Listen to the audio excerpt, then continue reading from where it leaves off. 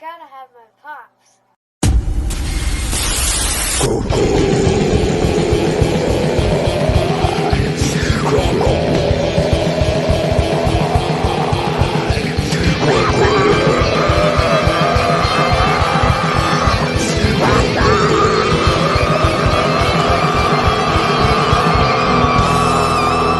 Come get some. Author Cindy Koepp is writing on the edge. Books include Remnant in the Stars, The Loudest Actions, Lines of Succession, Mindstorm,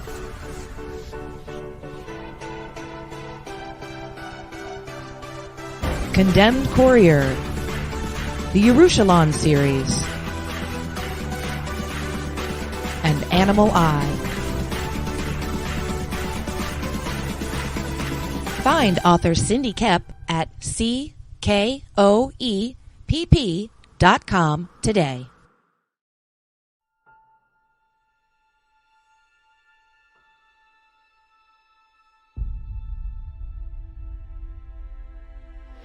When they mined an area,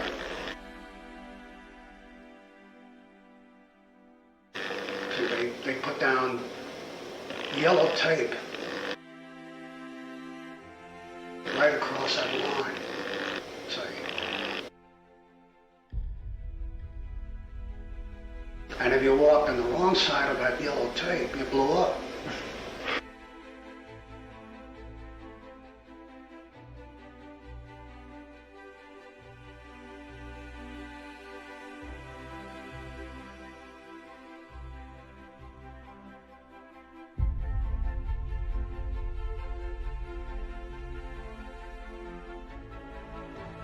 Strange Tales 136. I remember it very clearly, and that was my first exposure to Kirby.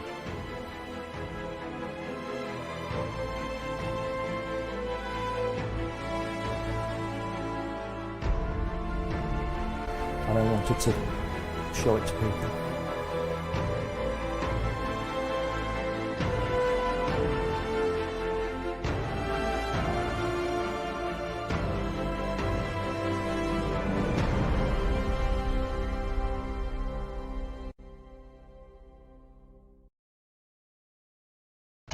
Today's show is dedicated to the memory of Glenn's brother Martin.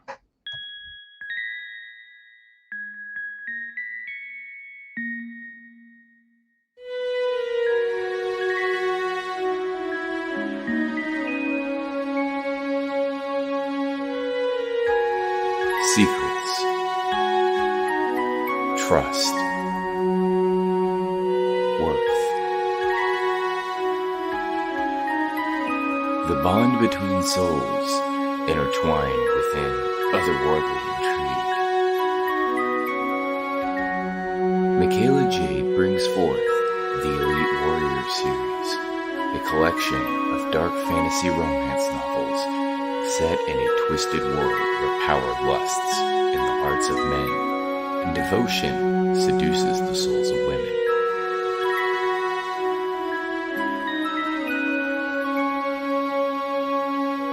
Warrior's Secret, Warrior's Trust, and Warrior's Worth. Available now at authormichaelajade.com. Sunsworn Wings of Vengeance is funding now on Indiegogo.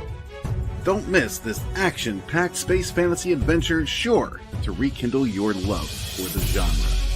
Get it now on Indiegogo or just go to sunsworn.com. From author Brian K. Morris comes a tale of irreverent holiday horror, told with much inappropriate humor. Dr. Victor Frankenstein creates the spirit of giving himself. Ho, ho, ho. Santestein, or the post-holiday Prometheus. Available at Amazon.com. Get your copy today. Hey, it's Belle from Liberty Entertainment Distribution. We've got quality indie comics in hand ready to ship to you now. Yes, really. And it gets better. At Liberty, publishers set their own wholesale pricing, and we don't take any fees, so don't wait.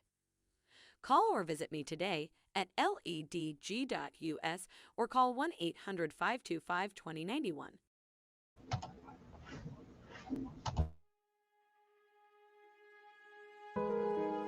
The city of prosperity.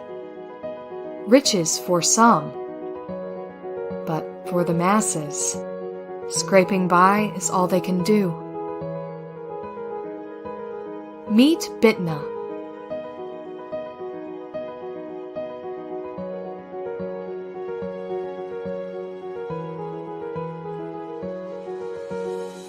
It's a rough life, with an even harder reality.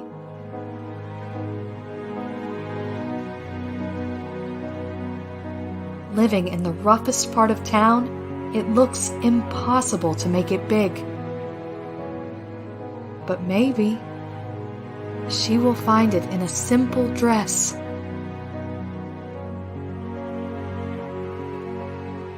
The Radiant Sight, a new romance story by Martin Fisher, now on Indiegogo.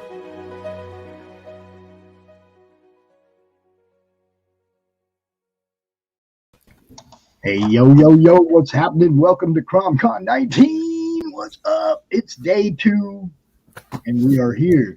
Mike Jimmy. Ain't seen you in a while, brother. How you doing? Blocked. You can't see you. Look around that thing.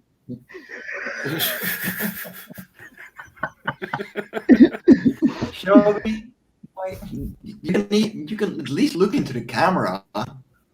No, this is one of those, we don't want you humans getting any smarter. We're going to get in the way of you reading. We're going to get in the way of you looking at your computer screen.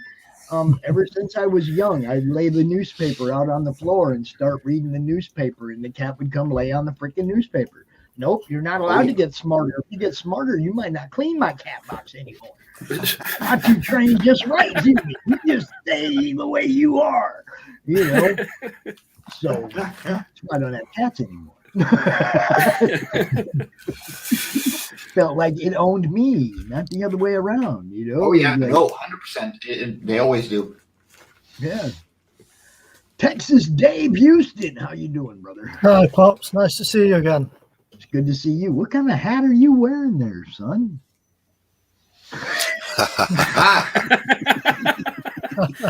Matches my cufflinks. Nice. Yeah. All right. There you go. All right. Old Action Comics hat. I'm good with that. Okay. Doc Blalock, my quasi co-host for this morning. What's happening, my friend? The doctor is in. Good morning, everybody. Good evening. Or I was going to say, or good evening or afternoon to Texas Dave. all those guys are over there. Lucifer. Okay. Oh, yes. Good evening, everyone. How the devil art thou? Look, where is he? Where is he, Luce? Joe wants to say hi. Oh, are you talking about my friend, John? Yes. Mr. John Doe. He's here. What's up, John? They're going to have a play date together one day. Yes, one day. They are gonna not today. We got important things to do today, but one day. I knew Joe would want to say hi. See, that's it. They're best friends now. We're never going to hear from them again. They're kindred spirits, bro. Yeah, well, I'm going to wake up. I'm going to wake up in the morning. John's going to be gone. There's going to be a literal Dear John letter left for me and everything. It'll be horrific, but I'll get through. It'll be fine. Are you feeling the John and Joe comic here right now? Oh, yes. Absolutely. I don't know how Mr. Jake's going to feel about that. Dear skeleton friend or companion. There we go. That's ours, you guys. Don't be trying to mess with the skeleton comic. That's us.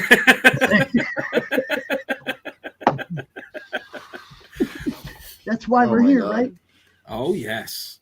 That is why we're here, to have fun, come up with new ideas, talk about the stuff you guys are doing, stuff you'd like to do. And, you know, shit happens. Collaborations all over the place, man. This last few months has been amazing, the stuff going on out here. You know, Mike knows what I'm talking about. There's stuff going on everywhere. People jumping together in each other's campaigns, doing art for each other, doing covers, prints, all kinds of stuff, man.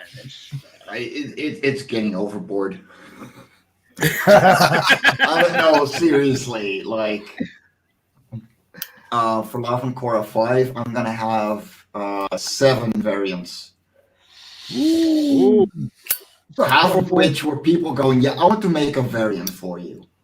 You know what? I was like, it's the 5th issue. Let's fucking go insane. Hey, hold up. That's only 8. That's only 8 eyes, bro. Well, 9. There's one in the profile pic. That's 9 eyes, bro. That's not 24. I'm just saying.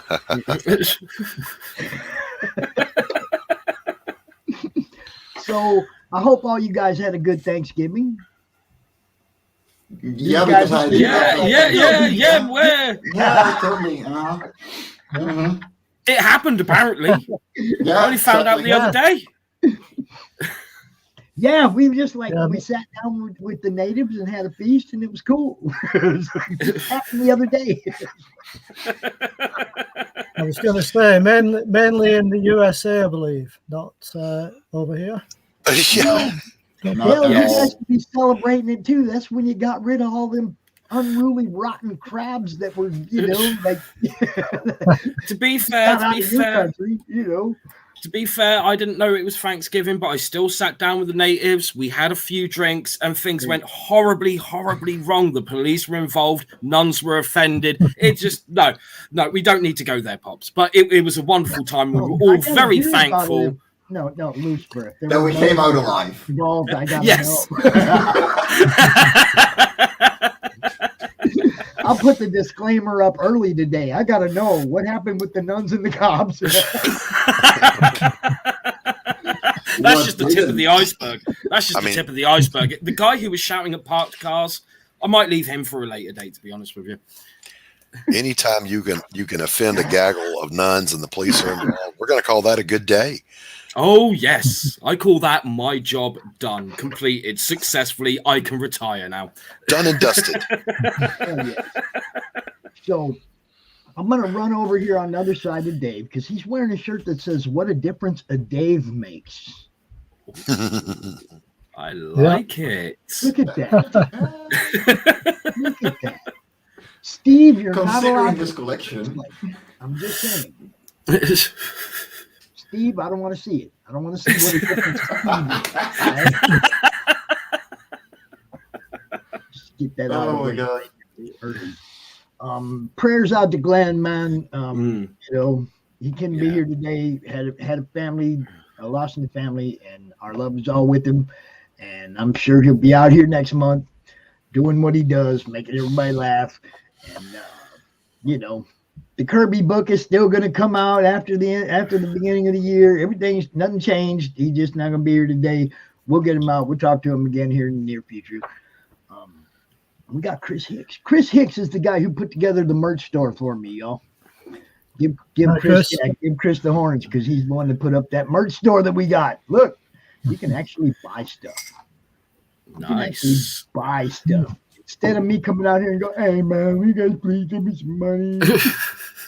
You can actually buy stuff, okay?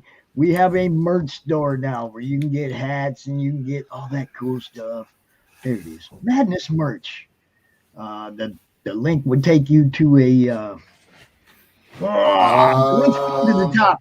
The link will take you to the shop. You got to put in that password. Take away that link. It's your password is in there. I know that's the password to get in there. That's what I'm trying to explain, Mike. This link takes you to a enter password page. You got to enter the password to get in there and see all the merch. Okay. And I don't know, but that password looks a lot like an old Gaelic word. So no, I didn't make the password. That's all Chris. Okay, that's all. All I know is we got. how do you know you're not cursing at our Irish friends? We have some cool stuff right there. We got coffee cups, we got hoodies, hats with any of the 3 logos. Okay, you can get all this stuff with any of those 3 different logos. So, and Chris we're gonna says, add other stuff. adding more stuff next week. Yeah, we're gonna put up Rock on. Put up some pencil cases and backpacks and all that shit, man. I ordered Get your one of the madness hats right gear away. today. I ordered one of them right away because Hat Club. I got to represent, So I'll be wearing one of those here real soon. Y'all watch for that. And, but did you buy it from yourself? Yes, I did. It was like the woman that contacted me back in the 90s and said, I have know... your book. Would you sign it? I said, oh, you're the one that bought it.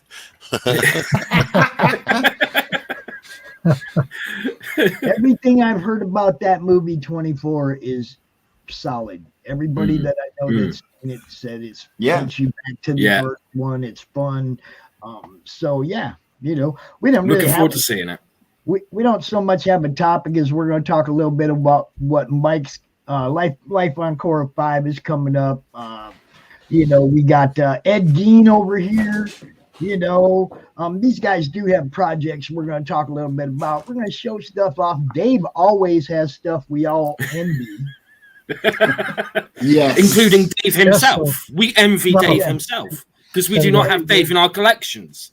And Dave does make a difference. Now you see that? Merch store with Chris. If you set up a merch store with him, then you get 50% off of all your stuff that you buy for yourself. They gave him the password, Doc. They did that. I still say that's an Irish curse. Ohbaig.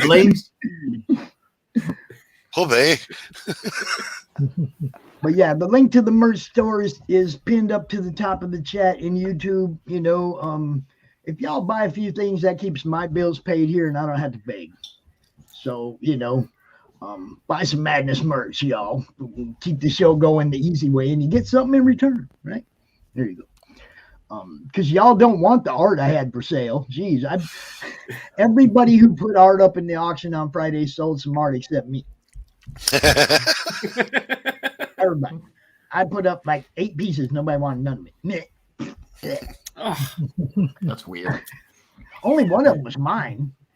I mean, it was other people's art. It was good artist art. It was just nobody wanted it. I'd be like, man, That'll change. That'll change next time. I hope so, because that's like the 3rd time I put that stuff up and nobody wants it. What's up, Max? Max was out here last night talking about Human Hunters. That one's only got a couple of days left, I think. Yeah, man, lots of good stuff going on in the madness, around the madness. Dave, you got anything right there handy? Sure have. Look at that. Oh, nice. Nice. This is why we bring Dave. Dave has stuff none of us have, but we all wish we did. What year is that? Dave? This is, let me just see. Can find the date.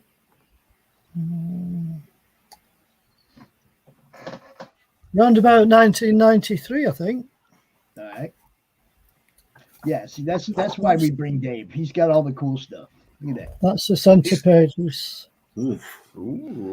He's got all the best toys. Yeah. Dave's got the books, man. Everybody who's been there, like Glenn's been there, he's like, man, I was there for 5 hours just looking at it.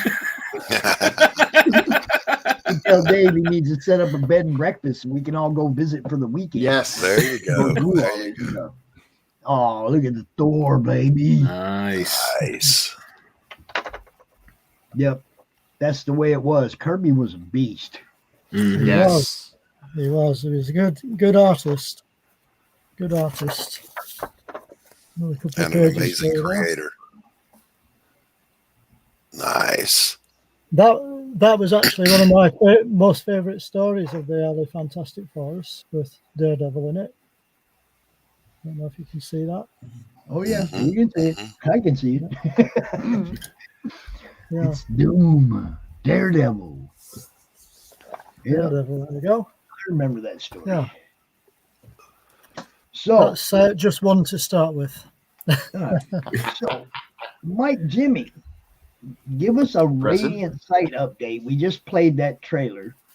Let us know what's happening with that, and then we'll talk a little bit about LOC5. So the campaign flopped. We had 26%. We're gonna make the comic happen anyway, paying it out of our own pockets. And then in January, it's gonna be available together with Love and Korra 5, and I'm going to put it to Kickstarter with a smaller goal. So, yeah, well, it's gonna come around. We believe in this project, so we're just gonna make it happen. But Kickstarter is just probably a better platform for this kind of comic. You have a lot more of it compared to Indiegogo, so we'll see what happens. Yeah, I mean that's you got to go where the audience for that genre hangs out. I mean, we talk about that all the time. That's why I don't tell people, "Oh, don't use Kickstarter." Hey, there's some books that's the place to put them. I mean, it just depends, man. You got to play to the audience, though. You got to play to your audience. You got to play to the audience of the genre. I mean, Love and Korra flopped on Kickstarter in the same kind of way. It's just not the audience that. And it did great on Indiegogo. So now apparently I'm doing something right. Just gotta switch platforms. My question, Mike, is: are you going and you looking for the Korean pop groups on Facebook and promoting the book where the fans of that kind of stuff actually hang out? Not as much as I'd like to, but it's been a. I mean, I'll take a sci-fi book and I'll go to the sci-fi groups and I'll go, check out this comic. And I'll take a horror book and I'll go to the horror groups and I'll go, check out this comic. That's why it takes so long to share these things out sometimes, because I'm sharing it to 40 different groups. It's like, but books are, I mean, there are groups out there for those genres that may not necessarily be comic groups, but there's still people there that would like to get that comic book because it's a genre that they like. You see what I'm What's saying? up, Shadowhawk? Welcome. Research those Korean drama Facebook groups, man, and when you I'm going to. It's just it's been insane the last few months, so it's just this is all stuff that we're learning as we go, though. How to reach the larger audience. If the comic people ain't necessarily about it, that doesn't mean the Korean drama people they'd be all over it. You see what I'm saying? That's what they Korean like. drama, manga in general, But it'll come around. I'm not worried. It's still a great story and the project, so it looks great. So I'm not worried. No, I'm not. I'm saying that. I'm just saying, like reaching a larger audience. Getting out there and getting it seen by people that are actually interested in that format or that genre. Probably not a lot of people in the madness running with the radiant dresses and stuff. You know what I'm saying. There's stuff we love, and there's stuff I get where you want to attack that genre because it is kind of a popular. It is. It's gigantic. But you got so you got to make sure that niche over there sees it. That's all, because there is a large niche for that kind of stuff. Life on Korra 5. What's up? So we are absolutely going overboard.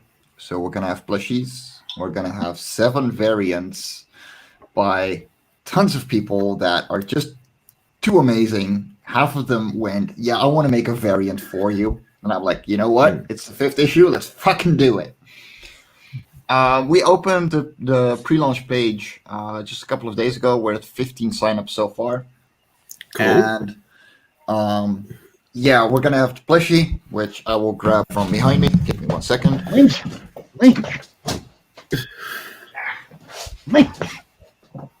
Here we go. Yes, Oh, yes, nice. incoming in. Nice. Yes, sorry. Get that thing back on camera, Mike. Give me 1 second. I gotta put out my smoke. So this is a 12 by 8 by 6 inch plushie of Atsi, the main character on Love and Korra 1, because I love her and she is amazing, and you can. Oh, check it out. Oh, cool. So you can manipulate the ears. The wings on the prototype are glued together. I'm fixing that, and they will be posable as well. Nice. Very nice. So these are coming. They're going to be affordable. They're going to be, really awesome. Then we got variants by myself. Well, the main cover by myself. This one. Cool. Nice. And a variant for the Raging ladies who have only seen snippets, and I want to keep it that way because I'm going to do the launch party with them, and they're going to absolutely go insane. Where can folks find your launch party, Mike? Yeah, give me 1 second. That's what I was doing. I was trying to find the link, and then I realized that, oh crap, I forgot to send Dave the link. So I just sent Dave. There we go. Look, anything that happens on the third day of CRoM CoN is out of my control. There we go. It's in the private chat. I got it. Oh, all right. And yeah, we're gonna have variants by Daphne Lage, Marvi, Area Black. Who else? God, name. You see that's the ADD bind for you. Fuck.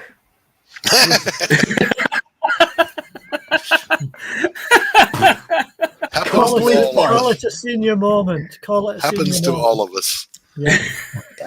I'm the youngest here, I'm sure. I don't look the part, but I am. Yeah, no, it's gonna go insane. I'm gonna make the variants from Life of Korra 3 and 4 available as well, the leftover copies. So if you missed those and you're like, hey, I want like the Stone Server or the Rich Parada variant from Life of Korra 4, those are gonna be available again. So big packages are available. It's gonna be awesome. Very nice. Very nice.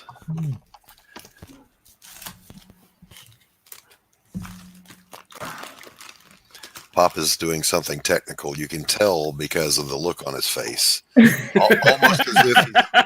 Almost as if he's straining on a pineapple. No, when I found out that Glenn couldn't be here, I threw out the call, obviously. I called him Mike, threw out the call to Lucifer and, everybody. I threw out the call to Dave, and Dave looked and he says, looks like you got it covered. I'm going to go back to work. And I'm like, all right, cool. Go back to work. Thanks for offering to be here if I needed you, and we appreciate that, sir. Mm-hmm. Sorry, I forgot to send you a link at the top of the show. Like I said, man, it's Sunday, y'all. I don't get no sleep. No.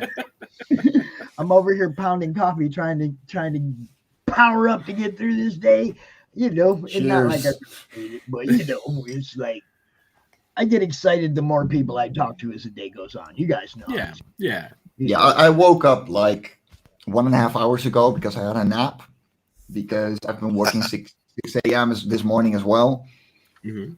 And it's the first thing I do when I opened Facebook, when I opened Facebook was Pop's going, hey dude, Glenn can't be here. Are you available?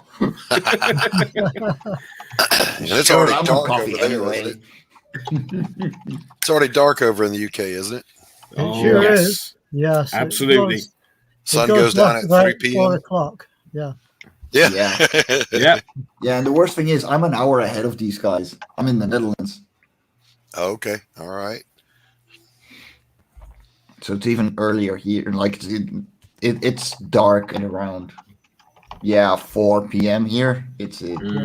I hate these days. Yeah. Yeah, I'm not a winter creature. No. I want to move to a place where there's no word in the native language for cold. I can feel you on that one. Yeah, let's go to Go Tahiti. Phoenix, and in a couple months you'll be Sahara. going, hey man, what'd you send me here for? Let's spend the summer in the valley of the sun in Arizona. Oh, listen, when I was at Subic Bay, I was as happy as I could ever be. I don't want to leave. I was happy in Phoenix too for 35 years, and then one day I went outside and it was like, man, I can't even stay out here. I want to go back in the house. It's too fun. And I was one of them people that played $10 golf in the afternoon all summer long. Yeah. Okay. This shit didn't get to me, and then just one summer it got to me. I go outside for 10 minutes. I'm totally drained. I want to go back in the house. I mean, he just sucked the energy right out of you, man. I was like, yeah, I got to get out of here. That's why if you're going to be somewhere where it's hot, make sure there's a beach, because then all you got to do is just chill. Well, you don't have to do anything. California to fall off, and then I mean, and it will fall.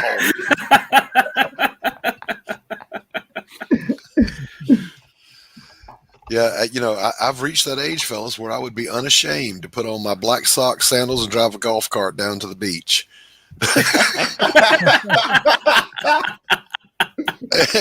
And watch the pretty people go by. No strain. Damn. Jeez, you know what? I don't know if you guys were watching Dan Monroe the other day during the auction. The guy who had the Tarzan and that, you remember, Doc? Mm-hmm. Okay, well, remember we were talking about that book? Yeah. All right. Yeah. Okay, Jason, talk to me later, man. I'm live, dude. I'm live right now. I do not got time to talk right now, man.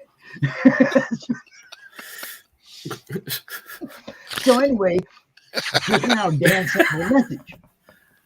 Remember the book we were talking about, Ye Gods? Yeah. Mm-hmm. He found his proof copy. He just sent me a picture of his proof copy of that. That's nice. Very nice. Very nice. Dude can draw. I'm gonna get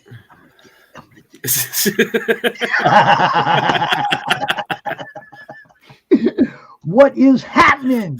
Joe D. McBee, how you doing, brother? From the desk of a small press publishers. Now, I'm trying to figure out who we got over on Facebook in the chat, too, because I got to go look and see who we're talking to over there. If I can even find my stream. Where's my stream in my group? Everybody else can find it. I can't. Oh, there it is. Oh, there you go. We got Doran and Aaron Jordan in the chat. What's going on, Aaron? What's going on, Aaron? What's going on, Doran? Cool. All right. So. Breathe. Fusa. Ed Dean over there. Yes. Another one for you. Look at Dave. Oh, he's on it. He's all over it like a rash. Look at that. Wow. The back cover. Oh, man. Oh, nice. Look, Submariner's holding them all up. Look.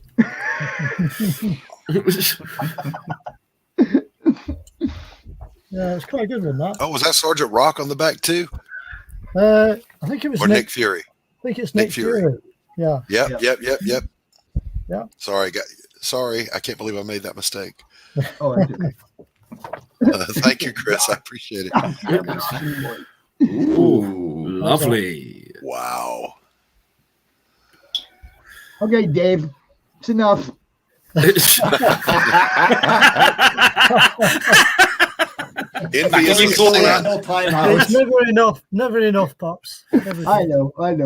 Envy is a sin, Dave, and you're making me sin. Man, okay. Okay, I haven't even been sharing this out or anything. So everybody that's watching, all y'all, share this thing out, share it out everywhere, smash the like, do all that, share the stream, get as many eyes on what these guys do as possible, because that is why we're here. So if you're watching this, Twitter, wherever, retweet it, share it. Yep. Tell your friends, tell your mom. I don't care. You know, tell your mom clergy. about Ed Gein. Tell your mom about the complete Ed strangers. Gein book. Serious. About what you mean? This Ed Gein book? Yes, that Ed Gein. Tell the book. owners witness this at the door about it. Oh, yes. Woo! Issue 1 of Ed Gein Demon Hunter. I'm holding a print copy in my hands as we speak, and it looks gorgeous. Yes. Absolutely stunning, especially, the double page spread. Oh, wow. Oh, wonderful. Yes. Oh, you could spend hours dissecting this double page spread. Seriously. I think a lot of people have. There are so many Easter eggs in that office, y'all. I ain't even lying. That absolutely. Office, dude. That office is full of Easter eggs. Oh, absolutely. And so's the rest of the issue. And so's the rest of the mini-series. Because this is going to be a 4-issue mini-series.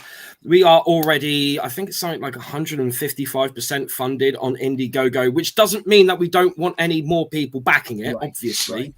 More people, the better, because this isn't about the money. This is about how many eyes are on this book. Just for this issue. Next time it'll be about the money. But this issue, it's about as many backers as possible. It's a fun horror adventure tale where we take the Butcher of Plainfield himself and we take him out of hell 7 years after he's died because Satan's like, a demon's escaped. And it has the potential to destroy everything from heaven and hell and everything in between. Who should go after a demon like that and bring him back to hell? A serial killer. That's who. And he decides that Ed Gein is the best man for the job. So he sends him down to Plainfield, Wisconsin with a hellspawn. But of course, you send a hellspawn in a town like that, people are going to talk. Tongues are going to start wagging. Things aren't going to go well. Exactly. So Satan disguises him as a bloodhound. And they are on a mission to find this demon, bring him back to hell. But in order to do so, Ed must first tackle his inner demons before he can tackle the external demons. And that's exactly what he's going to do. And it's a fun comic. It's 28 pages. It costs literally nothing or next to nothing. Once you do the conversion from pounds to dollars, I think it's like, 3 handfuls of dirt, something like that. It was like amazingly affordable.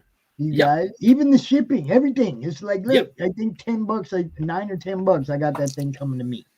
Absolutely, absolutely. I believe I was back at number 9 or something. It was something like that. You were very early out the gate, which is fine by me. I was very happy about this. Look, and even if you don't want to pay the shipping, you want a digital copy. It's £1 British pound, which in dollars is like 200 now. 200 now. But everyone Let's go, Brandon.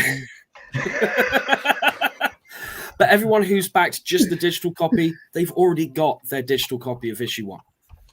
That's how quickly this book is getting out there. Christian Rossi, who you will remember from books such as Rad Rose, Void Walker, Trespasser, all books for Alterna Comics. He's already working on issue 2. I've already seen the rough layouts for issue 2, and he's already working on the first 5 pages.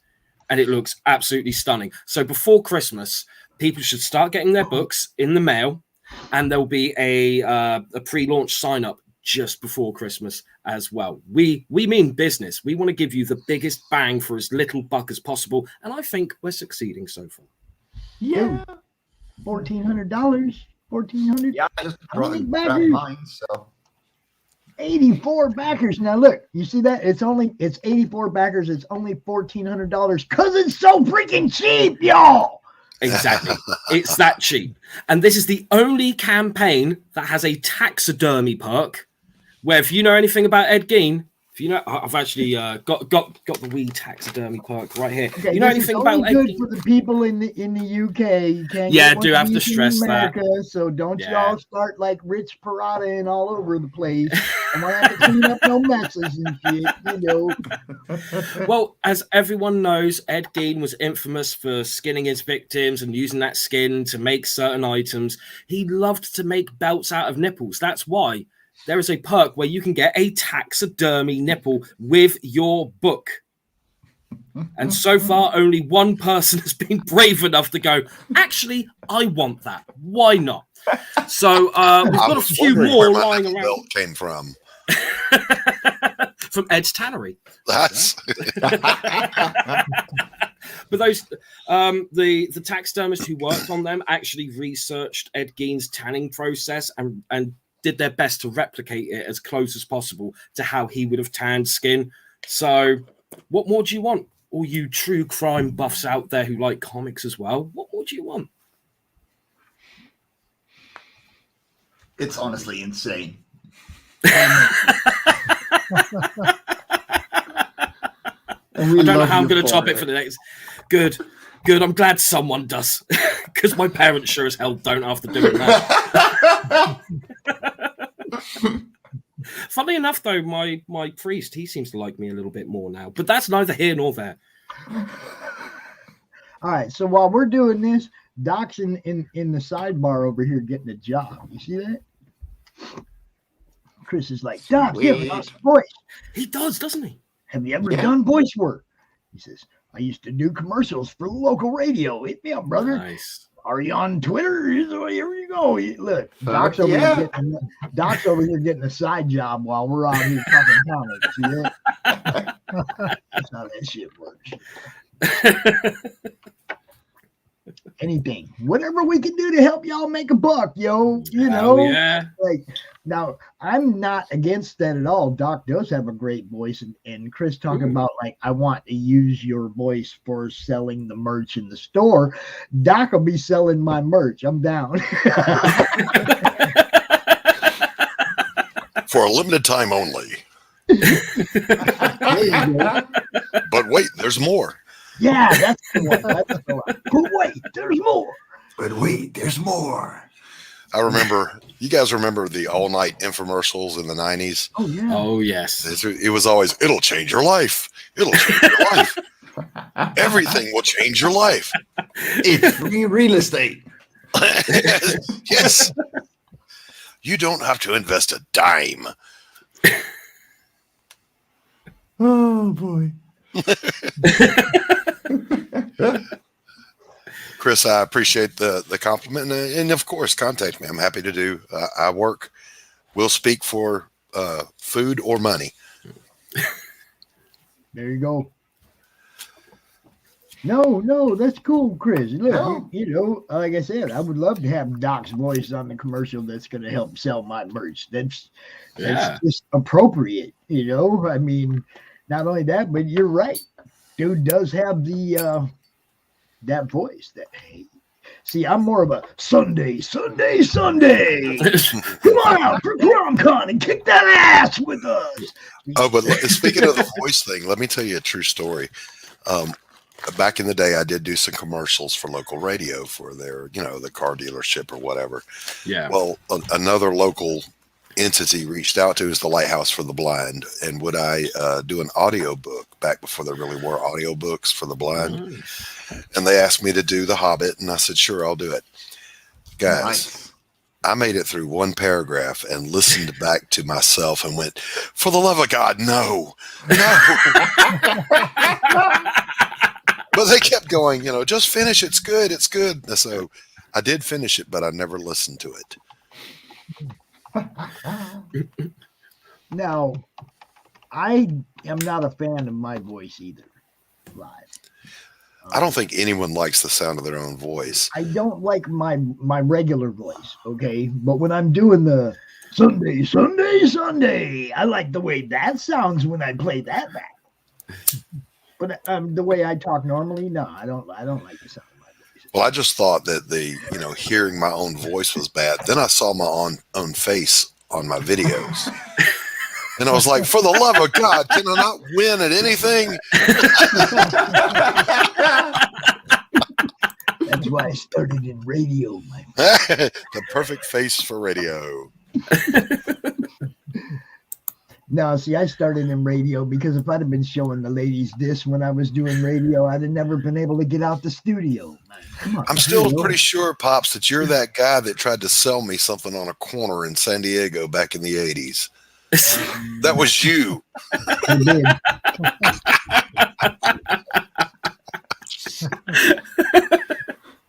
I was in San Diego during the 80s. I know, that's what I'm saying. Yeah, no, for a little bit, Yeah, we're here to have fun, Chris. You know what's up. That's what this whole thing's supposed to be about. That's what comics are supposed to be about. That's what all these shows, look, I've got it whittled down now to the shows that are fun to watch. Okay. And I still have a lot of people that I watch. Okay. A lot of people that I pop into and hey, yo, you see that in people's chats all over the place, right? There are some great people out here still, really, really great people out here that have great product, man. And the job is getting eyes on it. Yes, absolutely. That's look, if everybody works for that one goal to get eyes on everybody's stuff and share it out with everybody, if everybody's doing that, this whole thing grows and grows and grows. If all you're trying to do is draw some art for a book and then you're not out there promoting it and nobody knows it's like everybody has to learn to blow their own horn. Yeah, it's a sorry dog that won't wag its own tail. You know what I'm saying? Yep. You don't have Image or Valiant or DC or Marvel putting your books in the store for you. Yeah, absolutely. People need to remember that whole line of like, if you build it, they will come. In reality, if you build it, some homeless people might have sex under it. That's about it, really. So you need to let people know that you've built it. Yes. It's that was a good one. You guys know I don't go out and like tell everybody, when we get to 2,500 members in the madness, I'm going to give away all this cool stuff just to get people to join the group. We don't do that. No. Okay. We want people to join the group because they like the content that rolls through the group, which is but at 2,500 subscribers, Pops will dye his hair purple. Yeah. I'm talking about the madness now. I'm talking about the madness right now. I'm talking about the Facebook group. We are close to 2,500 right now. But just because I'm close to 2,500 doesn't mean I'm going to go out there and offer people some cheap gimmick to get them to join the group. I want people to join the group because of the content that rolls through the group, not because I'm willing to give away. Yeah. You see what I'm saying? I want real comic people joining the madness and being part of it. If I ever get to 2,500 on YouTube, 2,500 subscribers, if I ever get there, what'd you say I'll do? You're going to dye your hair purple. Oh, that shit. He's going to do it right now, just because things aren't going well. I would do that anyway. So you're that guy. I would do that anyway. Look, hold up. I've had this jacket for 30 years, bro. This is the baddest football jacket I ever saw. Look at that. I'd buy that art. Well, you did buy that art. I'd buy that art. You literally did. You did. I've had this jacket for 30 years, man. 30 years. Yeah, I'd dye my hair purple if I get to 2,500. No doubt. No problem. It'd be that deep dark royal purple, man. No, man, we want neon, My Little Pony purple. No, no. In a Mohican, of course. That would never be Pops. That wouldn't. People wouldn't buy that neons. That wouldn't be Pops. But people would buy that deep dark royal purple. That would Pops did that. I don't know. I'd buy the My Little Pony purple. I'm just saying. Well, all you got to do is you don't have any hair. All you got to do is grow a little hair, and we can fix that for you. I asked Pop before we came on. I had my hat on. I said, "It's hot in here. I'm going to take my hat off. Is the glare too much?"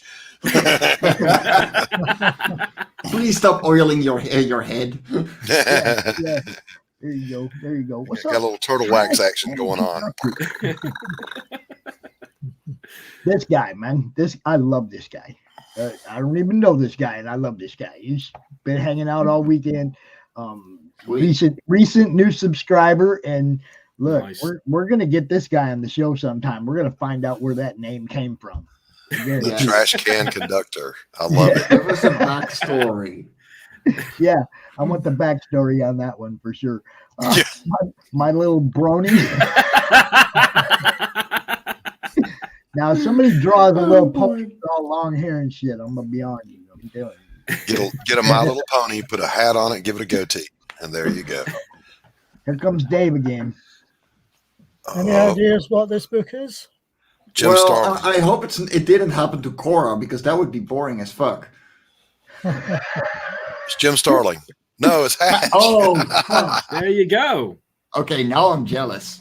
Yeah. I still have to wait for the crowdfunder. Dude, no, I think that's number 1. That's Hatch 1. It is. It was the specially reprinted on demand. Nice. Very nice. Oh, yes. I love that stuff. No joke. Yes. Beautiful stuff. There we go. Nice. Wow. Yeah. And that, ladies and gentlemen, is how you use negative space. Yes. There's another page for you.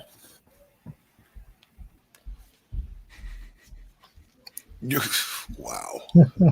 Yeah. Just wow. He just kills it. He just kills it. Yeah, isn't it? I definitely love what Glenn does, man. Yes. And from the desk of a small press publisher, he likes it too. Yeah, that's the first book for sure. It Chan is. Chan, what's going on, man? What up? So since you brought Hatch into the mix, bam! Who's that? Yeah. That does not get old. Oh yeah, I see it. look at that. I see it. God, We dude, don't see you, but yes, we see it. Yeah. it's amazing. They're like me with my cat. All right, so we got Cam, good to see you. Excuse me. Hi Daphne, I'll see you at 4. Yes, I will. We check in messages. I'll be there. Dude. Yeah. Look, there's some art in there, like when in book 2, when Hatch is crawling through the pyramid, where you got to look at the hieroglyphs. Yeah. Consider them Easter eggs. Look at them. You will see Daleks. You will see the Enterprise. Yes. You see all kinds of shit on the walls, man. By the way, I finally remembered the 4th name for the variant. It's Sean Hall. Sean. It took me 40 minutes. I got that guy's art on my wall. Okay, that's okay. We'll do that. Getting his daily dose of great art. You know what's up. We got you covered here. That's for sure. You know what's up.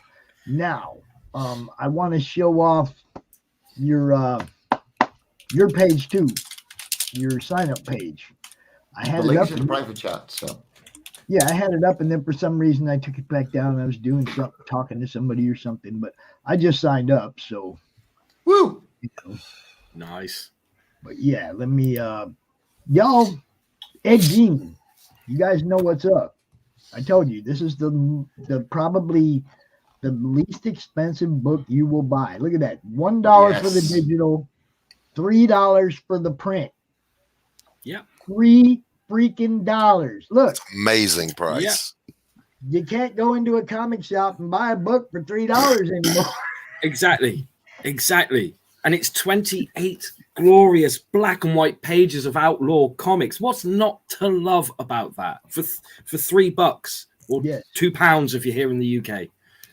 Print and digital for $4. Script perk. I think this is the one Marv got. Yeah. The script perk. $13. Yeah, I got that one too. Now the taxidermy bundle, us over here in America, we can't get this one, but you people in the United Kingdom can get the nipple. The nipple. Oh yes. Okay. Look, 10 books, $21. Mm-hmm. Jeez, y'all, come on. Where's my retailer? Only one person claimed this perk. Oh, yes. $21. Yeah, I might actually claim one of those to just, see how they do in the Netherlands when conventions start back up. Yeah. Yeah. Hey, look, if you've got the money and you want to spend it on my book, I'm not going to stop you. not for 1 second. I think I got half of that one that's already claimed. Didn't Brad get those? Yes. Yeah, half of those are mine. So, and bear in mind, we've just had the books come back in print. I'm probably going to have to get another batch of them printed up, which I'm not complaining about whatsoever. Because people at my local pub, they've all been like, "So when can we buy ours?" And I'm like, "Right now, give me money." Say, like, what kind of a question is that? But look, we are literally going to start shipping the print copies of the book sometime this week. The book is available, Cam. You just can't get that one perk with the nipple. Yeah. No nipples for America. Unfortunately. Perk with the nipple. Until laws change, there are no nipples for anyone in the US. I do apologize. There are no it's got fuck all to do with me, America, and the streets are paved with cheese. Everything else says ship worldwide. It's just that one perk that says ship to the United Kingdom. Yeah. Okay, you can get the book, no doubt. You can get the retail. You can get original artwork. Christian Rossi, y'all. Yes. Christian Rossi, original artwork up in here. Yeah. These pages just kick ass, you guys. Come on. Yeah, beautiful stuff. Beautiful. Are you a Nirvana and Christian Rossi fan? There's your page right there. Absolutely. Absolutely. And like I said, the first issue, it's already in print as it is. So we're going to start shipping them out soon. Still waiting for the script books to come back and the T-shirts to come back. And once they do, those perks will be shipped out straight away. So it shouldn't be too much longer. If things go well, people will be getting their books by Christmas. Yes. Sweet. Yes. And that, look, you guys, Ed Gein, come on. We didn't even cover what the story's about because we're just having too much fun. But basically, just back it. You'll love it. Yeah. I promise. Yeah. If you're any kind of a fan of horror or serial killers or historical nuance in a comic, or you just love Easter eggs, or you just love Christian's work, or you just love Lucifer's writing, just back it. Yeah. Lou, throw me the link for your campaign in the private chat so I can put that out there. Folks are asking. I can do that for you right now. And anyone who's kind of like, oh, I don't know. Look, this book covers the 3 H's. It has humor, it has heroics, and it has a little bit of heart in a frying pan. But that's neither here nor there. It covers the 3 H's. And then there's this other one that Mike's talking about. The hell yeah. The preview page, the sign up page. Y'all go check out the sign up page for Life on Corey. See, they got the little plushies. And this is all the previous issues. Okay, I have all 4 of those. Thank you very much, Mike. And there you go. Some of the preview of what number 5 is going to look like. Looks like they came back up out the water. Because in the last issue, they were all underwater. It's like this is a world build where every issue kind of goes to a different place in the world. And you tell them, Mike. So, Love and Korra is a speculative zoology series. What that means is that we have a very weird, strange world, which is a core that gives off light, and there's continents orbiting it like a planet would to a sun. And on those continents, life exploded, and we follow the kind of life that lives there. Every single issue is free to read on their own, and we follow a new kind of creature, a new story, and that way we're building the world, we're expanding the lore, and yeah, it's a sci-fi megastructure that we're not focusing on the megastructure, all that world building and all this physics and everything that goes on in the background. And I got that figured out. I got essays worth of world building. You don't need to know that to read these stories. They're for all ages. You get an intro page with like, this is the world. This is what we're going to do. And this is another story on Korra. And from there, you literally get thrown into a new story. And you follow a creature's life. Yeah. Each book stands alone, but you can still get them all and read them in order. But you don't have to have them all. You don't have to read them in order. It's all each story is building a different part of this ecosystem, this planet. It's awesome, y'all. It's And really this good time, stuff. you can tell by the title, we're going to follow creatures that are absolutely tiny. So these guys are about as long as this finger. Nice. And they're going to fly on the back of a pretty big insect. So this is the cover, the main cover. And then there's going to be variants by myself, Daphne Lage, Marvy. Here we go again. I Come on, you can do this. We believe in you, Mike. And Area Black. Got him. There it is. There you go. He took his meds. Can I ask you? Oh, Jimmy, can I ask you a question? Can I ask you a question about Life on Core, right? Please tell me that in either this issue or a future issue, I think it'll probably be better for a future issue, that there's going to be a point where you're going to have like a panel sequence, right? And the very last panel, the back of your cat's head just pops up. Please, for the love of everything that's unholy, that would be amazing. Because no one would get it except for us, but it would be awesome. You know what? Yes. Challenge accepted. Fucking challenge accepted. It might not be in the comic itself, but it might be a bookmark. Yes. Come on.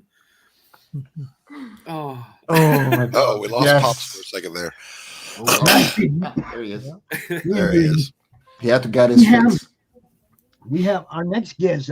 I want you guys to know, if you want to hang around for a little while and meet some other people who have a show that they do, a review show and whatnot, and they have a group and they, all this stuff, and they're not real well known in the madness. I've known them and they know me for quite a while, but we haven't had a whole lot of cross interaction between the two. But we're thinking about doing something. I'm hoping that we can figure out a little some way for our streams to cross more. And, hey guys, this is Cody and I forget her name, Kara. Where'd he go? Now you've just kicked him out. No, I didn't. Right here. I did nothing. Come back, Corey. They fell. No fault of mine. I think Pops is still getting used to his new computer. No, it wasn't me. I promise. Yeah, around my house, if something like that happens, they'll say, "What happened?" And everybody points at me and they say, "He touched it." It comes with age. Yes. Inanimate objects hate me. And I hate them right back. So, fun fact about Comic Chat Authority. I actually sent them Live on Quora before I even knew about most podcasts. Hey, there you are, Pops. Hey. We're back. Hey, guys. Welcome. How's it going, everybody? Yeah, getting along. Okay. That's good. Except Pops has muted himself. Except for unmuted, yeah. No, we're doing good. How you doing? And he was saying something so profound. We'll never hear it now. Cody, go ahead and introduce yourself and your better half and give everybody a little rundown of what it is that you do. And then All right. I'm Cody, and this is my wife, Carrie. Hi. And we review indie comic books and interview indie comic creators every week. Yep. Yeah. So we bring the obscure indie. Yeah, we've been doing this for about 3 years now. Mm-hmm. Yep. So. And that's here on YouTube. It's here on YouTube, yeah. Fantastic. It's Comic on YouTube, Facebook. Instagram. Yep, Instagram. We don't have a Twitter. We don't, yeah. Yet. So. And if you want to be interviewed, let us know. You can contact us, Comic Chat Authority on gmail.com. Yeah, that was one of the reasons I wanted everybody to kind of stay out, hang out, because this is another show you can go on, another place. Like I said, man, everywhere that you can get your book seen, y'all. That's how success follows your book. Because the more people that see it, the more chances somebody in that audience is going to go buy it, right? So, man, every time he touches his phone, he gets it. I think that's what that. Every time he touches his phone, man, bang, he's gone. And now we all point at Doc and say he touched it. He touched it. Now, normally, I blame that stuff on him. He is an internet troll. You know, I mean, so it could have been CRoM. I'm just saying. You know. But I did subscribe to them before they disappeared. So it's either CRoM or Dr. Doom. Also, Doc, drop that link in the chat, please, for their, channel. For sure. Because yeah, man, I've talked to Cody. I've been talking to him for I don't know, a year and a half or so.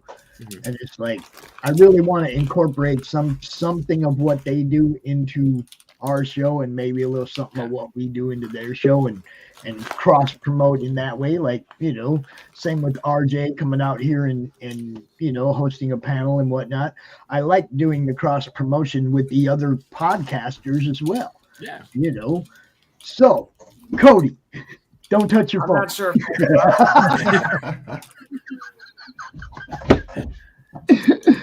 Yep. So we've reached a little bit of everybody just in the 3 years that we've done this. But our interviews is all about, we talk, I'll give you all the rundown if y'all are interested. So we spend 20 minutes talking all about you, how you got started, how you got into comic books. It's 20 minutes just to talk about yourself. Any upcoming projects, whatever. See, so what I do is 30 minutes. What they do is 20 minutes. You use Skype, right? You still use Skype? I do. Yep. Because we have a 1-year-old. As you can see. Yeah, say there hi to she everybody. is. There she is. Say hi.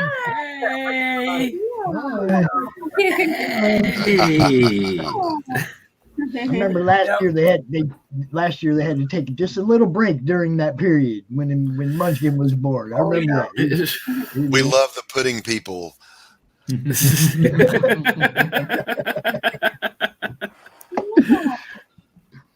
So yeah, you guys, do me a favor, Cody, and drop your link in the private chat. For do you have a link tree that just puts you to everything, or I mean, anything you want us to drop in the chat, man, just drop in the private chat, and we'll share them links up. Okay. You know. So Cody, I don't know if you remember, but I sent you Love from Korra 1 and 2 like 2 years ago. Like way back when you barely started your channel. What's the name of it? Love on Korra. A PDF. Hold on, let me grab Was it. it? It's from the Netherlands. Yeah, it's from the Netherlands. Here we go. This one. Here, let me blow that up. Okay. There we go. Yeah. That's been a Did while. I send you the link, Scott? Sorry? No. What happened to pause? Again? I'm going to send you the link because I don't know what's going on with my computer. It's not letting me type. Uh-oh. Uh-oh. Okay, well, we got the link for your show. We got the link for your YouTube channel.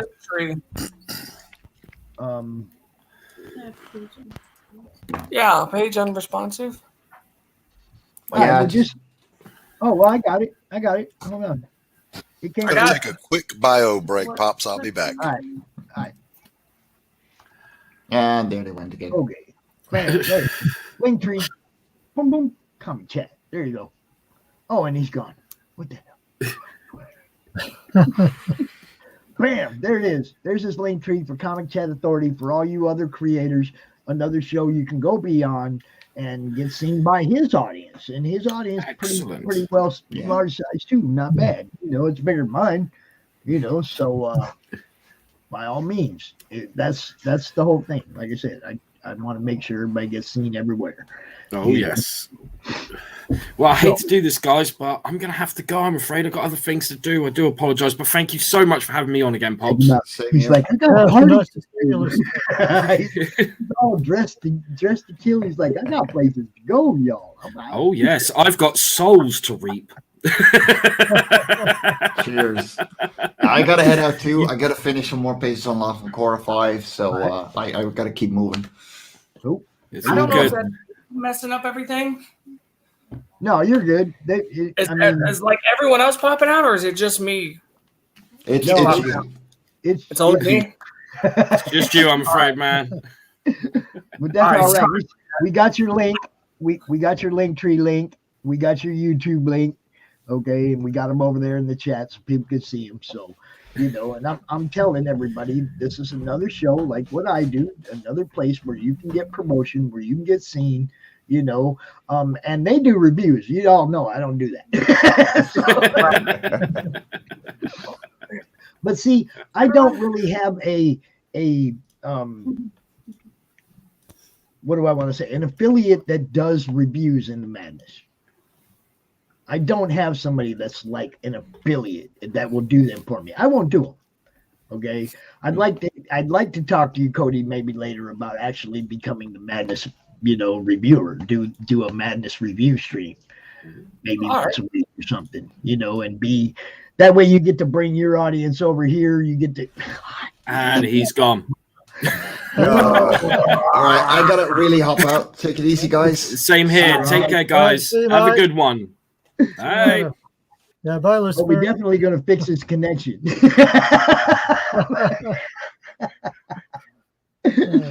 But yeah, he has a good channel and a good following and stuff. And then I'd like to do some kind of cross promotion with his channel as well. A bit like a crossover in comics. Yeah, just like a crossover in comics. You're all right, bro. No clue what's going on, Pops. I've never used this computer. It's the only one we got. I'm sorry for all of this. Actually, StreamYard does work on a smartphone too. I just tried it. It said you got to turn this one off probably to go in. It's okay. Hold on. Go.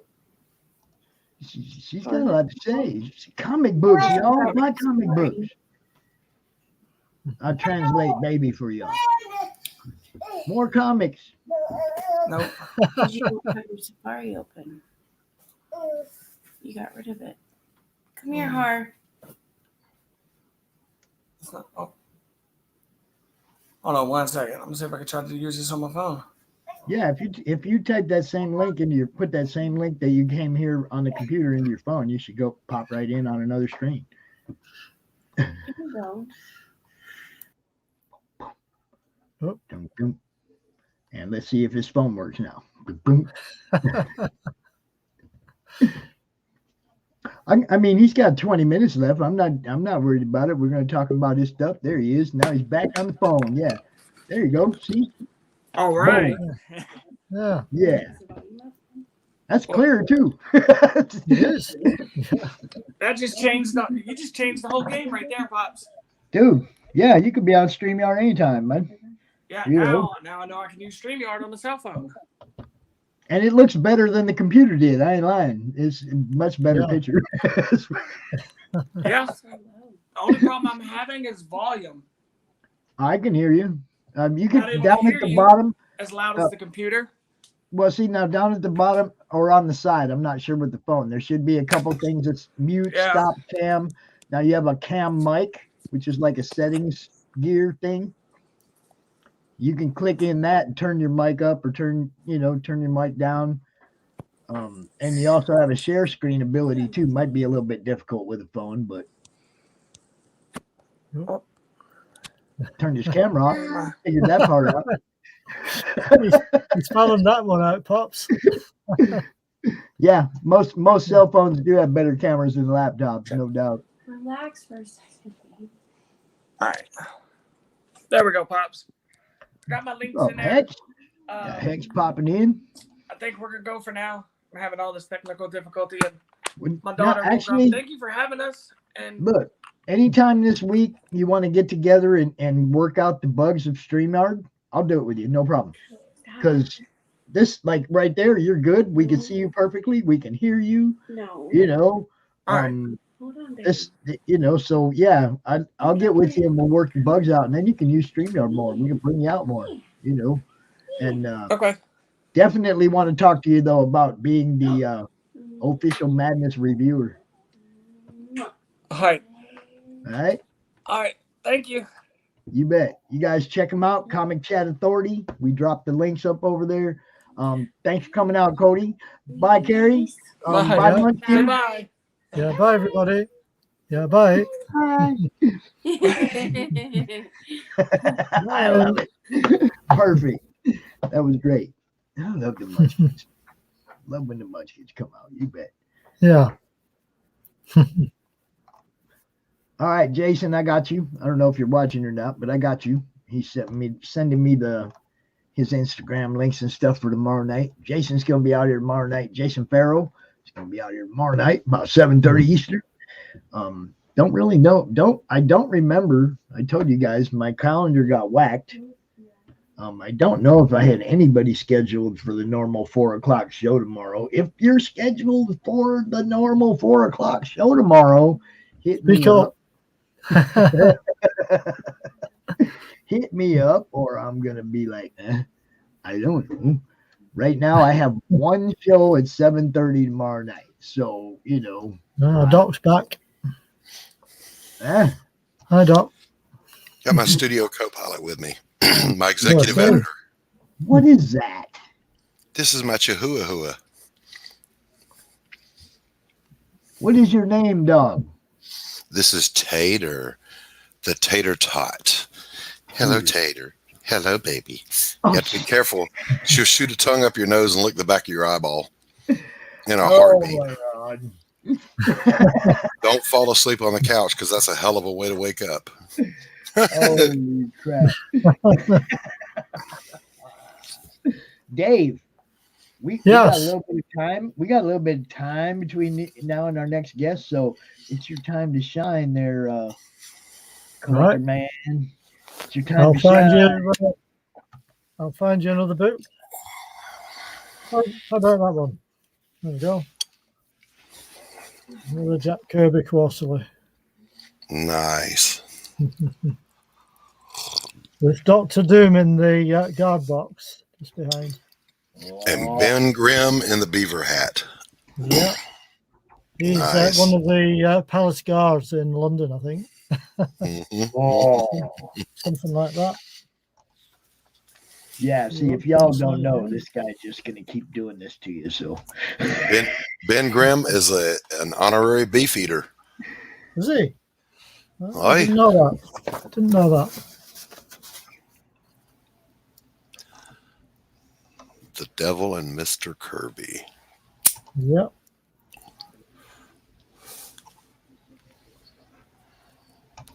Devil Dinosaur. And there's another one. Another page for you. Last page to Thor. Nice. See this guy? He just wants everybody to feel, all those things you don't have.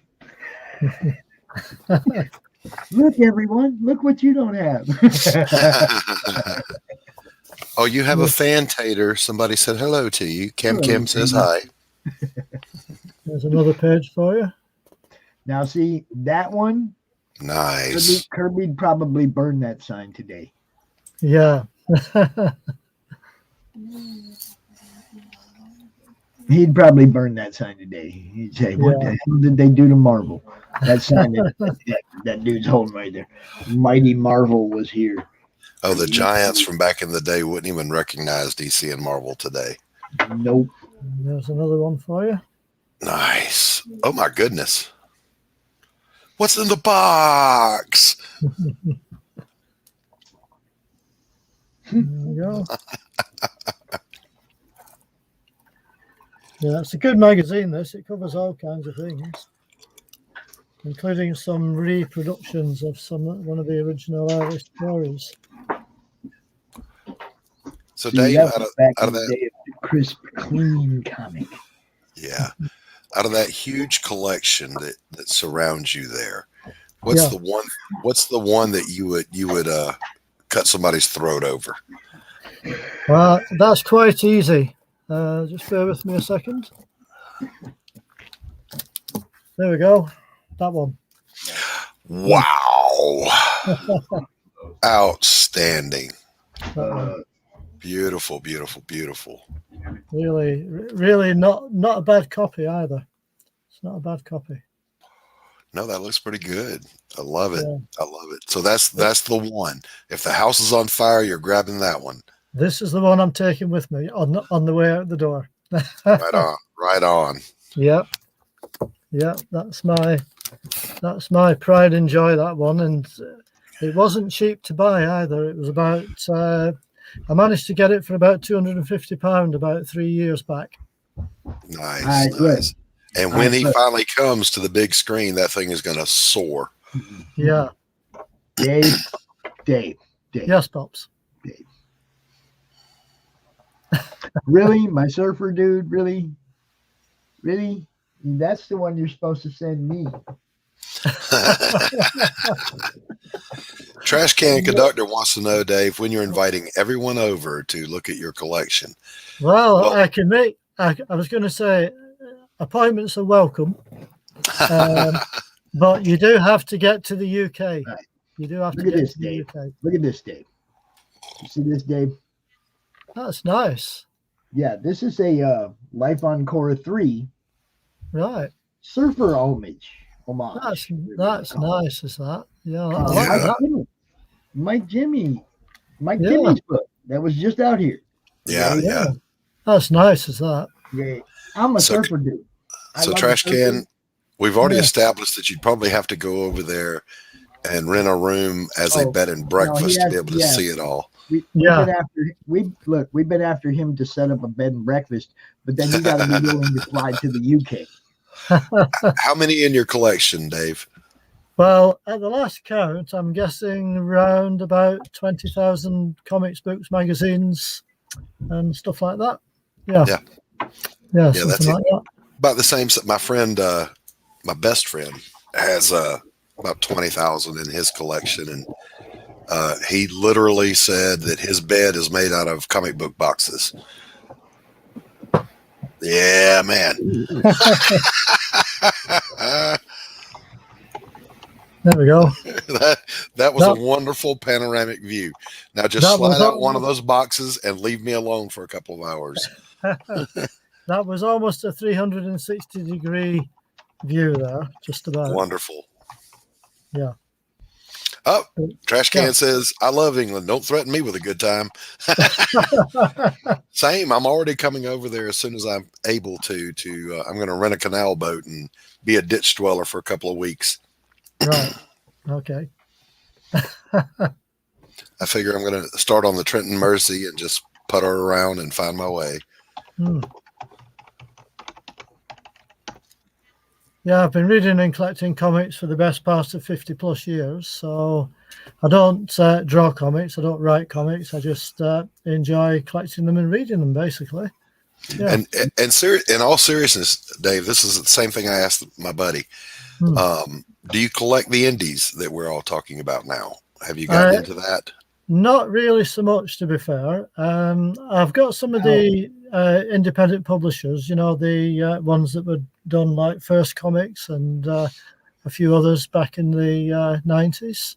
Well, you also have stuff like Tim's book. Tim's book ain't no DC or Marvel. That's it. Well, that's true. Collecting indies, bro. That's just true. because they're UK indies don't mean they're not indies, man. That's true. Right. Yeah.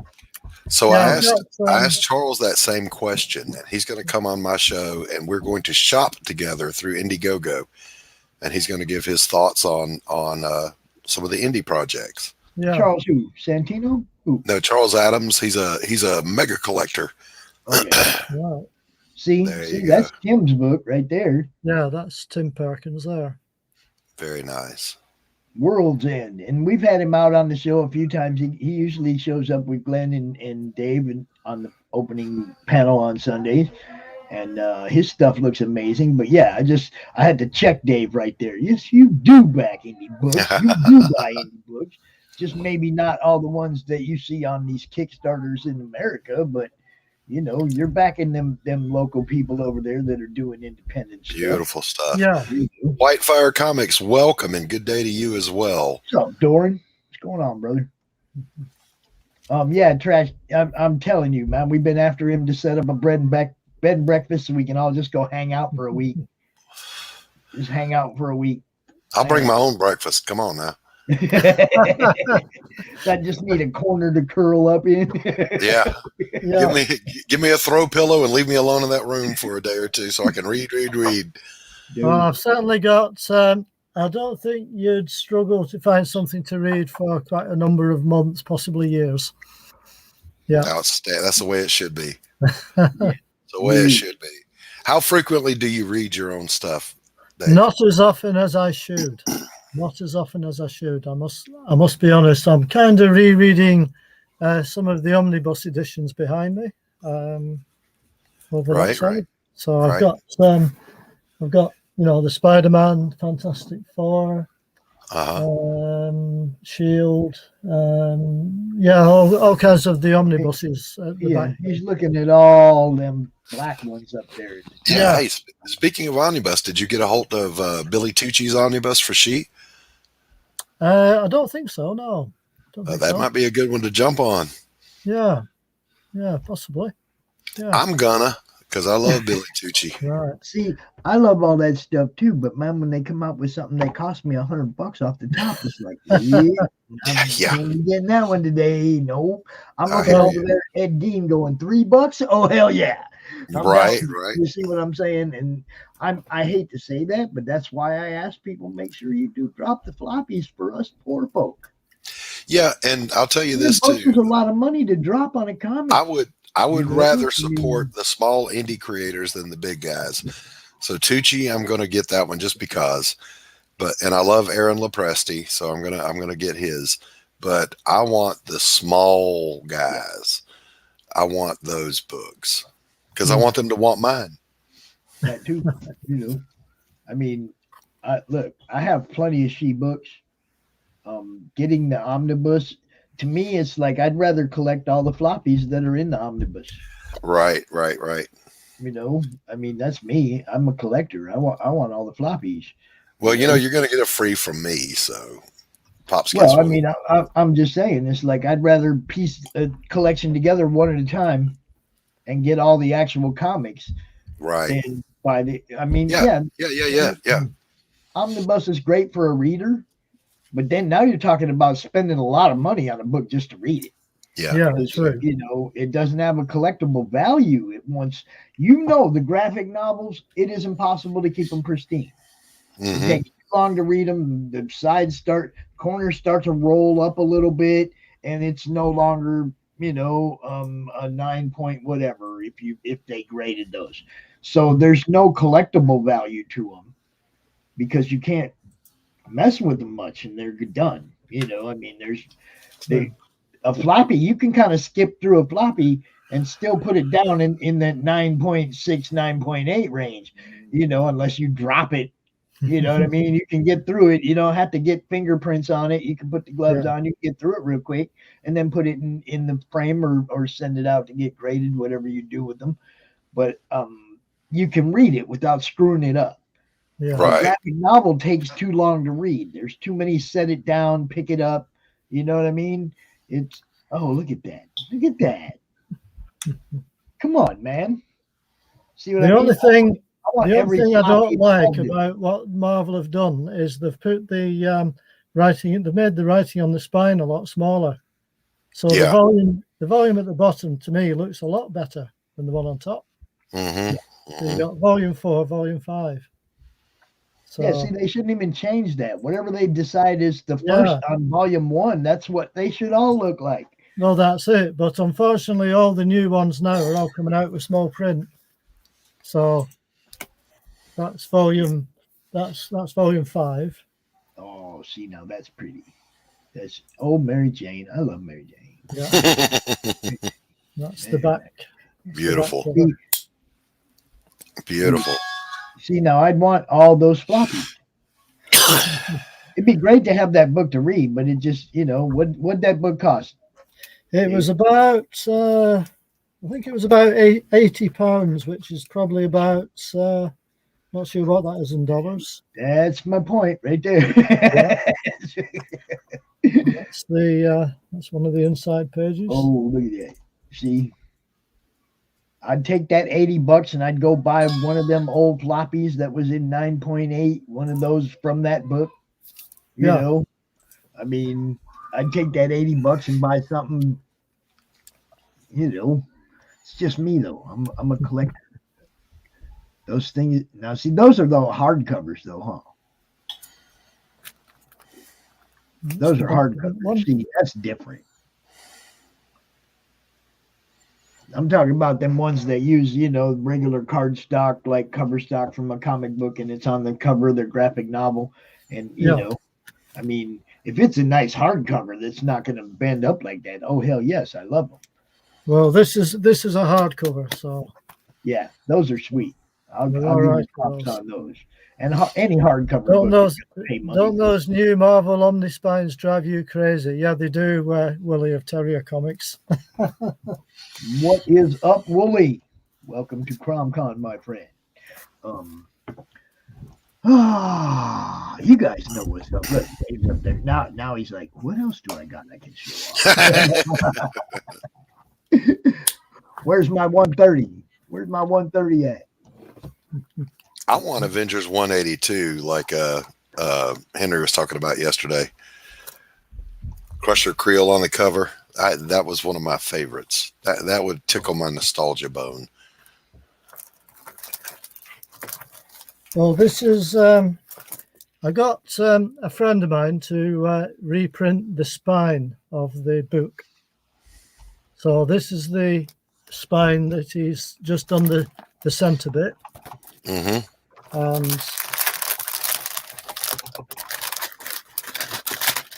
take that out. And that was the spine that it came with, tiny writing. So I think that looks a lot better than that. It does. Isn't it? Yeah. So Dave, how frequently are you replenishing your collection? Well, what I'm doing is I'm kind of buying the omnibuses of the early Marvel comics and some DCs as well. And I'm selling my originals, which are just behind me here. Mm-hmm. So that's basically what I'm in the process of doing. Nice. Yeah.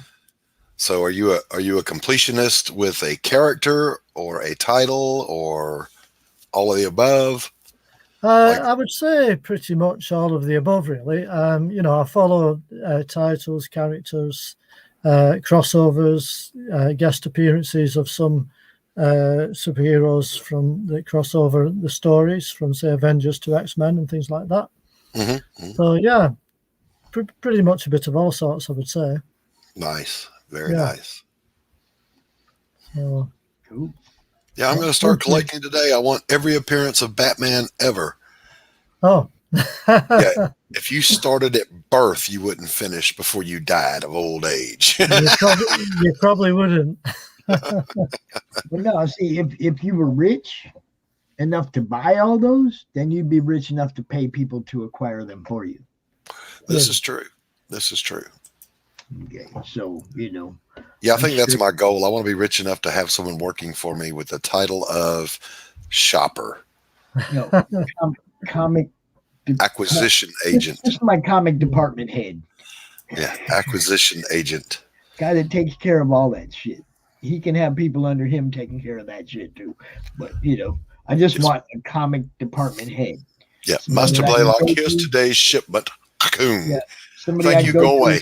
Where is this? And they know right where it is. Somebody that I can go to and say, I need one of those, and they know right where to go to get it. I need somebody that can do all that. Okay. And he may have people working under him that do the shit for him, but I need somebody that can organize it all, handle it all of it, so I can do this. I don't get to put no time into my collection anymore, man. You know, I mean, I got stuff I need to rebag and reboard. I'm putting money into this instead of that. You know what I mean? It's like there's a lot of things that all I'm collecting right now is art supplies. So for those who don't know, I'm a professional painter. I do impressionist landscape painting, but I'm also doing a comic book. But anyway, my studio is literally exploded with art supplies. We have our next guest in the backstage. Like a lot. And I'm gonna bring him out right now, and we're gonna talk about his book, Outlaw Knights, Genesis of a Renegade. Are you guys ready for this? Bam! We got the Fuse Box. Ben, how you doing? Hey, thank you so much for having me. Welcome. Welcome. Yeah. This is what we do, my friend. We get it out there and get it seen. So let's jump right into it. Tell everybody who you are, and I will share the screen up, and we go straight to it.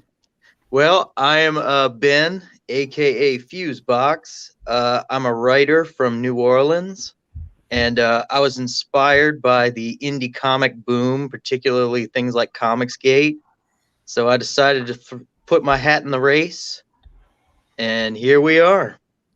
Well, it looks like you've done pretty good on this so far. When did you launch this? Last July, right? Yep. Or last June, and at the end of the campaign, went through June. At the end of it, you had 123. You picked up 30 more since then. Go ahead and tell everybody a little bit about it, and then we'll play that trailer.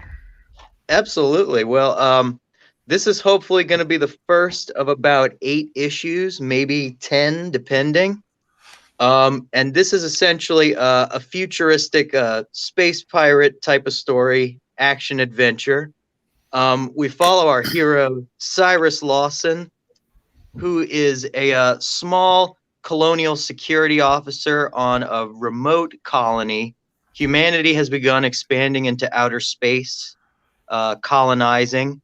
And in many ways, it's sort of like history repeating itself, because the nations of Earth are all at each other's throats, competing over territory and resources.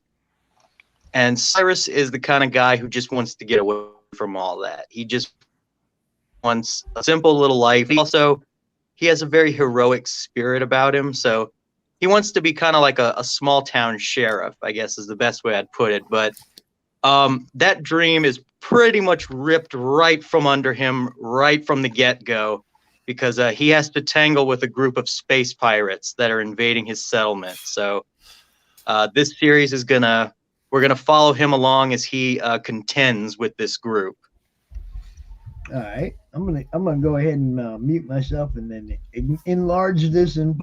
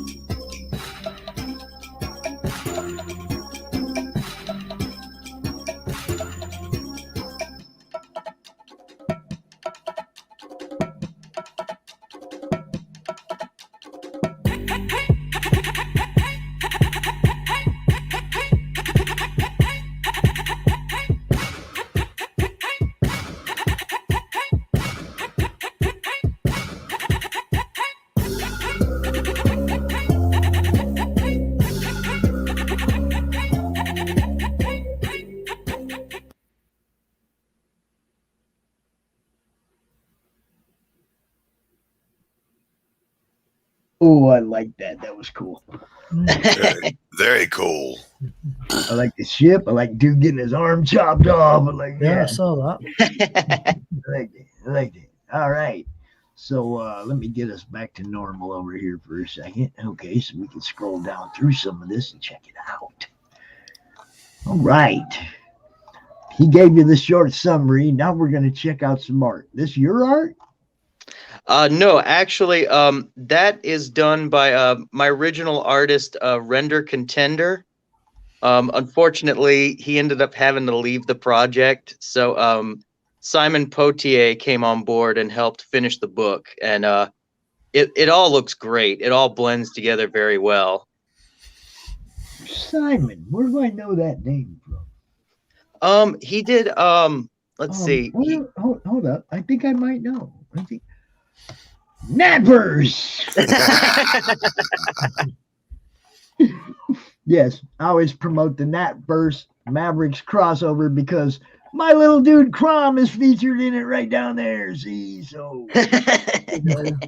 yeah, I love Simon. No, I was kidding. He's a good friend of ours, good friend of the madness. You know. Yeah.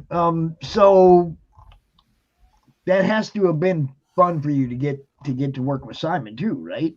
I mean, oh God, yeah, he's a great guy, and I mean, he's been a tremendous help because this was my first campaign of any type, and so you know he was offering me advice along the way that was invaluable. Yeah, he's a good dude. We had him out here for a good portion of yesterday. Yeah. Simon's a couple times. Yeah, he came on and then my power went out, so I didn't get to hang out with him. Yeah. Dear. See, now I like this guy right here. See? Yeah. Just take the arm. Now I gotta say, unfortunately, he got pushed into the next issue. It sucks. I know. So how many pages is this offering? This is about 25 pages. It was gonna be twice that amount, but I had to cut it in half to make the goal reasonable.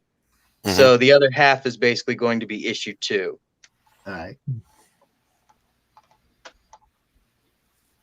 See, now I recognize that art.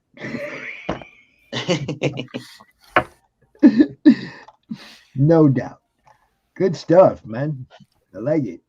So the biggest challenge for this campaign is exposure. Yep. And this is why we're here, brother. This is why we're here.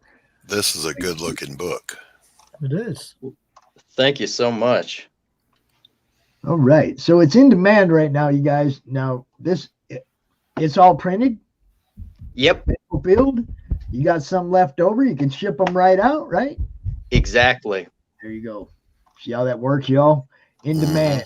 Print some extra ones, and then you just sell them, baby. Okay? So you got the featured on and plus a cover pinup. It's all pretty self-explanatory. I kept most of the perks pretty simple because, the biggest thing I was noticing from a lot of campaigns was just like they were promising a lot of things and it ended up taking a long time to produce all that. So since this was my first one, I figured like keep it pretty simple, Yes. I agree. And that's a great way to look at it too, because if they like what you're doing and they come back for book 2, they're going to be, more appreciative. They already know what they're getting is good, so all that extra stuff will mean more. Exactly. I mean, it's great to get extra stuff, but you get extra stuff from a book 1 that sucks. What do you do with that extra stuff? What part of Louisiana, Ben? New Orleans. Nolans. All right. Born and raised. All right. So, I lived in Baton Rouge for a while, so I tried to slide down to the New Orleans as often as possible. Hell yeah. It's good stuff, man. So you guys, what's up. You go down here, you get that Renegade, you get that Outlaw Knights right there. Printed issue, 100 of them already claimed. Go get you one.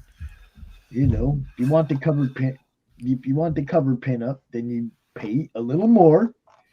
Okay. You can get 2. It's worth it. I got one framed. You get 3. The quadruple. See that? Yeah. Put that on. There you go. Get 4 copies and the digital preview, and run down to your retailer and sell them 3 copies for $30 and get your money back. Did I say that out loud? I'm sorry. Keep one for yourself, keep one for yourself, sell 3 to the retailer. All right, Pops, I've actually got to run, so I will see you back here at a little bit before 3 o'clock, sir. All right, man. All right, Pops. Dave, always a pleasure, sir. Ben, nice to meet you. Good luck with all your endeavors. Thank you so much. All right, take care. Nice to chat. Bye. Now, do you have book 2 in production? Are you working on the next one, or? I have the script already. I'm about to start production, but the thing is, I need to get some funds together in order to pay my artist. Because I don't like to do the whole I'll pay you later kind of thing. I like to do it right when they're done. So I'm trying to push this campaign more, and I'm trying to get some extra work on the side so I can hopefully get that rolling as quick as possible. Well, yeah, this is what we do. We build the fan base by pushing this one. We keep increasing the fan base, and then makes you a little extra money to get to work on book 2. See? So you need to come out on the shows, promote this. Is this on Bancroft's website? Yes, sir. Cool, because I'll be doing highlights of those. I'll be doing highlighting one of those books every week on the CG News and Reviews. So I'll make sure we get this one within the next week or 2. All right. Awesome. Thank you so much. Dude, that's what we're trying to do, man. If you need to get some funds generated to get book 2 done, you got that many people liked book 1. We need to help you get some more, funds generated so you can get this thing out, man. 150 backers, 150 backers on book 1. I'm assuming that's 150 people wanting to see book 2, right? Better be. I don't know what else you could want. So yeah, we'll do a little help you out there as much as we can promoting this in demand. And it's good that you went over there to the Bancroft website, because that was an amazing idea what he came up with. We're gonna promote the crap out of that. All the books that you can buy right now. Okay, you don't have to wait for them. It's like they set up a great website over there. We will be talking more about that in the coming days. So how much fun was it? You mean producing the book? The whole journey to where you're at today. It was more, it was tough for me. It was a challenge, but it was basically it was when I first saw like the first artwork of my characters being brought to life. That was just amazing for me. Because I had been playing around with this story in my head for a long time. It was just always kind of on the back burner for me as something I would do if I had, more resources and stuff. Right. And then the other, a couple years back, I decided to finally just go for it. And just watching it come to life is the best thing in the world. I can't describe how it feels. Well, I know it had to have been a bit of a hit when you had to switch artists, but I don't think you could have fallen into a better place, man. Sim does rock it. Oh, definitely.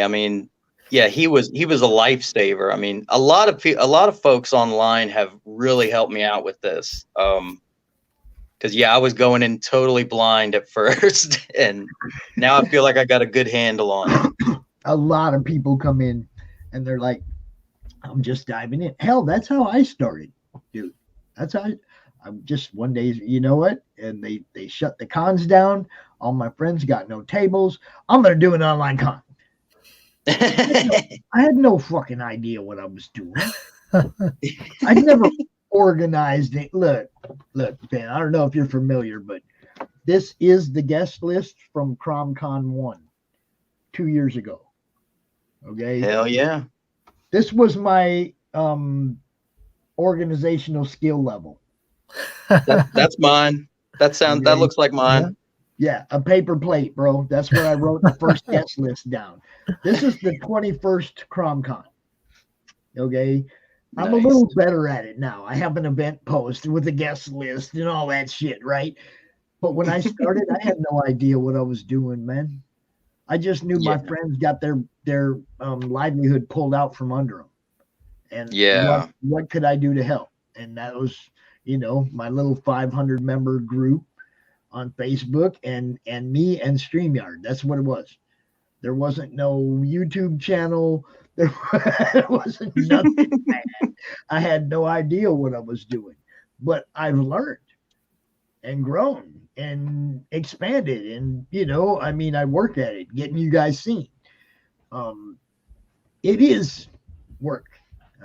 Don't ever let anybody tell you that coming out here doing what these guys on these shows do. Don't ever let anybody tell you that, they're just out here talking. Yeah. I mean, they're trying to grow a channel that brings a big enough audience to you to make you money. They're working. And nowadays, it's like you got to fight against the algorithm and all that. Oh man, it's ridiculous. I mean, I don't even worry about that kind of stuff. I mean, I tell everybody, if I set up the event post on Facebook, and if everybody goes and clicks interested or going, Facebook might give us a little push if we get 100 people that are clicking on that button. You know what I mean? Then Facebook might notice. But I don't count on Facebook to do my job for me. I don't count on YouTube to do my job for me. I don't count on Kickstarter to do your job for you or Indiegogo to do your job for you. I know that promoting is getting eyes on the project, period. Yeah. It ain't a Kickstarter ad. I know people that pay Kickstarter for them ads, right? And pay Facebook for ads. And I'm on this shit all day long. How many ads do you think I see? Not very many. I had somebody that paid Kickstarter to play their ads on Facebook, and during the whole month of their campaign, I saw it twice. I saw that ad twice. I was on Facebook all day back then. Okay. Yeah. Through the whole 30 days, I saw that ad twice. I promoted that campaign 15 times a day. I was actually in the book and I was involved in it, and it was like I promoted the crap out of it, right? But I didn't see Kickstarter doing or Facebook doing what they actually, you're paying them. That thing should pop up all over the place. That's messed up. I mean, and I don't see it. So I don't encourage, like Monty Moore had a I'm pretty sure he had an ad for Loco Heroes too. I've seen it once since that book launched. One time. Monty Michael Moore. He's pretty big. He's one of Polito's buddies. He's got a big following of his own, right? I've seen the ad once. Monty, don't waste money on that. Come on my show, bro. I'll do better for you, I promise. I mean, we'll talk about you, right? I tell everybody, put your stuff in the madness on a regular basis. Put it in the Comic Related Madness on Facebook. Drop your link in there every day. Make sure these people know. That group that was a little 500 person group when I started this is 2,500 people now. Hell yeah. So it's like, drop them links. I tell people all the time, man, you got to drop those links. Then I can share it out to Twitter. I can come out here on YouTube and talk about it, but I got to see it. I got to know about it. Yeah. So that's my thing. It's like once I know about it, I'll give you all the platform that I possibly can to help you sell it. I just got to know about it. Hell yeah. Sometimes I find out about books. There's 3 days left, 4 days left in the campaign. It's like, where the hell was this item? I'm not lying, dude. It happens a lot. It's like there are so many campaigns out there. Even somebody like me who's looking for content 24/7 doesn't see it all. You know? So you got to make sure you get seen by people like me, and then we'll take it from there. but you got to come to us. You know what I mean? It's like we don't have to go looking for content. There's content everywhere. You know, Yeah. you don't have to go looking for it anymore. It's slapping us in the face. Be one of them people slapping us in the face with it. That's what I'm saying. You know, don't be afraid to come out and say, this is what I'm doing. Can you help me get the people to see it? Because that's what I do, and I will. You know, there's a lot of people, and man, I just didn't know if you had time, Pops. And it's like, I make time. That's what I do. I promote people. If I have to bring 2, 3, 4 people out in the same hour and make sure they all get a little time instead of just 2 people, 30 minutes, I'll do that. I don't care. I want everybody to get time, you know. And what you're doing here, I'm glad, like I said, I'm glad you got Simon working with you, because he is a wealth of knowledge when it comes to how Indiegogo works. And he totally gets promotion. He totally gets it. He understands you got to be out here and be seen, you know. So you've got a good mentor inside. Oh yeah, he's a great guy, like all around, just a great guy. And definitely, like I said, you know, like I said, I've seen some of that art already because I pay attention to what Simon's doing. He's on my show sometimes. And I had already seen that one piece with the girl sitting on the crate in the background and whatnot. So I already knew that was Simon's art, you know. So, Pops, I was just going to pop in with this one. Don't do that to me. This is the British version of the original Star Wars comic. What's that worth now? I'm not sure. It's got the free gift on the back as well. Look at that. Is that an X-Wing fighter? It's an X-Wing fighter, yeah. So that we didn't get X-Wing fighters with our comics, man. So that was the free gift, as you can see, a cutout Star Wars X-Fighter there. All right, you put that. I want that too. That goes in the package with the Silver Surfer. I want that one too. Right. And this is issue 2. Damn, look at that. And that one came with the TIE Fighter. Look. Yeah, it's on the back.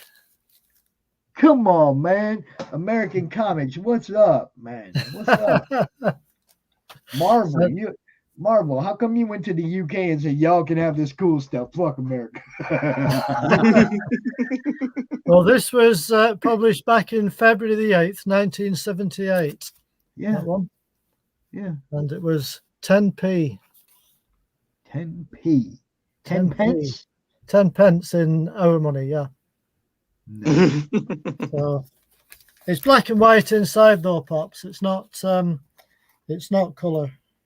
Oh, you got burned on the color. Yeah. You're an X-Wing fighter, man. Black and white.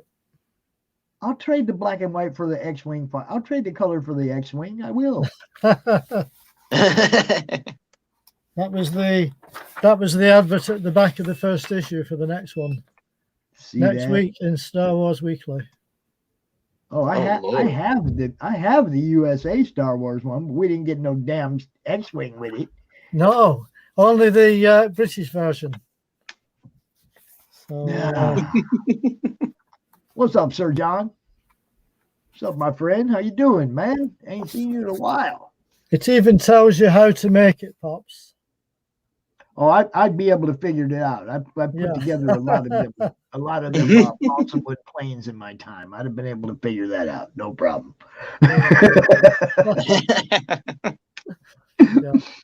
So yeah, everybody, look, go check this out. Go check out Outlaw Nights. Go back it. Get him a little extra funding so we can get the artist paid. Get to work on book 2. You know what's up. There's the link in the chat. Help them out, get a little bump, get started on book 2, especially all you 150 people that back to book 1. I know you want to see book 2. This is how you help. Tell people to go back this one so he gets the funds to get book 2 rolling. All right. Tell your friends. Word of mouth. You guys know how this works. You know? Amen. Yeah. Oh, just draw a little bit at a time. You don't even have to rush it. You know, a little bit at a time. A panel here and there, and it'll all come together for you. You know. I realize the time and energy thing. I'm getting older, and I understand that time and energy thing.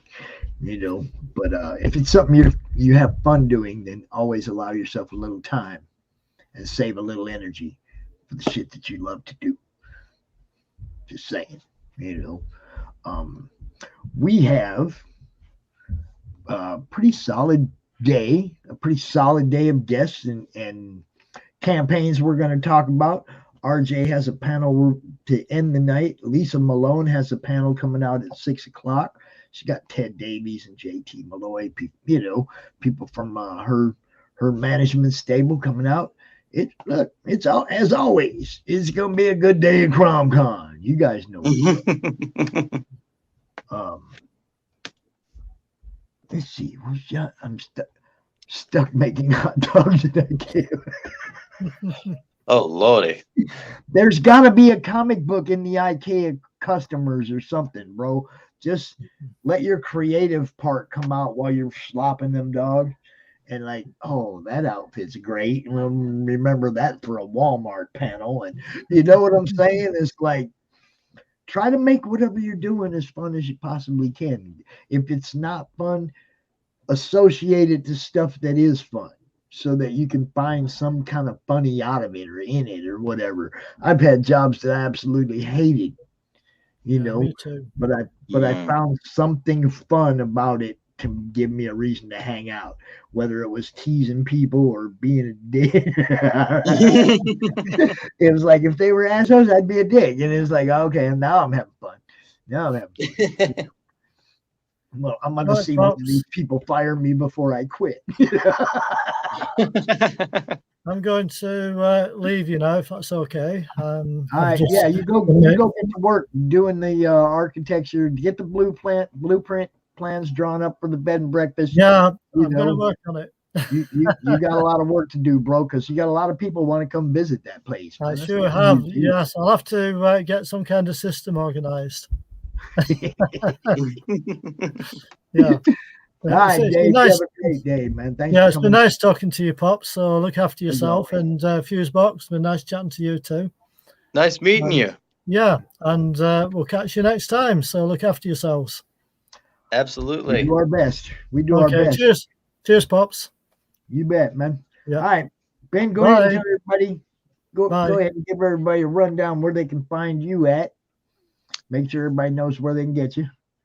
Well, you can find me on Twitter with the handle @KnightsOutlaw. And you can also find me on YouTube. I have a channel there called Fusebox, which is pretty much spelled just like it is here. I haven't done any videos in a hot minute, but I'm planning on changing that. So you're going to want to check that out. Do me a favor and drop any links that you have in the private chat, and I'll drop them in the chat for you. Anything else you want. I have the one for the campaign, obviously, but for your YouTube channel and whatnot, put them in the private chat over there, and I will make sure they get dropped in the chat. My co-hosts are all gone. I have to do all the work myself now.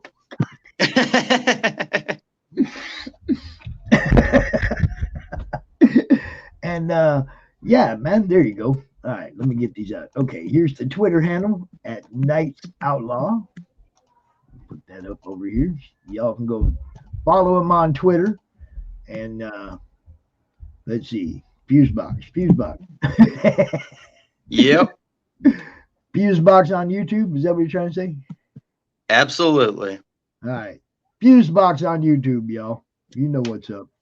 You can find him. All right. It's always good talking to you, Ben. I will see you again, I'm sure. Yes, sir. Again. When you do put up your launch page, make sure you come out for one of my Monday shows or get back into CRoM CoN if the timing's right. Last weekend of every month on the CRoM CoN thing. So I'll keep coming until you want to get rid of me. Look, as long as you're trying to sell something, that's what it's all about. The next month, though, December, we're going to be doing a Christmas show. Is going to be more of an opening presents show. I'm not opening anything that I get between now and Christmas. And on Christmas Day, I'm going to come out here. It's a Saturday, which would normally be a CRoM CoN day. But I'm just going to come out here and open them all live. And I'm inviting anybody else to do the same challenge. Anything you get between now and Christmas, you're welcome to come out and join me. We can all open presents like a bunch of little kids, man. It'd be awesome. You know, it'll be awesome, right? You know, it'd be fun. And then the next day, the day after Christmas, I'm going to do what I call a 10-minute elevator pitch stream. And all day long, you come out, you got 10 minutes, pitch your book. Next guy, 10 minutes, pitch your book. And we'll do it until we run out of people. You know, amen. So that's what December CRoM CoN is going to look like. It's going to be fun, and then it's going to be get to work, give us your stuff, get out. Next guy, get to work, give us your stuff, get out. You know, because I don't want to take up a bunch of somebody's Christmas weekend. Okay, give me 10 minutes. Come out here, tell us what you got, and go back to the family. You know, so that's what we're going to do for December. It's always fun, man. Whatever we're doing here, it's always fun. This guy has been. I am here. He has been around CRoM CoN since the beginning. Since August. The last time I was on was August. No, I mean you've been you've been one of the returning members since the beginning. That is correct. The only one I missed, I think, was in the summertime of 2020, I believe, or it was 2021. Yes, right. Summertime of 2020. I missed 1 month. And I think I missed the very, very, very first one back when you first started in 2020. Other than that, I've hit most of them. And recently, I just missed a couple of them because it just so happens the cons I'm going to at the same time. Oh. You were at the first one, bro. Oh, the first one. Okay. I didn't know that. You were there. I was there. Okay. You were there. See, you're immortalized on the paper plate. I guess so. Immortalized. You were there. Man, it was a great show. There was a lot of awesome people on that show. And some of them keep coming back, like Frank. Yeah. Ben, I will talk to you, bro. Get with me. We'll get you out for another show during December for a Monday Madness or something, man. We'll get you out for something for sure. Awesome. Thank you so much, bud. All right, you bet, man. You have a good day. Hope you had a great Thanksgiving. I didn't even ask. How was your Thanksgiving, real quick?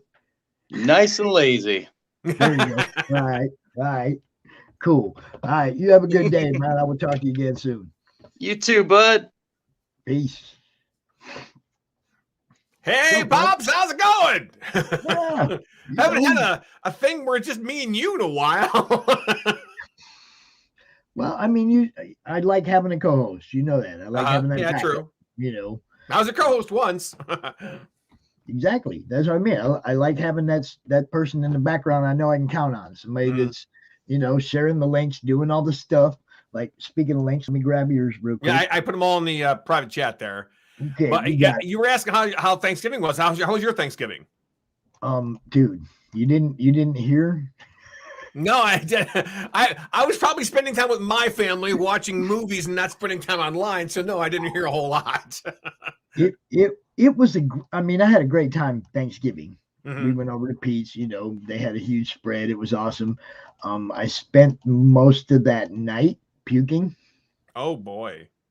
Woke up Friday morning with, you know, like bad abdominal pain from clenching my stomach half the night. And, you know, came out Friday, did the auction, powered through it.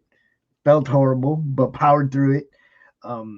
Didn't sleep much last night. You know, didn't sleep much Friday. Didn't sleep much Friday night. Didn't sleep much last night.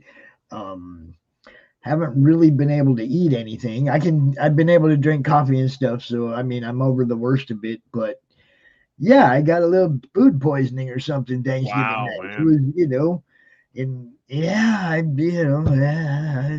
like I had a great time hanging out with everybody, but once I got home, it was ugly. Oh. You know, so, just ate the wrong thing, huh? Yeah, and it was just, or I just ate too many different things. I mean, they had a huge spread. I had a plate with like 15 different things on it. You know, so not like huge amounts of things, but 15 different things. You know. Oh yeah. So, I've been to those Thanksgivings before. My wife and I, before my grandmother passed away in 2016, my wife and I would always go every year to my grandmother's house in Cleveland. It would be same trip all the time, and we do that every Thanksgiving for like 12, 14 years. Then when she passed away, we just kind of stayed at home. So that's what we do now. We just kind of, it's just me, my wife, and the kids. That's it. So it's then we go to her dad's house sometimes, occasionally, but I think we went there, I think, before our Thanksgiving. But for our Thanksgiving, it's just us, and it's nice just to kind of sit down and watch a movie with the family or something. We watched 8-Bit Christmas, which is on HBO Max. That was pretty interesting. Some other, we also went out and saw Encanto too in the theaters. That's one of our other family Thanksgiving things that we do. We go to a movie theater on Thanksgiving because that's what we did back over there when we were in Cleveland. It's like, oh, hey, everybody's done eating. Let's go to movies. So we saw Frozen 2 back then. I think the Wreck-It Ralph movies and stuff like that. But yeah, this year it was Encanto, and it was okay. Thanks, Mike. How you doing, Mike? So, where are you at, sir? Well, I am in the Lima, Ohio area, and you know what I mean. In case people don't know, we haven't seen you, like you said, since August. Since August. So what have you been doing? Okay. Now, the reason I haven't been here since August, because the CRoM Cons always seem to land on a day when I was going to a live Comic-Con. And okay, well, that's understandable. I do want you to know, though, we do accept live remotes from cons. Okay. The only drawback is I'm trying to talk to people, and it's like if my camera's over here, it's like, it's got to be during a lull. But see, what you do is you turn the tables on the fans. Oh, true. You okay. Tell them, look, I'm on an online con right now too. Can I ask you what it is about this that you like? Is somebody that just bought your book? What was it about you that you see what I'm saying? Turn the tables on them, man. Yeah. Just have fun. It's all about having fun. But yeah, it's got to be during a lull at your table. You can't just like jump out. But I'll tell you straight up. Anytime you're at a con, and it's like hit me up. I'll send you the link in the morning, just like today. I sent you the link. If you're at a con, I'll send you a link, and if you find a minute, pop in. Nobody's going to be bummed out to see that cons are live and well. Now, the only drawback, let's just say, right now, my time is 2:00. Now, if you send me a link and I pop in and it's somebody else's time, am I going to interrupt their time? That's what I'm saying. That's what I'm saying. Even the other people, okay, like right now, if Rich pops in from London at the con, you wouldn't be pissed off seeing that. Hey, cons are going on. Man, the San Diego Comic-Con is going on right now. So this weekend. That's what I'm saying. Anytime you're at a con, I'll send you a link in the morning. It don't matter what time during the day, whenever you get a lull. Nobody's going to be mad that you popped in for 3 minutes, 4 minutes, showed us some cosplayers walking by your table, show your table set up, tell everybody where you're at, and get the hell back out. Nobody's going to be mad about that. That's like, all right, sounds awesome. Right? Because my next Comic-Con is a Fantastic Con in Toledo, and I've been waiting to go back to this one for a while. Toledo, Ohio's not super big of a city, but it's kind of a big city. And I've been doing this con probably since it started. And I'm doing a voice acting panel at that con coming up in March of 2022. I did a voice acting panel they invited me to our con in Port Huron, Michigan. It was at the Blue Water International Comic-Con, right by the border, I guess. Anyway, I'd never been there before, and I did a panel on voice acting. People were like flocked into this room, wanting to know, hey, can I read that script? Can I read this? And I was trying to educate them a little bit about voice acting, what I do, and that kind of stuff. And it was a great panel. People loved it. So I can't wait to do that one over in Toledo, because I have a feeling in Toledo will be even bigger. So did you see us talking earlier? Maybe. Okay, the guy who set up my merch store, Chris Hicks. Okay. We had Doc out here earlier, Doc Blalock. He's like, Doc, you have an amazing voice. And Doc says, he asked Doc, you ever done voice work? I want to use your voice for my store. And I used to do commercials for local radio. Hit me up. He's like, on Twitter. Look, this was going on in the chat while we were talking. You see what I'm saying? Gotcha. It's like, you bring up voice. There's voice everything. It's all part of what's going on, man. It's freaking awesome, dude. So you can be found over there at Takana.com. You're on Facebook, you're on Insta, Twitter handle. It's all here in the chat. Now, I'm also on TikTok too, and I didn't mention that in there because I didn't know there's not really a link to TikTok, but I have the most followers of any network on TikTok. I have like 7,500 followers on TikTok, and it keeps growing and growing and growing. So it's kind of like that's the age demographic for your comic. Yeah, true. Yeah, it sort works. You know, I mean, you go where I keep saying this. I keep freaking saying this. You go where the audience is that loves your book, and then you branch out from there. But you build your fan base in that place. Yeah. You know, I mean, it's like, hello, Fanta, what's happening? Hello. Good to see you. Thanks for watching. So do you want to share your screen, bro, and bring up your I'll just kind of tell you about it because see, you know, I mean, I don't really have a new book out since August, and it's generally the same books. But I tell people generally the same thing, which is you can go to Turkana.com. You can read comic number 1 and comic number 5 for free as a free read as a web comic. Not 2, 3, and 4, just 1 and 5. And the only reason I did that because, one, I don't want to give away the farm. You know, I want to lure people into, and I also tell people I can't sign a web comic. You know, so.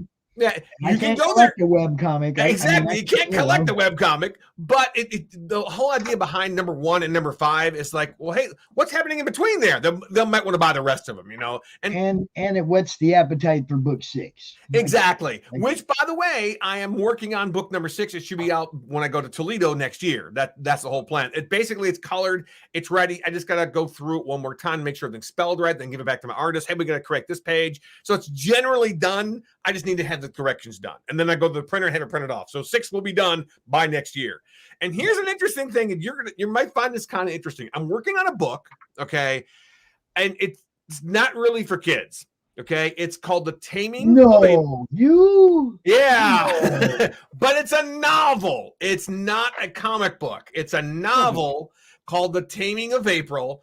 It's basically about this very promiscuous girl and this guy who's like he starts off as a farmhand, but then he kind of like loses weight, does something better. He becomes a cop. He does a lot of things better in his life, and he meets this girl. She's a hairdresser. She's kind of promiscuous.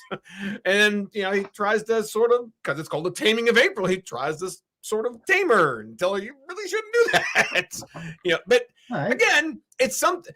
Here, the whole idea behind that was, one, it was a screenplay that I wrote back in 2005. But when I was at the Gem City Comic Con back 6 months ago in July of 21, somebody said, do you have anything that's not for kids? And I went, there's a challenge. So I figured the stuff over here for Turkana will be for the kids, and I'll have one book over here that's not for kids. And I'll tell people, hey, listen, if this was a movie, it'd be a rated R romantic comedy. So it's not like, you know, sexy stuff. It'd be like a rated R romantic comedy, you know, and it'd be a novel, not a comic. But my wife thinks there's another one I'm working on, and again, I'm kind of typing it up and working on it right now because The Taming of April's just about done. But another one I'm working on called The Moloch Powers, about these Greek gods and stuff, and it would make a great comic, but I'd have to hire an artist. I'd have to hire somebody else. So I'm thinking, like, what if it's like a Harry Potter thing, you know, just making another book, like a novel, and if it works well and people like it, then turn it into a comic, you know, because it'd be a lot simpler now and a lot less expensive on my end if I just made it like a book, kind of like a Harry Potter book, you know. But again, that won't come out until 2023. But I thought you might be kind of like, wait a minute, you're working on a book that's not family friendly. So I thought you might be kind of intrigued by that. But most of the stuff you can find on Turkana.com. Turkana.com has the characters. It has all the some bios about the characters. It has where you can find the books, some prints as well. There's some special covers that are also for sale. The special covers are usually are $10. It's easier to sell the prints that I have at a Comic-Con and then to roll it up. But if you wanted to buy a print off of Turkana.com, you can. You can buy anything that is Turkana related on Turkana.com, like the prints and the comics and that kind of stuff. And plus find out more about the characters and that kind of stuff, all on Turkana.com. If you want to follow me on Facebook, on Twitter, on Instagram, I'm really easy to find. It's Frank James Bailey. So, matter of fact, if you were to Google Frank James Bailey, you would find me pretty simply. I'm pretty easy because I've created a very good internet footprint for the past 10 years, almost 15 years actually. Cool. So you have been involved in radio and voice acting and all kinds of other stuff too. Oh, yeah. Some of the newer jobs that I've worked on, I can't really talk about because they're NDAs, which is non-disclosure agreements. Right. So I can't talk about those. But some of the other stuff I've worked on in the past couple of years were on the YouTube channel called Channel Frederator. I did Disney's Dark Secrets, did a whole bunch of those. 107 Facts About Pinky and Brain, and Then Versus Now, My Little Pony. Plus, I've done radio TV commercials. Some of them are on YouTube. I've done some podcast openings, or lines for radio stations. 94.5 XKR. You know, the line you hear between the radio station. I've done a lot of those. Done, like I said, countless radio TV commercials. Some of them are on YouTube. Some of them are not. Some of them were on just Facebook, and some of them were not on YouTube. I did one recently for a car commercial. Rich Pro Truck, blah, blah, blah. You know, you go there and find Rich Pro Truck. So, again, it just, I'm not... There's an easy way to tell people, what kind of characters have you done? And I'm thinking, well, I've really done a whole lot of characters, but I'm still a voice actor because I've done so many radio TV commercials, and you have to change your voice sometimes to affiliate or enunciate some of the things that people want to tell you about. Like, I don't do too many ebooks, but I've done an ebook before. I try and stay away from long form narration stuff, but I've done some corporate narrations. You know, the box goes over here. Live the box and go that way. You know, when you're watching a video when you're going to a new job and they're it's a training session, I might be the guy that voices that particular training session. So, yeah. So it's just a lot. One of my friends on Twitter said there's a very interesting way to describe the voice acting world. Like a big iceberg. The top of the iceberg is what you see, like Tara Strong, John DiMaggio, anybody who does animation and cartoons and video games. That's the tip of the top of the iceberg. I'm the one on the bottom. Because 90% of the work is stuff that you're probably not going to pay attention to. Like radio TV commercials, podcast openings. You don't know who does those, you know? Look, that's how we felt when we started CRoM CoN. I don't know if you remember, but I remember one time, like about 3 or 4 months in, and I was like, man, I can't get no press. I can't get nobody to tell anybody about what we're doing. And I was a little bit salty, right? And Brian Polito's like, hey, man, nobody talks about my stuff as much as I do.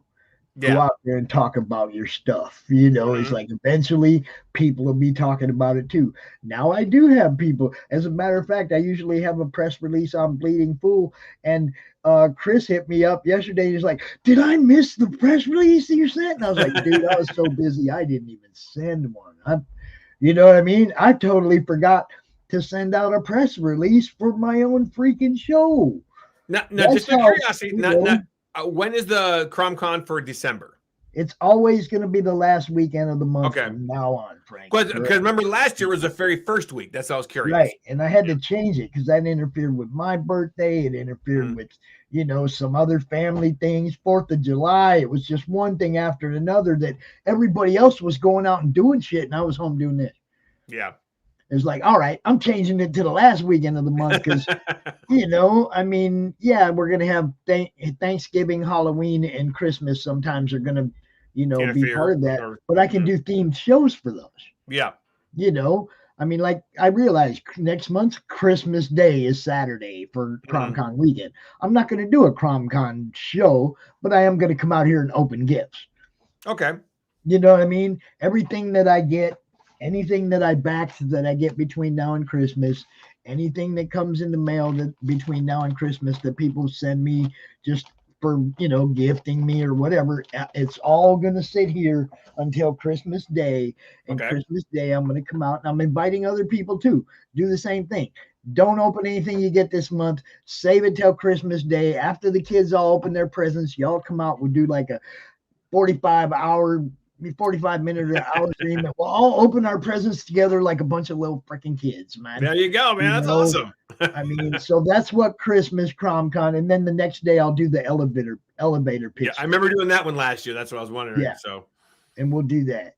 This is CRoM CoN, sweetheart. This is this whole weekend. You see, we had a Black Friday art auction.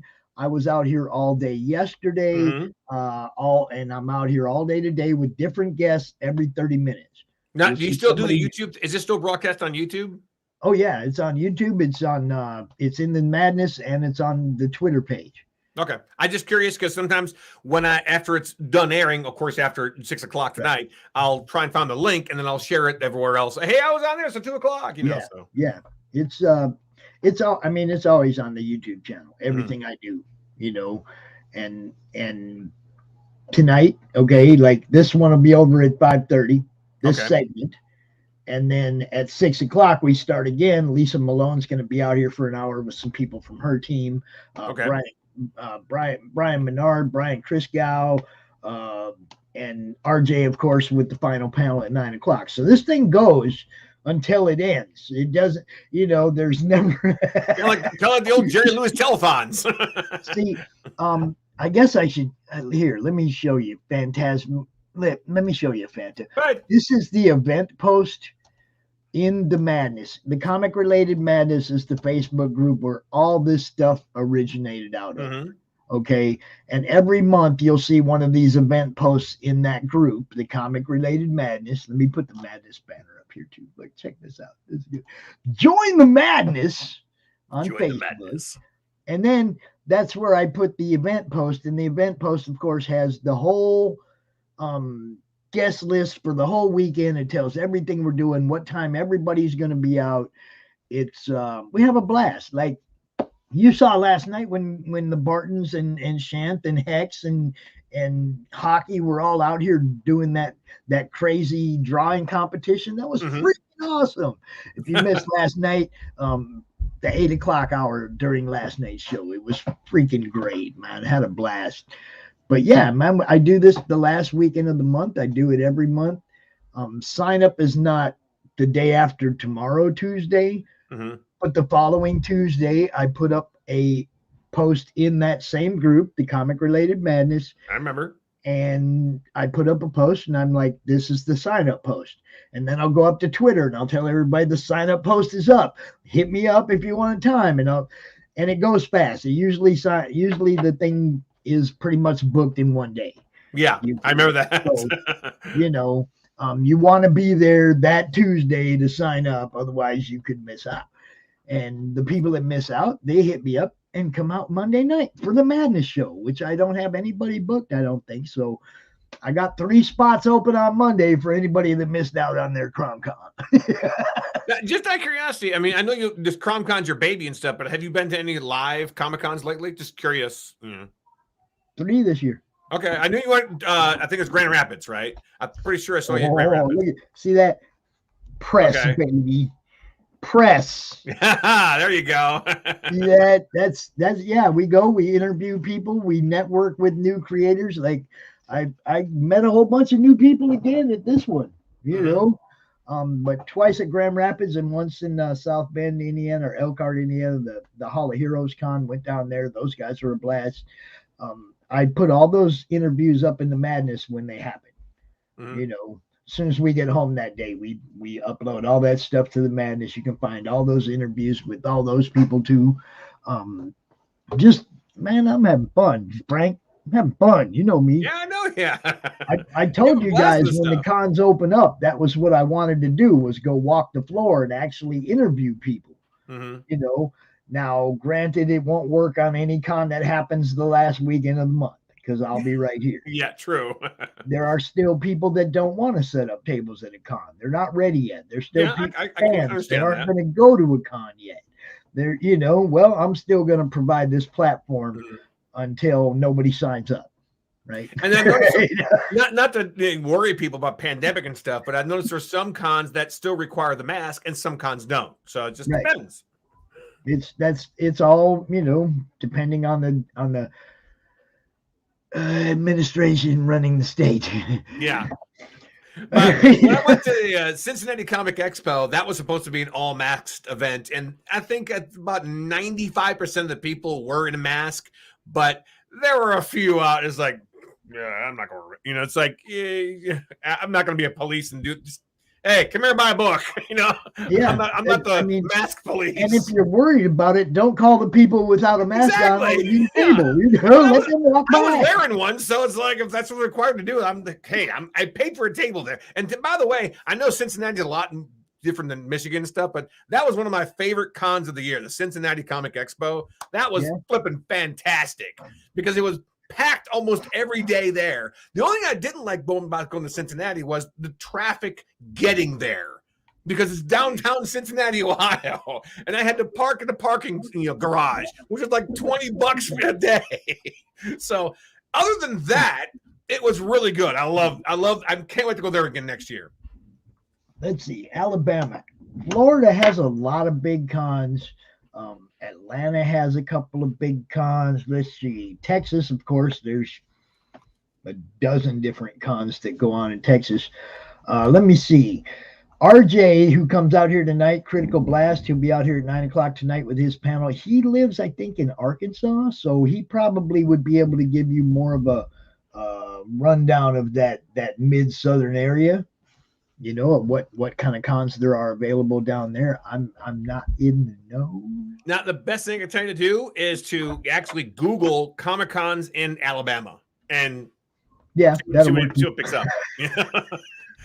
Because I've done that before. Comic Cons in Ohio, Comic Cons in Michigan, and I've some of the ones that I've been to a million times have popped up. But I've never been to that one, so I'm gonna go try that one. You know, because there's one that's called. A lot of them are the small hotel convention room, cons, and those are the cons you go to shop. Hey, to me, I'd like to do a balance because there's sometimes I go to this one called the Jim and Dan Comic and Toy Show, and it's just a one-day Sunday show. I like going there. You've been there, or you heard of it? No, Adam Fields goes there. Yes, exactly. And I like that show, but again, it's a smaller show, so it's hit and miss. Right. One day, I think it was like August or September. I sold quite a bit. October, I sold nothing. But again, I'm not gonna, I'm still gonna go to that show because it's nice. But also, I want to try other shows like the Cincinnati Comic Expo and the other 3-day big shows. I want to have a balance, I feel like the smaller shows are more vendor oriented. Yeah. The people there selling, boxes, they're bringing their boxes of comics. Those guys are making the money at them smaller ones. Yeah. And the larger you get, the more the artist alley comes into play. Mm-hmm. The more the indie comic creators and stuff like that come into play. It's hard to compete with somebody that's got 15 boxes of old cool ass books on their table. Yeah. And you're over here and you've got one book to talk about. or one series of books, but still ain't the same thing. Yeah. You see what I'm saying? It's like, it's way harder to compete with that guy. Mm-hmm. But as the cons get larger, the larger ones, then they have a whole area for you guys, and people get sucked down that aisle, and oh shit, look at this, look at that, look at this, look at that. Mm-hmm. It's I have a blast. The last 3 though, I didn't shop. Mm-hmm. Frank, I didn't shop. I bought a. You're too busy doing the microphone thing, going, "Hey, interviewing people." Well, no, Brad just sits back with his smartphone, and just films it. Brad Arney, I think you know who Brad is.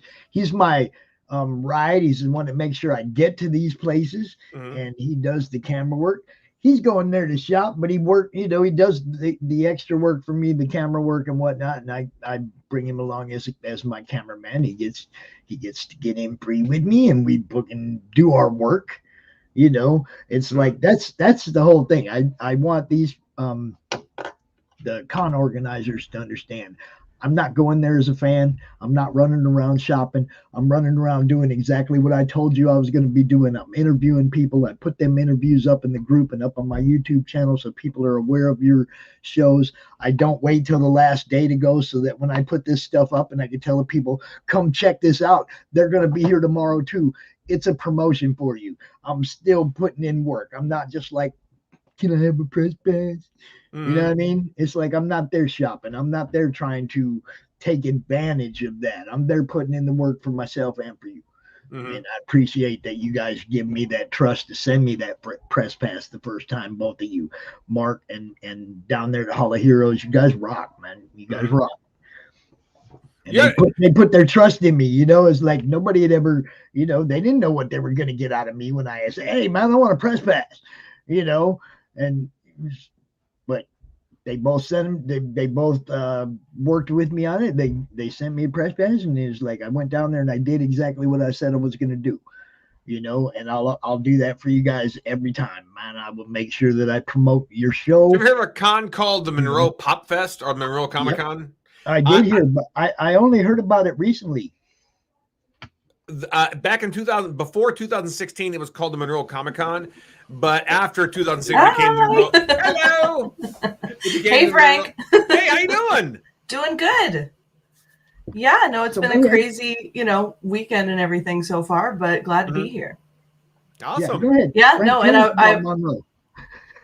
as far as Tell us about the Monroe Con. Go ahead. Well, no, I was just saying. After 2016, it turned into the Monroe Pop Fest, and I've been going ever since. I really like that show. It's a one-day show, but it's always packed. I mean, even though it's a one-day show, they pack the people in all the time at the Monroe Pop Fest, and that's one of my favorite one-day shows. So, you got to go there and check out some pops. There's a bunch of really nice single-day shows that I, look forward to every year as well. So I heard that there's people that get invites to the Monroe show because they seen them on my show. Oh, that's awesome. I ain't saying no names, but it's just something I heard, that they, reached out to somebody. Man, I seen you on Pop Show, man. They set them up with a table and hotel and everything. You're welcome. All right. Well, it's her turn now. So just wrapping things up here. You can check out my stuff on Turkana.com. If you want to find me on social media, go just basically Google Frank James Bailey. It's that simple because I'm on Twitter as Frank J. Bailey and Facebook it's everywhere. Frank James Bailey. On Facebook, on Instagram it's Frank. Frank. Yeah, exactly. Yeah. You can find me on TikTok too. It's Frank James Bailey. Everywhere it's Frank James except for TikTok. I'm sorry, Twitter where it's Frank J because they wouldn't let me use the whole thing. But yeah, Frank J. Frank J. I'm really easy to find. But the book is Turkana. Turkana. Turkana. I'm sorry. See, the kids even know it. I still mess I've it been up. here for over a year, man. You should know that by now. Come on. My grandkids know it. I don't. Well, did they know it? If they were down here, they'd have corrected me as soon as. Really? Okay, awesome. I had to send them the next. They only had the first three, right? They've done it before, where they've corrected me when I pronounced it wrong. Okay. Now, they only have the first three books, right? Yes, they got the first three. Yeah, and they loved them. They came out and told you about it. Awesome. So you guys check out Turkana.com. Frank James Bailey. Always good to see you, brother. Probably see you for about 10 minutes next month if you get something together. All right, no problem. All right. See you, man. Peace. And yes, you are right, Fanda. There are way lots of cool people in this community. Agreed. Out with us and we will guide you right through the whole crowd, baby. It's what we do. Hi, Katie. How you doing? Hi. How you doing, Pops? Did you have a good Thanksgiving? You didn't hear? I don't have to say it again, do I? I had a great time with my family. I came home and it got sick as hell. Oh. Okay. So yeah. Good and bad. That's how it is. Oh yeah, I don't know if it was just a mixture of too many different good things, or if there was one thing in there that just wasn't quite right or didn't agree with me or something. But I basically spent the night throwing it all back up. Woohoo! It's fun. Yeah. But at least you got to spend good time with family, so that's what's Yeah. Oh yeah, it was all good till I got home. It was like right when I laid down, right when I went to lay down, it was like, something ain't right. I goes right back up. Oh, yeah, it happens. All right, I'll talk to you later, Fanta. What is up, Mighty Geek? So we are here now to talk about Dragon Child. Yup. Do you want to share your screen so that it's easier? I have no co-host action with me today. You can share. Anything. And that way I can do the banner thing, all that stuff. Yeah. Here, I gotta have a banner for you in here. I got like 100 banners in here now, so it's really hard to find everybody's. Right. I really need to go through and clean some of these out. Those aren't active campaigns anymore. Oh, we got, there's a whole bunch of them in here. I do not see yours. Where is it? Oh, well, you can drop it in the private chat for me. I'll put the link up. I absolutely can.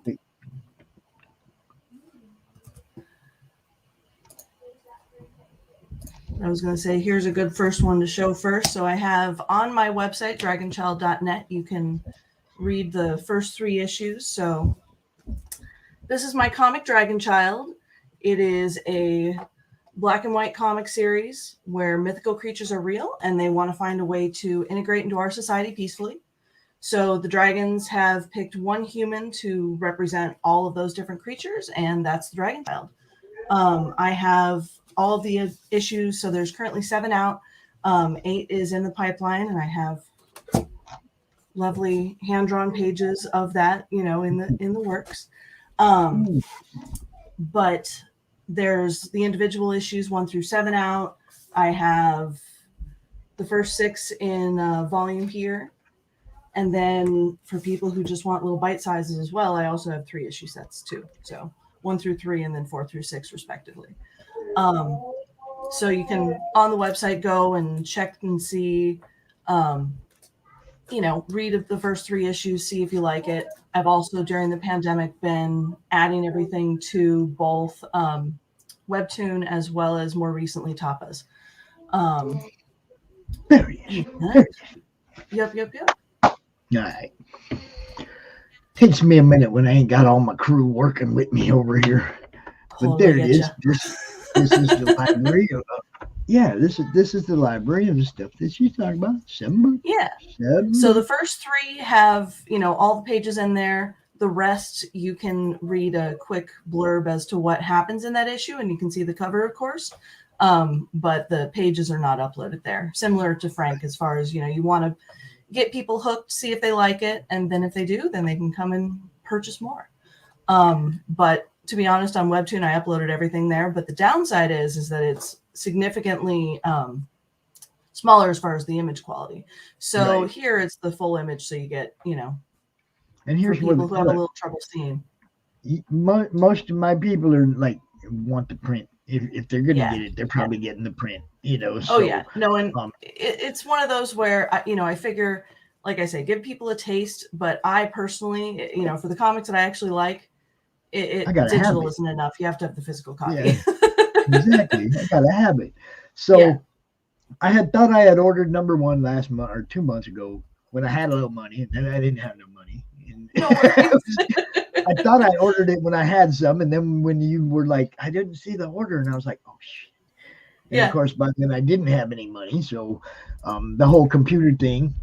And that's why I'm asking everybody to give me their links and all this stuff all over again, because it's a completely new computer. I don't have all that stuff cached like I had on the old computer. It's all gone, So it's like I backed up what I could, but as far as like the sites that you visit that are cached in your computer that just pop right back up when you ask for it, that stuff was all gone. I type in Dragon Child and I get a list of all kinds of stuff, but none of it says Katie on it. I did that earlier. I was looking. I was like, where is it? Where's this guy's thing at? I had to actually go to Indiegogo, pull up the campaign itself because I couldn't get it in my search. Yeah. All that stuff's gone. That's what I'm saying. So, yes, all these things. I need these. Okay. Ooh, you got product, toys. You got your blog. All right. Let's see. We got the library. So as you know, I hand make my own merch essentially. So this is one of my puppets, and then behind me you can see the big dragons and one of the pink ones as well. But these guys are fun. So they're all characters from the comic, which for me makes it real fun. So this guy's Byron. And they all are based on relatively the same design. They're all based off the heads of the big guys back there. But there's 12 different puppets. And there's the two big dragons, which if you can see is they have their little Christmas scarves on because I figure that's fun and pretty.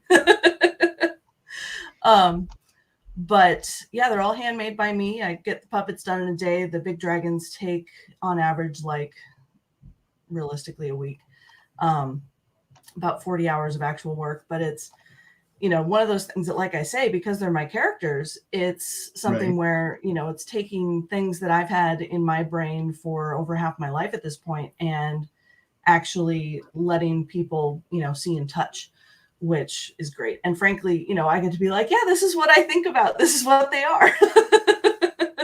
Much bigger, you know, of course, but yeah. I dropped 3 links here. This one takes you right to the comics. This one's to the blog. And this one is to the category of toys and products, like she was just showing the puppets and, the dragons behind her, stuff like that. And the nice thing about the blog one is that it's my list of all the different social media stuff. So it's got, you know, Facebook, Instagram, Twitter, Tumblr, and then the webtoon and the new Tapas link as well. So it's just got all those links together in one quick list, sort of telling you this is what they are, this is the link, and you can click. I have the little icon and then the list of everything there as well. So that's what the little and it's all blog good section there. Stuff. Yep. All So good it's all me. And this gives you a little blurb to comics. This is so like it's your how blog. I got there and what all happened. So, you know, basic short version of that is that when I was a kid, I, you know, loved to read, loved to draw, but, you know, I really didn't have any comic book stores that were near me. And so I didn't have access to, you know, true comic books. I knew about comics in the newspaper, but that was about it. And so when I discovered the comic Bone by Jeff Smith, which is absolutely hands down my favorite comic of all time, I was like, oh, this is exactly what I want to do. And frankly, that's one of the reasons that I've stuck with black and white comics is his stuff was originally published in black and white. It's since been colored, but black and white for me is just, you know, where it was back in the day and where it really truly resides. And I just love the medium. And so when I was in college, I finally got up the courage to actually start drawing this story as a comic book series, which was the intent the whole time. But, you know, you kind of get that idea in your head of, oh, I'm not quite ready, you know, and despite the fact that I was drawing the whole time, but, you know, I just figured the vision in my brain I wasn't ready to do, which was complete nonsense. But, you know, you never really know until you start trying. And of course, you know, as you continue making more and more comics, you get better at it. So like, you know, I tend to figure, you know, first issue, this is what we're looking at. You know, relatively simple tones. And, you know, I've always enjoyed line work, but, you know, not anything too terribly complicated. Whereas you start going into issue 6 and you start getting significantly more complex stuff going on. You know, I have much more familiarity with, and frankly, comfort with just doing tones. And, you know, every issue improves. And, you know, for me, that's, you know, a good thing because people can see. Well, exactly. You start drawing ready. And, you know, it's, I think creatives, we come up with these ideas as to why we shouldn't be doing things. But the reality is that the earlier we try, the better we're going to be because the more time we have to practice. So if anybody out there is like, oh, I'm not ready for my own project yet, please try. Oh, yeah. Look, because you're only going to get better. The imposter syndrome, it doesn't just fall on artists and creatives. Mm-hmm. I sit out here and I look at some of the other people that have these huge audiences and I'm like, do I even belong out here? You know what I mean? Do yeah, I no, fit in I here? totally you feel know, you there. You know what I mean? It's like it's the same. It's the same for us. And it was the same starting out. It was like I didn't take no time to think about it. Yeah. I got a hold of a bunch of people. I said, hey, man, do you want to come out next weekend and do this CRoM CoN thing? And all those people signed up. All those people signed up for the first one. And it was like, yeah, we're going to do this. I had no idea what I was doing. And None yeah, of us do. question whether or not, I mean, I'm doing my 21st one right now, and I still question whether or not I'm supposed to be out here doing this, or should somebody else be doing this? Right. Somebody Well, with a bigger audience, right? No, it's the whole fake it till you make it concept of, if you have, the enthusiasm behind what you're doing and are willing to get out there and talk up whatever it is, people will be excited with you. And, even if that doesn't come naturally, which I figure for most of us, it doesn't, people will believe what you're doing. And, I think that it's something that, eventually you get to the idea of, hey, I'm believing my own positive press. But, at the same time, it's, you kind of just, even if for whatever reason you always have the imposter syndrome going on, the reality is you have to be able to come out here and believe your own positive press. Oh, absolutely. And for me, it's also, I feel so much validation whenever, I'm able to go to shows and see, the lights light up in people's eyes and just, getting excited about the stuff that I make. Cause, for me, it's commonplace. It's what I do, every day. It's stuff that I've been working on for years. And, when other people get excited or say when they make fan art of it, that kind of stuff, is fantastic, because that's them, truly being excited about what I'm doing. And that's awesome. Makes a huge difference, man. It absolutely does. But you have to get it out there. Yeah. And I mean, I've had some great people, like during some down times, where they're like, oh no, Pops, you're doing fine. Just keep doing what you're doing. Don't worry about what other people say. Don't worry about it. Your platform's working. People are watching. Keep doing it. Don't stop. Don't stop.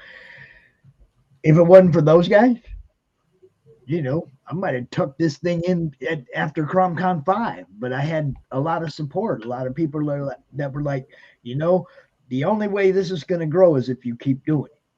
Yeah. You want it, and all I wanted was for it to grow, so that I was getting more and more eyes on people's art, and people's campaigns and stuff. So that was all I wanted, was for it to grow. And when I couldn't get press releases, I couldn't get nothing. I was discouraged. It was like, they don't want me to do this. No, they don't like me. They don't want me to be the one doing this, whatever. And it was like, then people like Varian at Indie Bolt, they're like, no, dude, you just keep doing what you're doing. Yeah. You sticking with it will show everybody that your convictions are solid. What you're trying to do is solid. Everybody will come around. And yeah, I mean, pretty much it just keeps growing every month, right around this time of the month, every time we do CRoM CoN, we get another 20 or 30 subscribers on YouTube. We catch a bunch more people that join the madness. It's like this show creates the growth. And that's why everybody's like, keep doing that show. That one, the rest of it, it's all fun. The launch parties, the countdowns, Monday Madness, we're all having a good time. But this is the show, this weekend that I do this every month, is the show that's creating the growth and the fan base, the people that want to see me do this more and more. This is the show that does it for the madness, Yeah. Well, and as a cartoonist, I appreciate it because, being able to, both share my stuff with a larger audience, as well as, frankly, being able to meet and learn from other people who do the same thing, and just seeing what other people do in a time where, as we all know, we've been a little bit more shut in than we'd like. And yeah, even with the fact that since June, July, having the first couple shows coming back, despite having those, we're still coming back and supporting this because we, love the fact that it's a great platform to be able to, share and get to know new people. And that was another thing I was going to say to you. Same thing I told to Frank. If you're at a con during CRoM CoN weekend, you're more than welcome. Pop, shoot me the link. Let me do a little 5-minute remote from my table. Tell everybody where I'm at.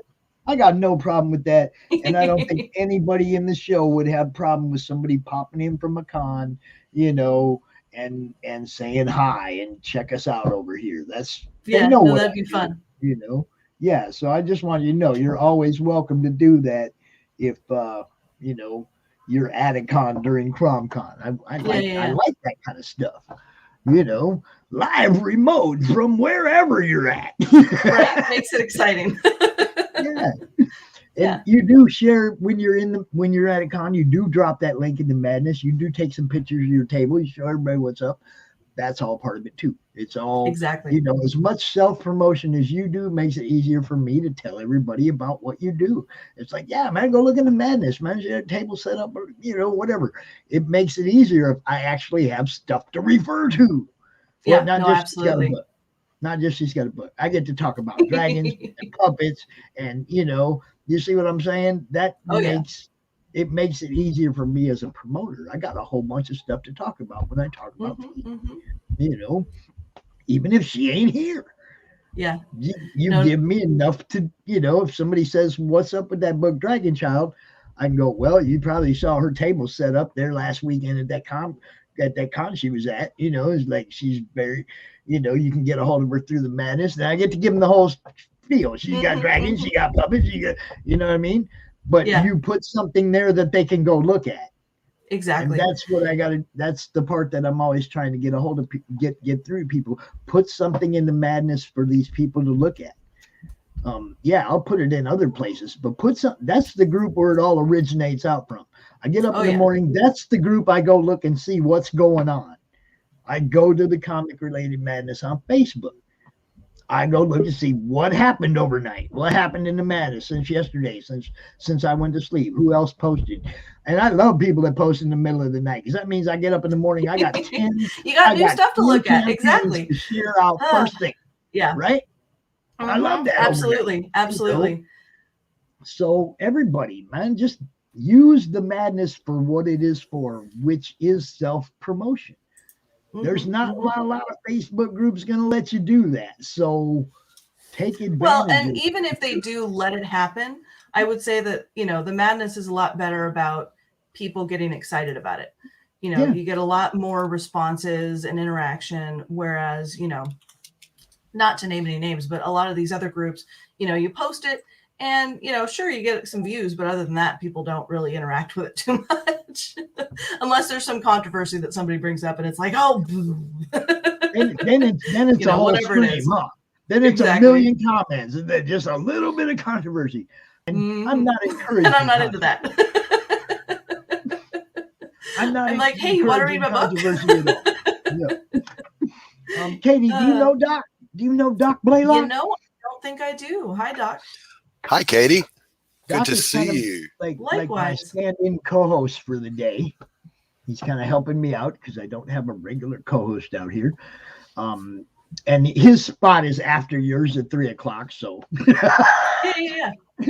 But I'm gonna let Doc. I also wanted to say that was a really good looking product, Katie. Thank you so much. I'm blown away, but I didn't get to see the puppet. Show me the puppet. Oh, yeah. Let me put him on.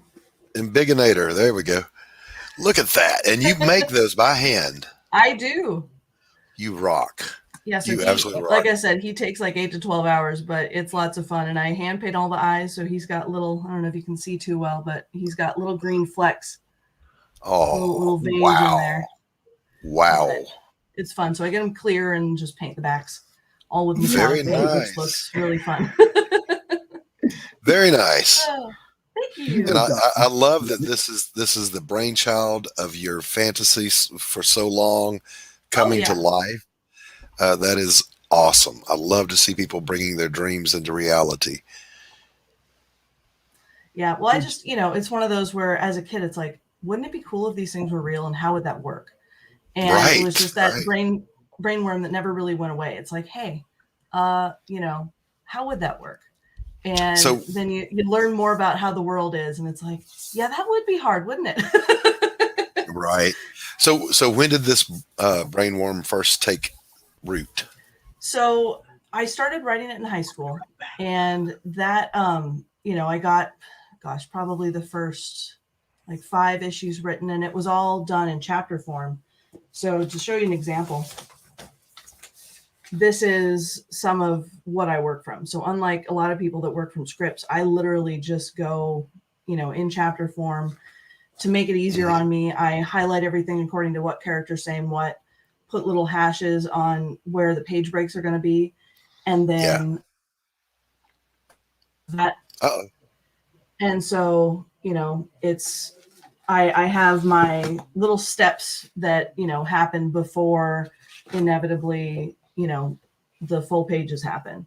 Right. And that way, when I'm actually doing the full pages, I already know what my layout's going to be. I already know, everything that's going on. I just get to have fun drawing. And, to me, that's what works. Other people, they can, just start with a blank page and go. And I find that terrifying. Yeah. Mighty Geek Studios asks, how old is your main character? So my main character is 16. So, she's just finishing up her sophomore year of high school, and the series takes place over that summer break. And she's the representative that the dragons have chosen. Yes, She's the so dragon as child. far as she knows, she is a normal human, and that is everything but the case. So she's going to have certain abilities that are going to become apparent as she learns more about what's really going on in this world. And so spoiler alert. Yes. So not saying teenager. what. Yes. Yes. And the fun thing for me about like the way that I started writing it, I actually wrote the third chapter first. So, when I was trying to come up with all these different ideas, it started out with this base concept of what if, and then the main character frankly kept changing as time went on. And time period kept changing because it's like, okay, well, they exist, but when are they trying to make this happen? Right. And when I was in high school, I had a project, ironically, in my sophomore English class, where we had to write a day in the life of a character, and that became what is issue 3. And then I'm like, okay, well, how does she get to that point? And that was issue 2, and then issue 1 is the prologue. So, that as a concept, which frankly is why on my site, I make those first 3 issues available to read, because that is very much how the whole comic started, beyond just, yes, it's the beginning of the series, but, where it went from various versions, much earlier in my life that I wasn't happy with, to what really became the comic, those first 3 is how it happened. So what's in the future for the Dragon Child and for Katie? So in the future, I am planning on getting, of course, much more issues out. I've been in the communication with a few different distributors, trying to figure out better ways of getting it out to more people. I've currently been doing, pandemic beside the point, doing about like 20 shows a year. And, frankly, that's busy. Yes, been, the best way of getting things out. What I have enjoyed, though, about this year is, at least in California, I've noticed that everybody is so excited to buy comics again. And because in the past few years prior to the pandemic, I was making comic sales, and frankly, when the 6-issue trade came out, everybody wanted that more than anything else. But I was getting sort of bogged down with a lot of people buying my big stuffed animals and the puppets and everything else. And so because I do both, if I'm doing too much of that, then I'm not spending as much time working on the comic.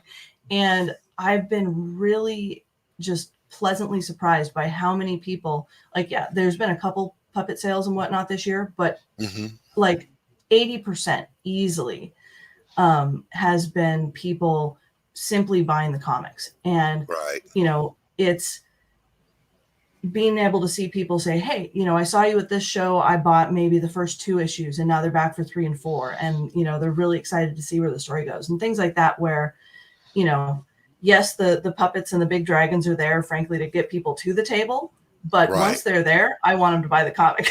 Right. And since, like I said, that's been more what people have been wanting now, since the shows have started back up, it makes me really, really happy to see that change. And I don't, beyond just everybody being cooped up and want new stuff to read, I can't explain exactly why, it's such a big difference, but, I'm here for it. Well, you have a good product. Thank and you. the word will get around, and nature abhors a vacuum, and when there's not good stuff around, good stuff rises Yeah. to the top. Yeah, no, absolutely. And, as with all creators, it's our, job to, be on places like this and the comic related madness to, best share it with more people. But at the same time, it's exactly. And so, that's been something this last year and a half that I've been doing a lot of, is just trying to figure out better, more diverse ways to do it. And how many times per week do you collapse into a chair and say, "Dear God, what was I thinking?" More than I'd like to admit, but it's definitely one of those things that, again, since the shows have started back up, it has gotten a lot easier, and it doesn't happen as often. But yeah, the imposter syndrome, like we were talking about earlier, Pops, is totally real. And you're sitting there and like, because at the beginning of the pandemic, I actually had just come out with issue 7.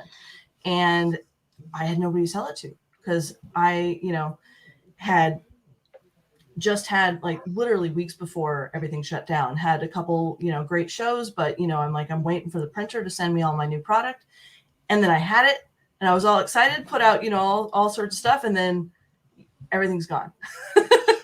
Wow. And, you could tell people all day long, hey, go to my website, go buy stuff.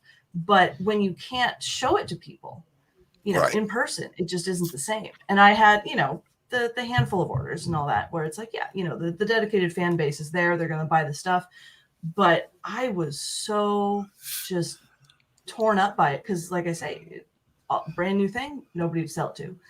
And, I just had to be like, well, now what?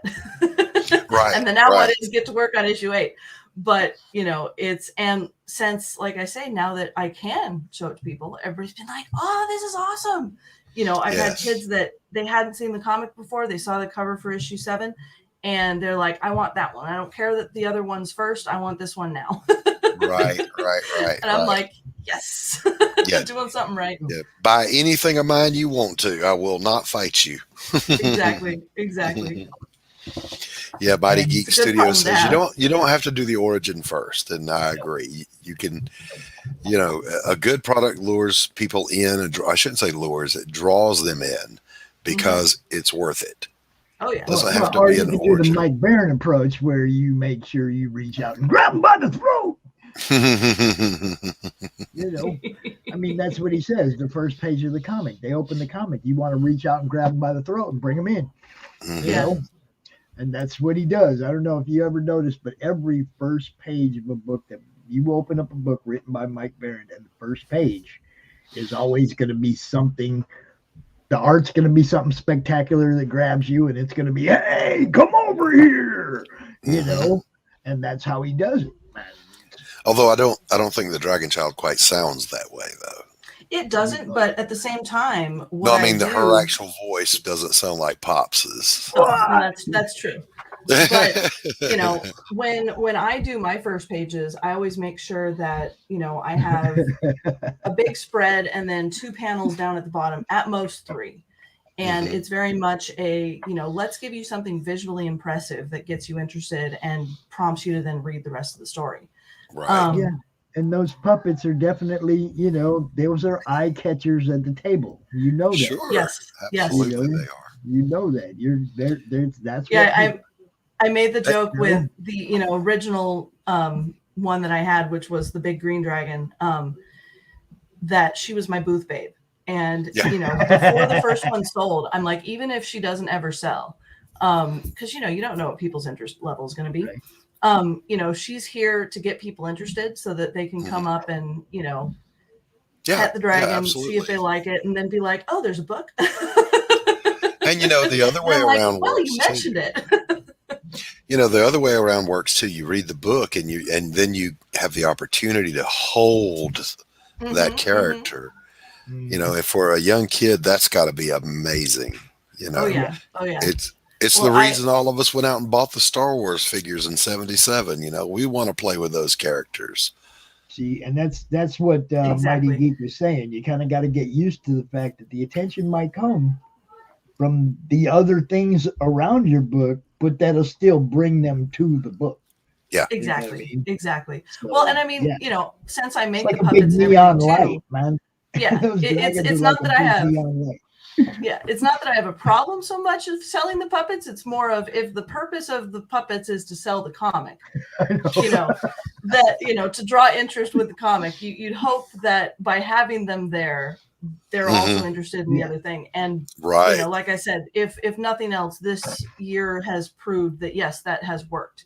So fantastic. I'm very, very happy about that. But at the same time, when a puppet sells or when one of the big dragons sell, I get excited because, it's something that, not that the comic, doesn't take blood, sweat, and tears, because it absolutely does. But, it's there, I don't print each issue. So it's not the same as, the plush stuff. Right. Each one is a little bit different because I know what problems or what, innovations or whatever it might be happen in that particular one. And I was that kid that would look at the stuffed animals and be like, oh, I like that face because this one was designed a little bit better, or something didn't fudge up that eyebrow or whatever it might be. And so I look at them and I'm like, I can tell the difference. Right. Could you imagine if we had to do our books individually? Oh, I know, it would suck. Yeah, if you had to draw, honestly, that's why I didn't go into animation, because this whole concept of doing Lord each Jesus, individual, it would dry. I have patience, but not for that. No. So I've got this co-host here, Doc, and this is actually now we're kind of slipping into his time. But Doc, I gotta say, you have a wrench. You are the co-host. Why are you dropping your links in the private chat? In case you wanted to do them on your schedule, sir. That's the only reason. You can pop them up as you talk about each particular one and what it does and where it goes to. How's that? All right, sir. All right. Katie, you can hang out if you want. We're not kicking you out, but we're gonna shift the focus over to Doc stuff. Thank you as always for coming out. You guys go check out dragonchild.net. Absolutely. The books. Check out the books. And don't buy a puppet. I'm not saying make it a package deal. And the comic. It's all great. There you go. Make it a package deal. And you might think about that kind of stuff too, Katie. Black Friday sales, all this stuff everybody else takes advantage of. You come out on Black Friday and you say, look, if you want to get this and this, I'll cut you this deal. And this and this, and I'll cut you this deal. It's all, what's the line I'm looking for? But wait, there's more. You see what I'm saying? It's true. Be that salesperson. Now, and we'll also include this, blah, blah, blah, blah, blah, blah, blah. Yeah. Do some combination deals, stuff like that for little special occasions, or, like I'm going to do a sale this weekend. Everything's going to be 20% off. I'll be out live talking about it, blah, blah, blah, whatever. Take advantage of those weekends you're not doing a con and come out and sell stuff. Absolutely. No, it's true. I'll put it in the madness, just don't think anything ain't going to work. People know who you are now. Come on out, Absolutely. The great Katie Shaw, ladies and gentlemen. Everybody's got a YouTube channel now. Everybody's, and if you start like doing a weekly sale or something, or a bi-weekly or monthly sale of your stuff where you cut everybody a deal this weekend, you might find a whole bunch of people come buy stuff that weekend. Right. You see what I'm saying? Yeah, absolutely. They wasn't even thinking about buying your stuff 2 months ago, but oh crap, she's having a sale. I'm going to go look and see what she's got. And see, it won't be long now before the Cartoon Network's knocking on our door. You see, we want to develop this. We want this. This comes from getting out there and, like I said, we know who Katie is now. Let's see what Katie's got. Let's, start a YouTube channel. I'll help promote it. I'll make sure people go subscribe. Heck yeah. That's plus YouTube is just fun. It's just plain fun. You can just come out and have fun. It is. You can invite anybody to come hang out with you for an hour and draw, whatever. And it's not taxing at all, Katie. I mean, Pops and I, we're only 20 years old, and it hasn't stressed us one little bit. Exactly. No, exactly. Holy shit. Yeah, I know. Did you see me 2 days ago? Did you see me Thanksgiving Day? I was fine. Excellent. Look at me now. I'm telling you, he's that guy on the corner that's going to sell you something. Be careful. And this week it's comics. Yeah, this week it's comics. Y'all get off in here. So Doc, before we use up too much of your time, let's get on this. What's up? The doctor is in, ladies and gentlemen. My name is Christopher Doc Blalock, and I am an artist, a writer, an innovator, and an all-around nice guy. And you put every link in there except the one to your sign-up page. Well, you told me I could just do it myself, so I stopped. It's like I'm like, where's the link for that? So here's the backstory. Let me lay this out there for you. I'm a retired counselor, and I worked 2 lifetimes doing that. Anyone that's ever been in mental health will know what I mean by that. But I paid my way through life with my art. Everything I've ever done in life, art was always going on at the same time. So way back in the early 90s, I did comic books for the small press for some really crappy companies, some really bad writers, really bad editors, but they were paying me, so I did it. But then I got out of it, and I've done fine art painting ever since. I'm an American Impressionist landscape painter. I've been called the Monet of the South, which I embrace wholeheartedly because Claude Monet is my art idol. On the comic book side, it would be George Perez. He is the GOAT, the greatest of all time. But then years go by, and it's an absolutely true story. I got canceled by the art community that I created in my local area. I stood up a fine art gallery.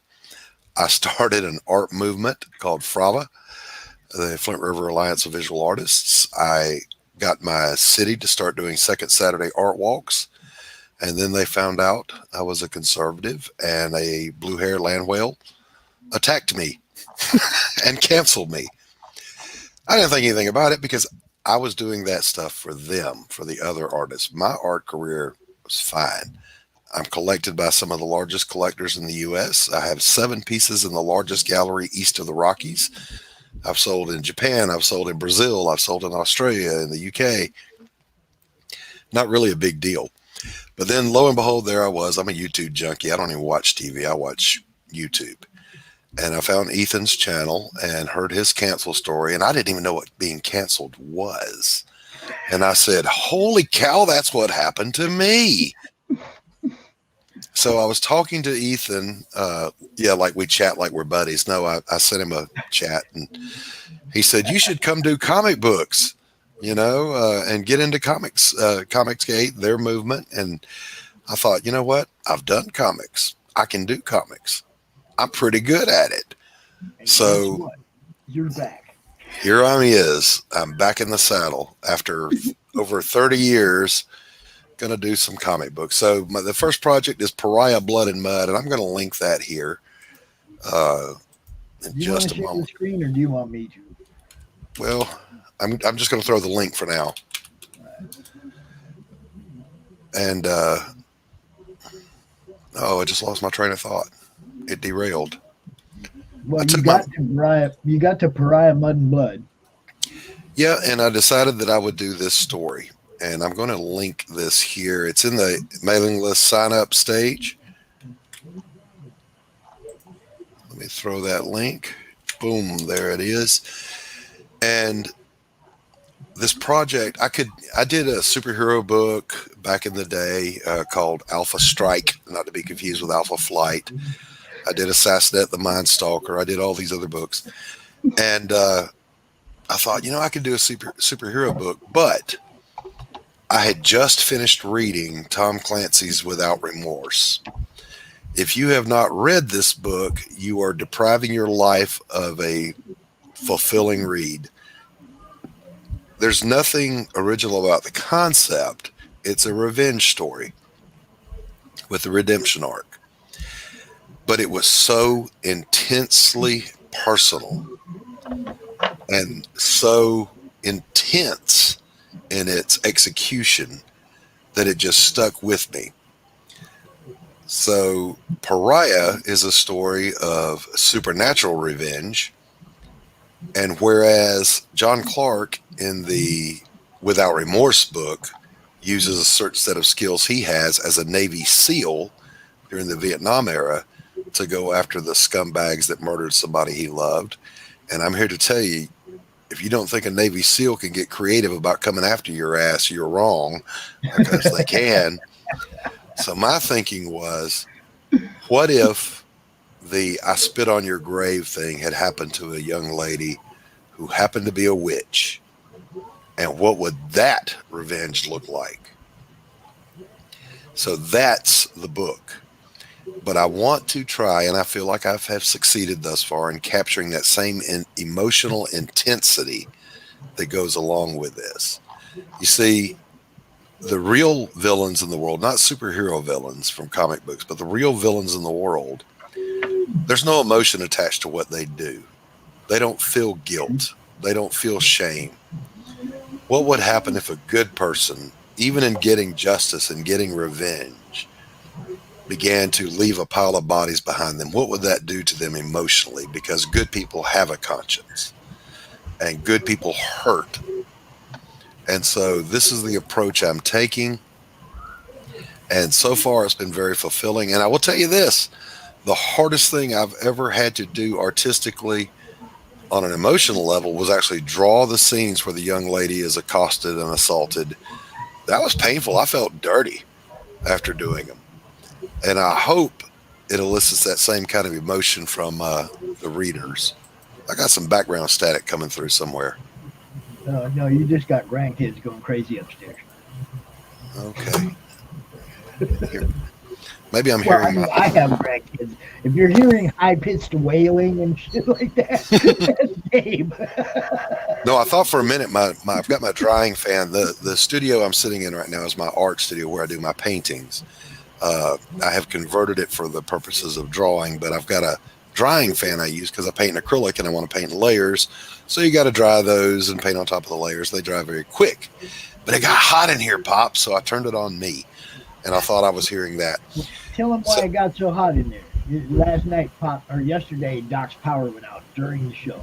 Yeah, and we had to flee the scene because it got really cold. But then when I came in at the wee hours this morning, cranked up all the heat, and now it's so hot. Had to go. It's like a had sauna. to go away till the power came back on. Couldn't even stay in the house. It got that cold in the house. They had to leave. Right. So, in the meantime, let me do this. I'm going to start dropping some links. I really would encourage you to get on my mailing list for the sign up for Pariah Blood and Mud. Yeah. And I'm going to come back to that title here in just a moment. But you can find me on Twitter. There's the Twitter link. I got so many windows open, I'm confusing myself.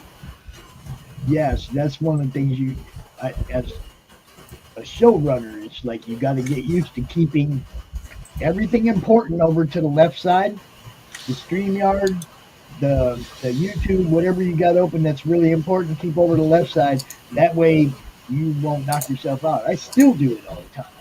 You know? We're going to, in a moment, I want to show you, that's the link to my fine art YouTube channel.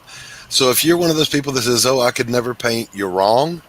Just want you to know that. And if you go to my YouTube channel, my painting introductions will prove to you that you're wrong. Because I can teach anyone to paint. I teach art at an art academy here locally. I've never had a student fail. There you go. There you go. And then if you would like to see my paintings, or maybe, God forbid, buy one, this is my website for Christopher Blalock Fine Art. And I'm actually going to click on that link and get Pops to share a screen with me here. And I'll show you some of that stuff. And then I prepared a little surprise, Pops. Just using my phone, I took some screenshots of the comic book panels. Oh, did we lose Pops? There he is. No, I'm here. I just had to quiet the children. They were getting a little loud. All right. So anytime you want to share. You got speakers going or something, Doc. You got speakers going. You got your YouTube channel open. I don't think that's me. I've got everything muted. Yeah, mine's muted too. I don't know. All right. Picking you up again somewhere. Anyway, this is Doc's Fine Art page. This is what Doc really does. Very nice. So let's flip over here to the gallery, and I'm mostly a plein air impressionist. That means I go stand in the place and I paint the thing. So we'll just kind of scroll through here. All good looking stuff, as you And everything is on sale right now through Christmas.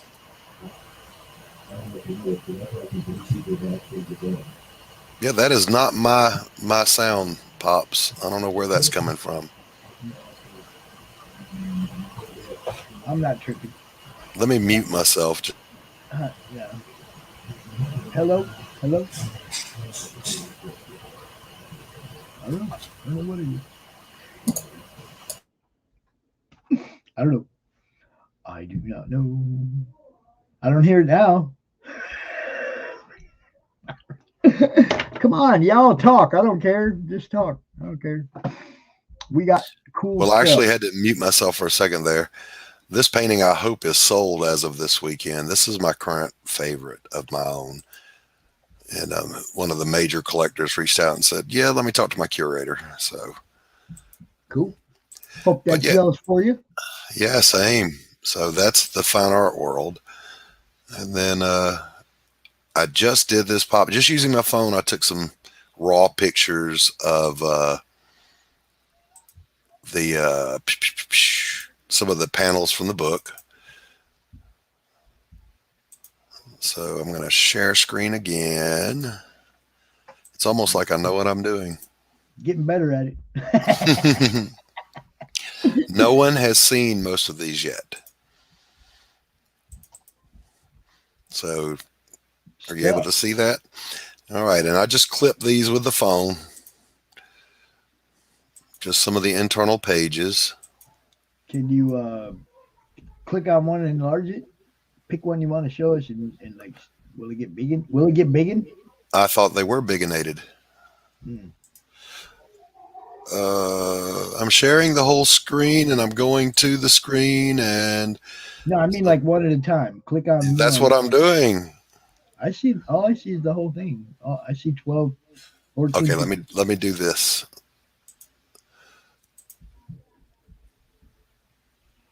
This is so opening weird. it in a different window. That's what's happening, isn't it? Yeah, let me in a different window. See? Let me close all that. That's the thing I hate about the share screen. It's like it doesn't follow around to other pages you go to. You have to go out, come back in, go out, come back in. Pain in the butt. Let me try that again. Yeah, just pull up one and then share screen the one you want to embiggen. Yeah. All right, here we go. We'll try that again.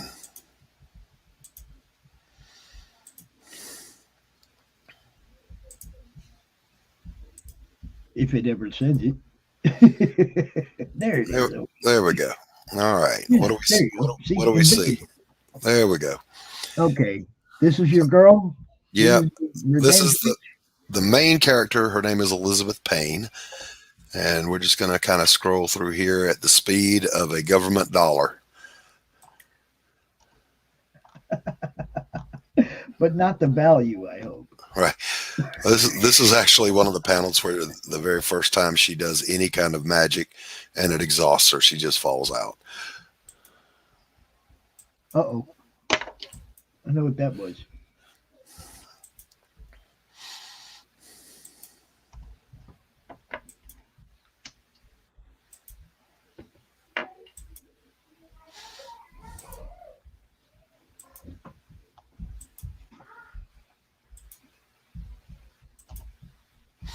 Yep. So there you go. A little sneak peek about what's going on the inside.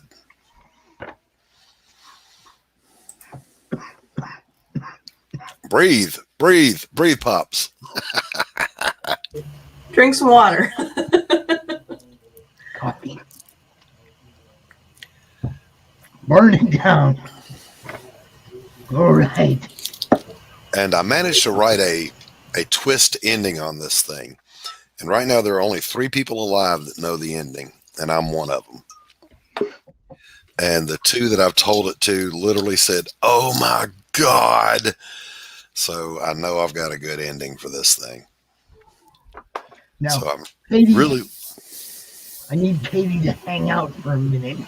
Okay. I want to introduce her to the other dragon lady, who's coming on next in about 5 minutes. So, Katie, hang out just for a little while on her. Sure. Whenever that background noise is back, Pops, whatever you did before, you clicked on something and it stopped. But it's back now. It might be me then, because I did put on the mute for a second. Here, see if this helps. Oh, you got speakers on or something? Where's that picking up from? That's weird. I don't know, but it stopped when she muted. That's weird. It wasn't doing it before. Katie, what have you done?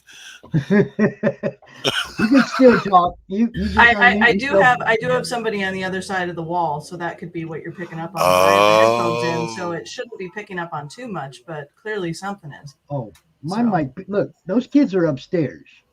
You can hear them, can't you? Not right this second, but before, yeah. No. Yeah, this mic picks up everything. My son will be in the next room, and him and his wife will be talking.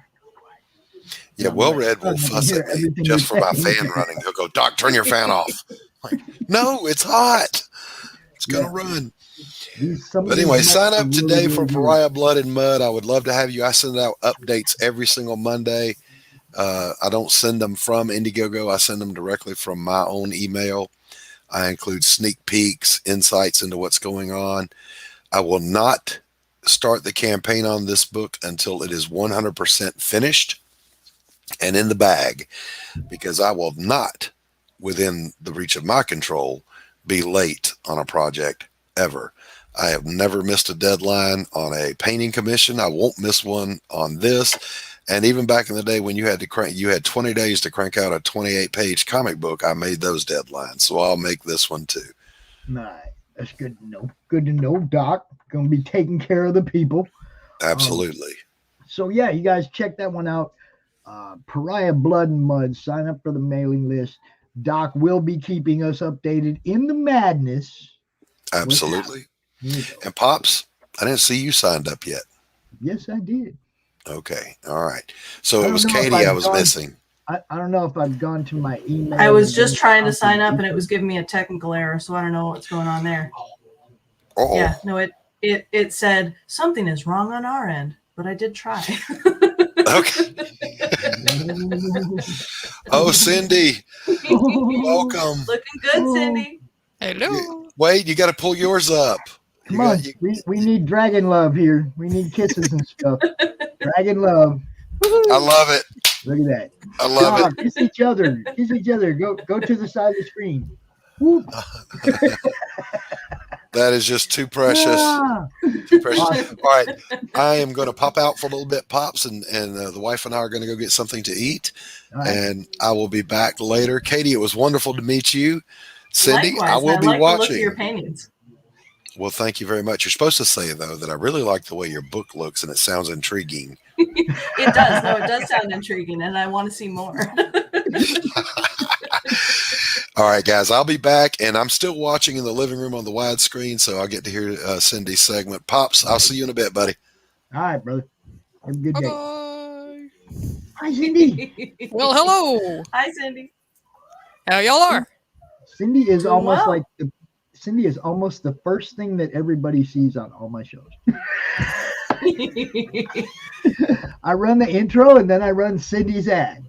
Yay. You know, I mean, it's like been that way since the first time she sent it to me. Is like, that's how I'm starting it, because she has regular books, you know, novels, and she has comic, and she has stuff like that. Just like you, Katie. She's got the stuff. Look, right? You guys get it. You gotta have fun, you know. And those like Mighty Geek was saying earlier, man, on the con display. Do they or do they not turn a person's head when they're walking by? Oh yeah. Mm-hmm. Oh yeah. You know, so you guys get it. It's like little promotional quirks that help draw in fans. And if you don't understand CRoM, he's the same thing. Someday there'll be a CRoM plushie. You never know, right? The same principle. It's like I could have just have a group, but I got a group that's got a little internet troll for a mascot. And everybody knows my little internet troll now. A whole bunch of cool people have drawn him, and he's on T-shirts, and I mean, you got to have fun. You guys get it. You're having fun. Jim hates his art. Hey, Jim. The rest of us love it. The rest of us love Jim's art. But Jim's down on himself. He needs to be happier about what he does, because we all love what you do, Jim. You rock, bro.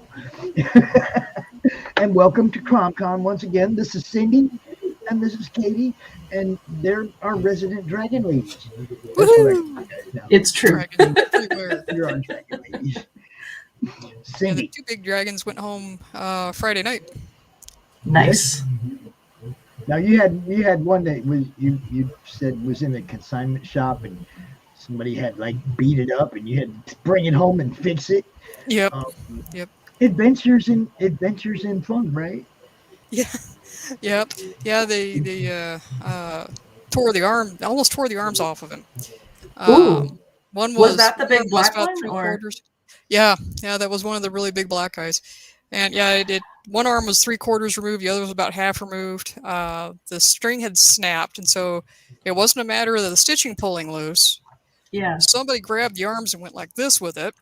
Yeah. And but there were only a couple of very small tears in the vinyl, so I was able to cut the rest of the stitching loose, reattach the arms at a new angle, so to cover up the holes. And this time I stitched it down, and then I used a cyanoacrylate glue to bind it a little more tightly to it, so it's not relying entirely on the stitching. Yeah.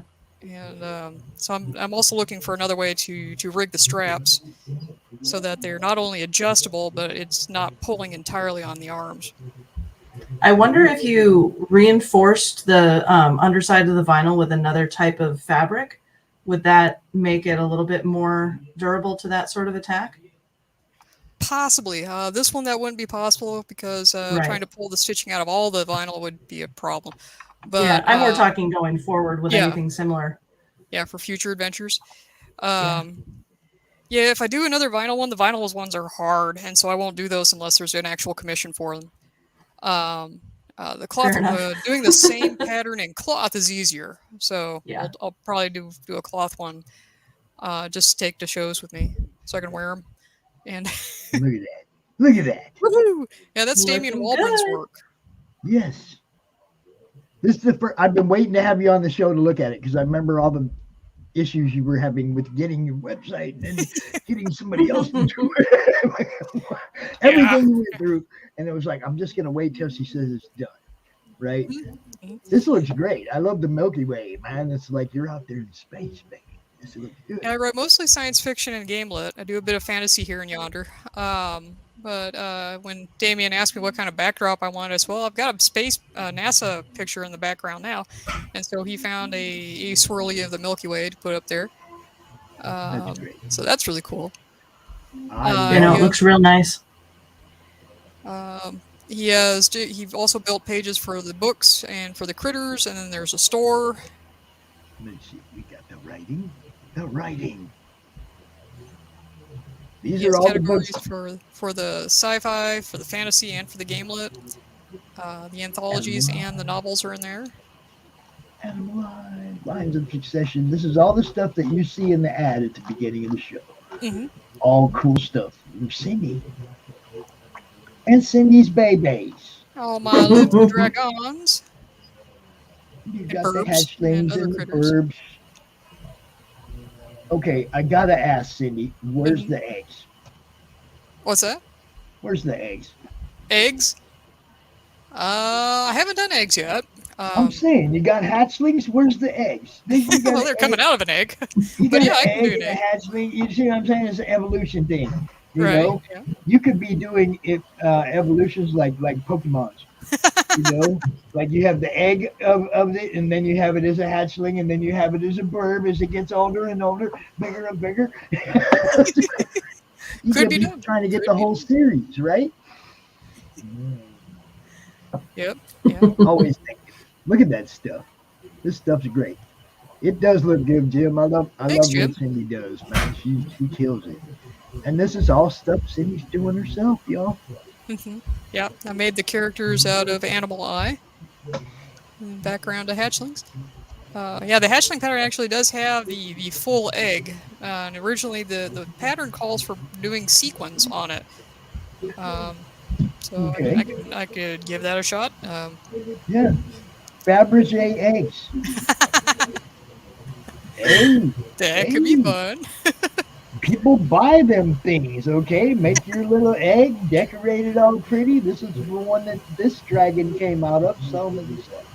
Oh! Woo! Oh, yes. That's me throwing the ideas out there because that's all I got is ideas. Well, for the ones that have, the half shell currently, the, act of people being able to open something up and see, what's inside would probably be a fun interactive addition. Yeah. If I could make the top of the egg hollow so the whole thing closes down, and then you can pop it open and have the little hatchling pop out of it. That could be fun. That could be fun. Cindy. Now I got both of you thinking. I love it. It's what I do, baby. I get people thinking. Look, that's because that's what happens to me. I see something and the first thing I'm doing is thinking, how can I make this like maybe slightly more appealing or where more people are going to look at it, or what can I do in any way to try to improve on it, or maybe throw a different wrinkle at it, whatever I can do, man. It's like that stuff gets stuck in my head until I go to that person and say, hey, yo, I think you should try this. This might work. That idea just jumped right out at me. I seen hatchlings, I seen birds, and where's the egg? Where's the egg? Because it's just the way my freaking mind works. It's all ideas. It's always next level, playing chess, next move, 2 moves ahead, 3 moves ahead, and I try to get people to do that with their campaigns too. Think ahead. What about book 2? When you're setting up your campaign for book 1, what about book 2? Is there something here that's going to lead into book 2 that you can use as a promotional kick? You see what I'm saying? I'm always trying to get them think ahead. You might put something in your campaign for book 1 that nobody will see till book 3. Yep. But it drew them into book 1. You Yeah, see I do what I'm have saying? It's like all 1 through 6 planned for Animal Eye. 1 is out. 2, the artwork is just now finished, and we're looking into getting that set up with the printer. Book 3, I've written the script, and it's currently out for approvals. Book 4, I have started on the script for it. Now this is right here, Animal Eye. Now this is that's the novel. Yeah, the novel. Now where am I? How come I'm not finding comic books? Where Because are they? we just got the comic book order in. Okay. The printer took for blessed God love them ever. But we just got it in like yesterday. 22 boxes sitting on my porch. Okay. There is a comic version of Animal Eye, and we promoted it when Cindy launched it, and I think I was even backer number 1 because I freaking love it. It was great. The kids loved it. I loved it. Kind of puts you as a character into a video game. It's fun. It's got your life bars and everything in different places, your status, and it's like you totally kind of get this. And there's also hopefully going to be a game that comes out of it that you'll actually get to play. Right. Yeah. You Yeah. know? We're working with, I think the name of the company is Clopus. They're a smaller gaming house, and over the summer they had me put together all the notes that I had, and I warned them, you guys have no idea what that means. It was a pile of notes. You have no clue. It's just like, and sent it on. He said, "Wow, it's going to take me a while to go through this." Like, you wanted everything. Yeah, it's gotta so love they're it. still sorting it out. I'm looking forward to book 2, and I know you have so much going on. but it's like book 1 was fun, and I It keep was. I keep trying to emphasize on people that this is about having fun. You know, it's comics. Have fun. You know? I've actually, I'll be the first to admit that I have been holding off on reading the rest of the novel because I don't want to spoil the story for issue 2 to come out. Right. Yeah. Yeah. It does follow the novel fairly closely. Some stuff got dropped out, of course, because there were things that were there just for character progression that didn't actually affect the plot. I had to justify how the character leveled up. Yeah. And that stuff had to go away so I could squeak down a 700-page novel into 6 24-page issues. Yeah. So I should have said what that is. That is the link to Animal Eye, y'all, that I just dropped in the chat. Go check it out, you guys. Go check it out right there. Lee Bear Pub. Go check it out. And yeah, I loved it. Like you said, the grandkids loved it. It's definitely an all ages book. It's not kids only. You will definitely, if you're a gamer, you're going to open it up and you're going to be like, oh man. And then you're going to be like, when's this game coming out? Because that's kind of what I did to Cindy. Is well, what about the game? Well, hopefully coming soon. We're still working it out with the gaming company. And, it looks so much fun though. It looks like it's going to be a blast.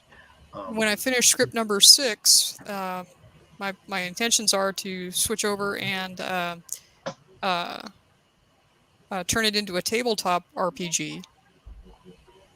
I've done a couple of RPG scenarios before, and I have a couple of pals I can ask about building it into an actual game. Yeah, that's in the works too. Nice. With or without dice, are you thinking? It'll probably be a dice-based game. Nice. Just for the randomizer. Yeah. But you'd be able to create your character. If you want to go ahead and grab any of these titles written by and give a little quick synopsis as they go, not as they go by, but snatch one out of there like the Beauty and the Beast or whatever, and tell everybody a little bit about them, because you have plenty of time here. Okay? All right. And at 4:00, you guys, Daphne Lage is coming out. I don't know if you know who Daphne Lage is or not, but man, the three of you all need to talk. Okay, well, Mythic Orbits actually has the prequel story to Animal Eye, where there's a gaming contest happening for programmers, and the main character's name is Janaya, and she has written an AI program to test out a bear character that happens to be Jail. And so the short story is about the AI getting a little too personal into some of the headlines that have happened in her life, and she has to deal with some of the memories that brings up. All right, that sounds cool. See, now I don't remember hearing that there was a pre-jail story. So see, now here you are. You got me again. All right. Got me again. Now I gotta go find out what the hell that's all about. Okay. Is there any plans for the second issue to have that maybe be as an add-on option for your campaign? I don't think Bear wants to do a campaign for the second one. Okay. I asked about it. Bear Publications is the publisher. I asked them if they wanted to do a Kickstarter campaign for book 2, and he doesn't think that we need one. And so he wants to try and fly it solo, which I think is a curious choice. Well, we're going to promote you either way, so you're still going to get seen in front of all our people. All right. And that's the whole thing, Cindy. It doesn't matter where you put it. You just got to let everybody know that's where it is. Right. Yeah. Okay. It does, and I keep telling people that it don't matter if it's Indiegogo, Kickstarter, Amazon. It just don't matter. If somebody wants it, you just got to let them know where it's at. They're going to go get it, So, yeah, whatever they want, you let them know. I'm down. Send me the ad, send me the video spot, whatever. I'll play it in the shows. We're going to promote you just like we do no matter what. Yay. So that's a given. You can count on that. So you got our support no matter what platform you're selling on. That's, I don't care. Beauty is the Beast. That one is an anthology in which all the short stories in it are a spin-off of the Beauty and Beast myth. My short story in there follows a group of gamers. They're part of a developer team, so they go out and troubleshoot and play test different scenarios, chase down hackers and right wrongs and fix glitches. And so they. Yeah, I have to ask, are you a gamer? I used to be. Eons ago in a land far, far, far away. It seems I like played some of games your like stuff Light is Magic pretty heavy. and I was gonna say you seems like Ultima. some of your stuff is pretty heavily gamer influenced. I like it. Right? Yeah. Well, you are looking at the gamelit scroll, so that those books are all going to be gamelit phenomena. Okay.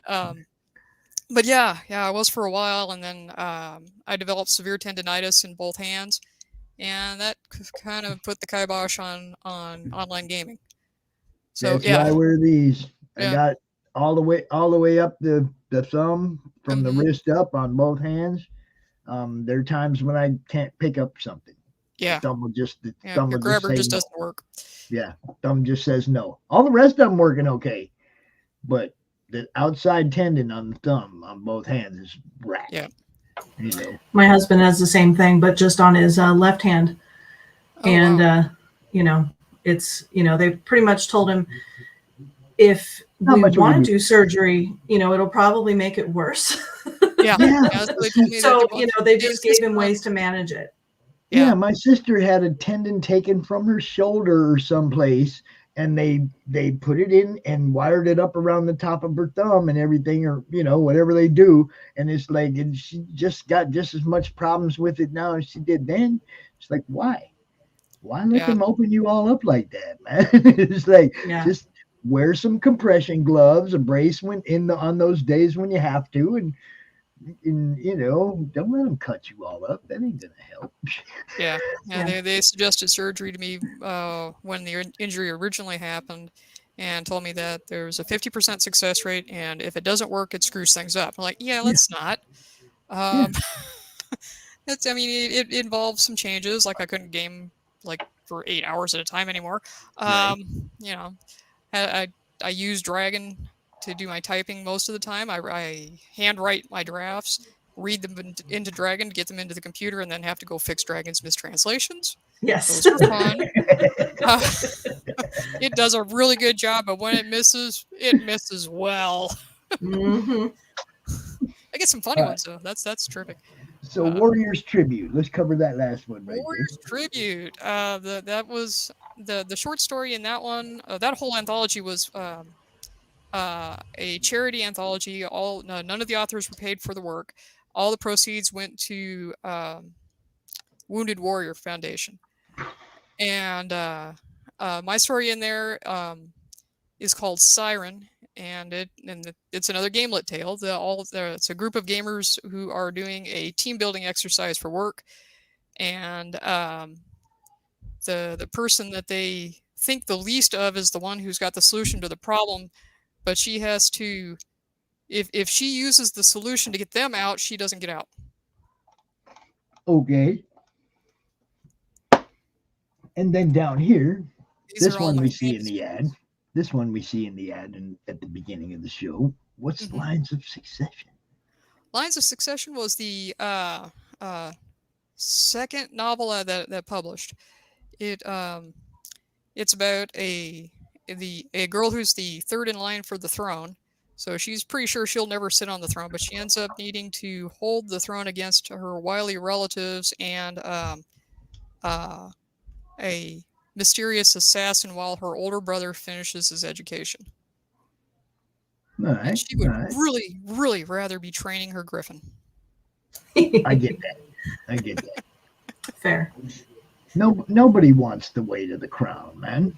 Yeah. Nobody wants the people who want the weight of the crown. You probably don't want to give them the crown. No, right? Yeah. You see what I'm saying? That's the truth.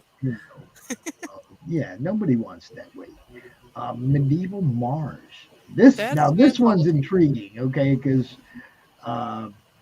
you got some knights in Martian armor. What's going on there? It's Medieval Mars and Victorian Venus are both taking place in the same universe. The anthologies are not dependent on each other, though, so you can read them independently. But the scenario is that Earth colonized the rest of the solar system, and then they all had a technology collapse, and different planets have recovered to different levels of technology. So medieval Mars has gotten back up to a medieval type of era. There are itinerant knights who travel around keeping the peace and dispensing justice. One of them hears a report of dragons in the area, and when he goes to investigate, there's something not quite right that's going on, and it's up to him to figure out what it is. All right. So that's both of those from that same universe. Victorian Venus, and that one, we're now on Venus, and Venus has made it up to the Victorian era. There are a group of Inuits who are staying ahead of the Terminator, so that the dawn and dusk Terminator, so that they can stay where the snow is cold enough to drive their sleds, but not so cold that it kills them. So so the story is called Chasing the Sun. And an older Inuit lady and her sled dogs come across an injured man, and her estranged son is trying to kill the guy, and so they're trying to get the guy to safety. Okay. Now we got what's the next one there? With Friends Like These. That's a multi-genre anthology that was put together for the benefit of the Indie Author Book Expo. I feel like I probably have some friends like those. Could be. My story in there is a bit of a steampunk tale. It's about a dwarven boy and his worm. So he's got a little dragon-like friend. And they catch wind of a plot by the goblins to attack the city, but nobody will believe them. So Ends and his dragon Odds try to find a way to stop the goblin horde. And they got no backup. Right. Yeah, it's just the two of them. No backup, y'all. You know, I'm talking about out here in front of the world without a co-host. No backup. Look, this stuff is all good looking. You know, I've looked at most of this stuff before, and but this the dirigible one, the I forget what it's called, but the cover has the flying ship. Condemned Courier. Yeah, that one. That one, yeah. This one has a great storyline. You guys check this out. Go ahead. Okay. Yeah, Condemned Courier started out as a serial on Jukepop Serials. There is a royal courier who is on a mission for her king, and she discovers a plot to overthrow the throne. And so she has to race back across the continent and evade pursuit to get word back to him. So she's like fighting to get back to the king and let him know these bad guys trying to get you, dude. You know, and she encounters some people trying to detain her from doing that. Mm-hmm. Yeah, she's pursued by the Baroness who wants to overthrow the throne, and she has to cross human territory. That's her on the cover there, so she's right. a Kenku. So she's. Well, tell them what a Kenku is, so they understand. Okay, a Kenku is a bird person, so she's got wings and hands, and she's actually a rapier combat instructor. All right, so she very cool. Fights with the sword. She's got wings. Look at that. There you are. She's got the sword over her head. Look, dude, y'all ain't getting in no mess with her. She's just gonna fly over your ass, get you from behind. You're done. She's on her way. So you know, I can imagine the kind of sword fights they have in the air, though. When you have, I don't know, 4 dimensions to fight. Yeah, that'd be tricky. That would be tricky. I didn't have any aerial combats in that one, except between dirigibles. But I mean, I could see that. I could see Mhm. where, you know, somebody else comes at her with the sword and she's got to fly and fight. I can't wait to see how you guys make this work. Because you know it's going to happen. You can't It have a didn't in that bird one. with The a aerial sword. battle didn't happen in that one. But if I do write a sequel, then there will likely be some flavor of aerial combat. They don't actually fly so much as they glide, and so Okay. they would have to start from a high point and then go at each other and then reach the ground and continue the fight there. Dude, see, that would be a great sequence. It would. It would be fabulous. I do have a lot of practice writing rapier combats because I've studied 2 different Renaissance styles. But Don't yeah, mess with adding an Cindy, aerial y'all. component to that would be fun. Don't mess with Cindy. Your pen and sword are sharp. Right? Hey, you know, I'm just saying. I have a very good friend of mine, lady that I used to date, that was very proficient in sword forms, martial arts sword forms. Woo! And we lived in Phoenix, and she'd be out in the backyard in a bikini with a sword in each hand, right? Going through forms. And my friends would be like, "Yo, man, where's Donna? Yo," and I'm like, "Donna's out in the backyard, man." And they go, "It's fucking hot out. What's she doing out there?" We live in Phoenix, you know. "What's she doing in the backyard, man?" They go look. And she'd be out there just winging them swords around, man. I'd be like, "Whoa, dude, your old lady." Like, yeah, man, don't fucking sick her on your ass. Yeah, we had a lot of fun, me and her. She's I still talk to her. She sent me a message this morning, actually. Good friend of mine, man, still to this day. That's cool. Most of the women that I dated over the years are still good friends of mine to this day. I don't do the heavy drama breakup shit. It's just like, it ain't fun no more. You know, we were having more fun when we were friends. Let's go back to being friends. This, you know, some people it works, some people it don't. You know what I'm saying? I still like to. I don't want to lose these people as people that are valuable members of my life. You know, they're friends of mine still. So Donna and Lisa and Linnea and all y'all know what's up. Still love y'all. You know. But yeah, I sidetracked for a minute. What can I say? It's Sunday. I've been awake for 3 days doing this. Yikes. Sleep deprivation is starting to set in. No. Nap attack. Yeah, you know, I'll get to tonight. Now I'll probably maybe sleep a little bit tonight because I still have, you know, shows to do tomorrow. Right. But once that's over with and I got a couple days to relax and unpack the weekend, because that's the thing a lot of people don't understand. I go through this 30 minute, and then I want to try and unpack all that. So I remember some of this stuff for the next time I talk to this person.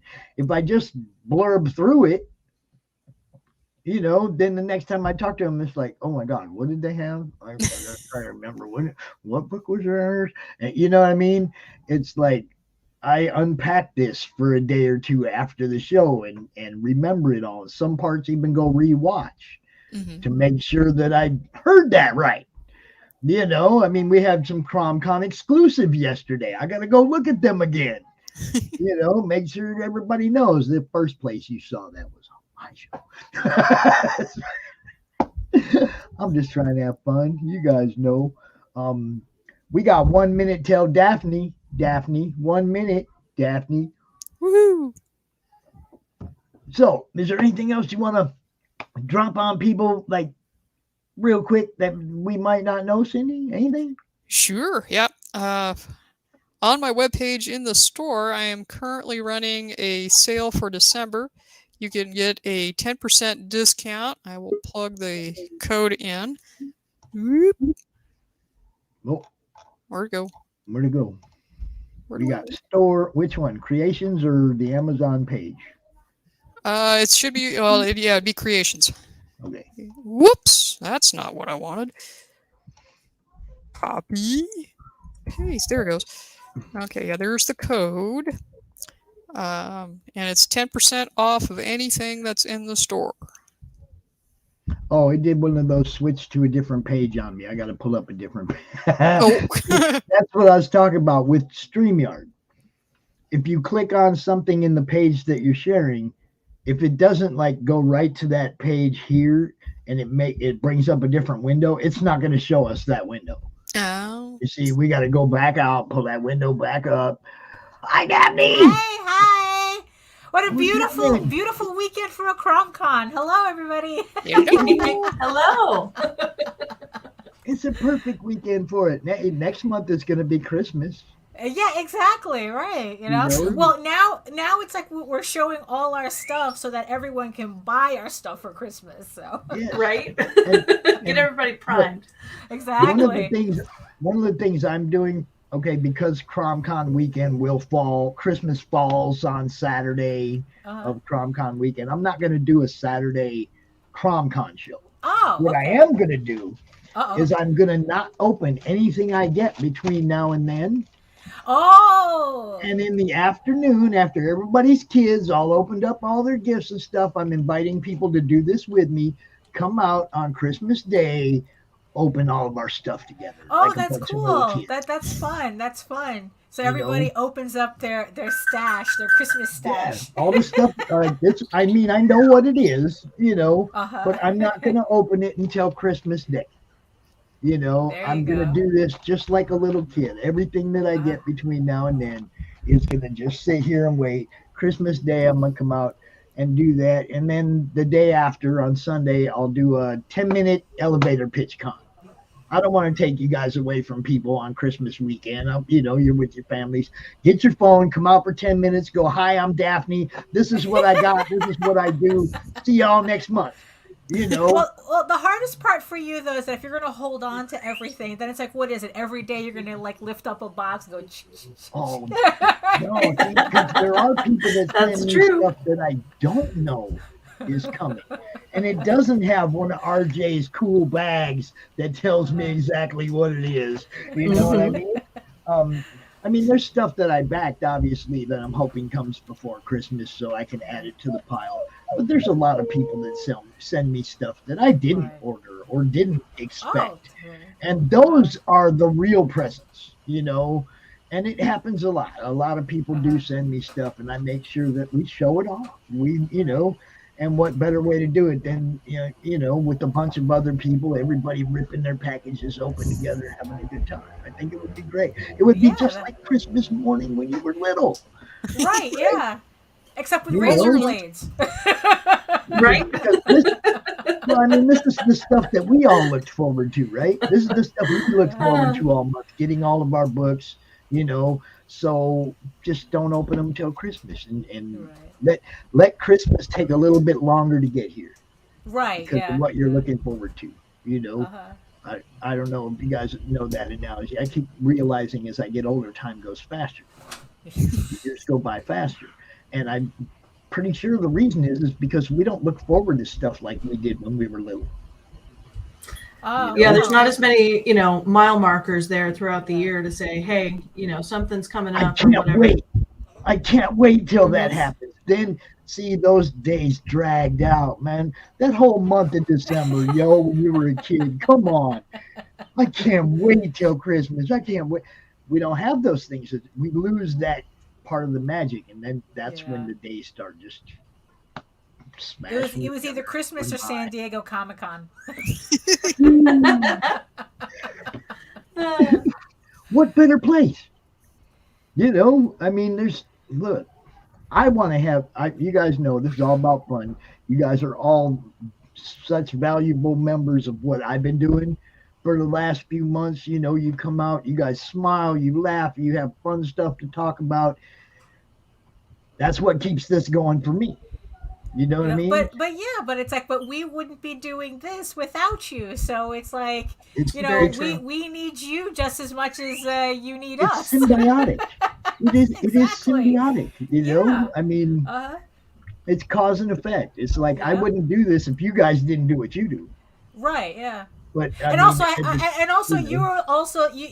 ran the first face group a group that didn't complain to me that I was promoting too much. Yeah. I mean, really, it's like I swear to God that's really like huge for me, because it's like they all say, "Oh, go to Facebook groups and stuff." Yours was the only one that actually allowed me to talk about my stuff. You see, and there's times when I'll share CRoM CoN, this show, to a group, and they'll go, "Dude, you can't be promoting yourself over here." I'm promoting 30 different creatives today. What do you mean, myself?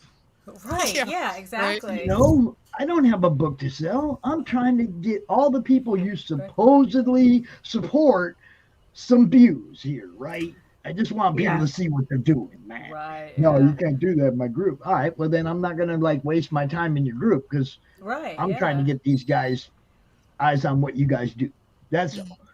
Now, there are some groups that are awesome. They let me do that. Heather Ellen's group, Comics and More Chaos, or Comics and Chaos. I can't even remember so many different group names. There's so many groups. I think it's Comics and More Chaos. Yeah, and Comic Chat Authority, Cody, that was out here earlier today. Everything, Henri, everything I post, Henri makes sure goes in his group. There's certain people that are just down with it. They get it. And then there's people that are just like you said, you know, you can't do that here. Right, well, then, I mean, why? What kind? How do you call yourself the Indie Comic Connector or whatever? I'm not. I don't. That might actually be a group. I'm sorry. Right. Yeah. For all we know. Right. Nothing personal if you're really the Indie Comic Connector. But how do you call yourself an indie comic group that supports and promotes indies if you don't allow people to promote their indie? Right. Yeah. Yeah.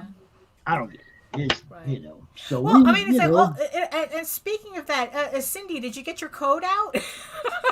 I know it's like you were in the middle of doing something with your promo code, and I want to make sure that everybody gets that. I had to put it in the private chat. I couldn't put it in the comment stream, but I put it in the private chat. Yep. The TLG TSP. Yep. Yeah. Okay. Yeah, that's TLG P5P. Yeah. Mm-hmm. Oh, P5P. Now this is that's the code for the discount sale. Code. Right. The discount code for the sale. There you go. Let me get. Yeah, we want to make sure everyone gets that, so that. Yeah, leave it to me to just talk right through it, right? Yeah. And then yeah, that'll help. I put it in the private chat again. Oops. It's a long weekend. It's been a long weekend. It's Sunday, y'all. Anybody that comes out on Sunday has to give me a little break.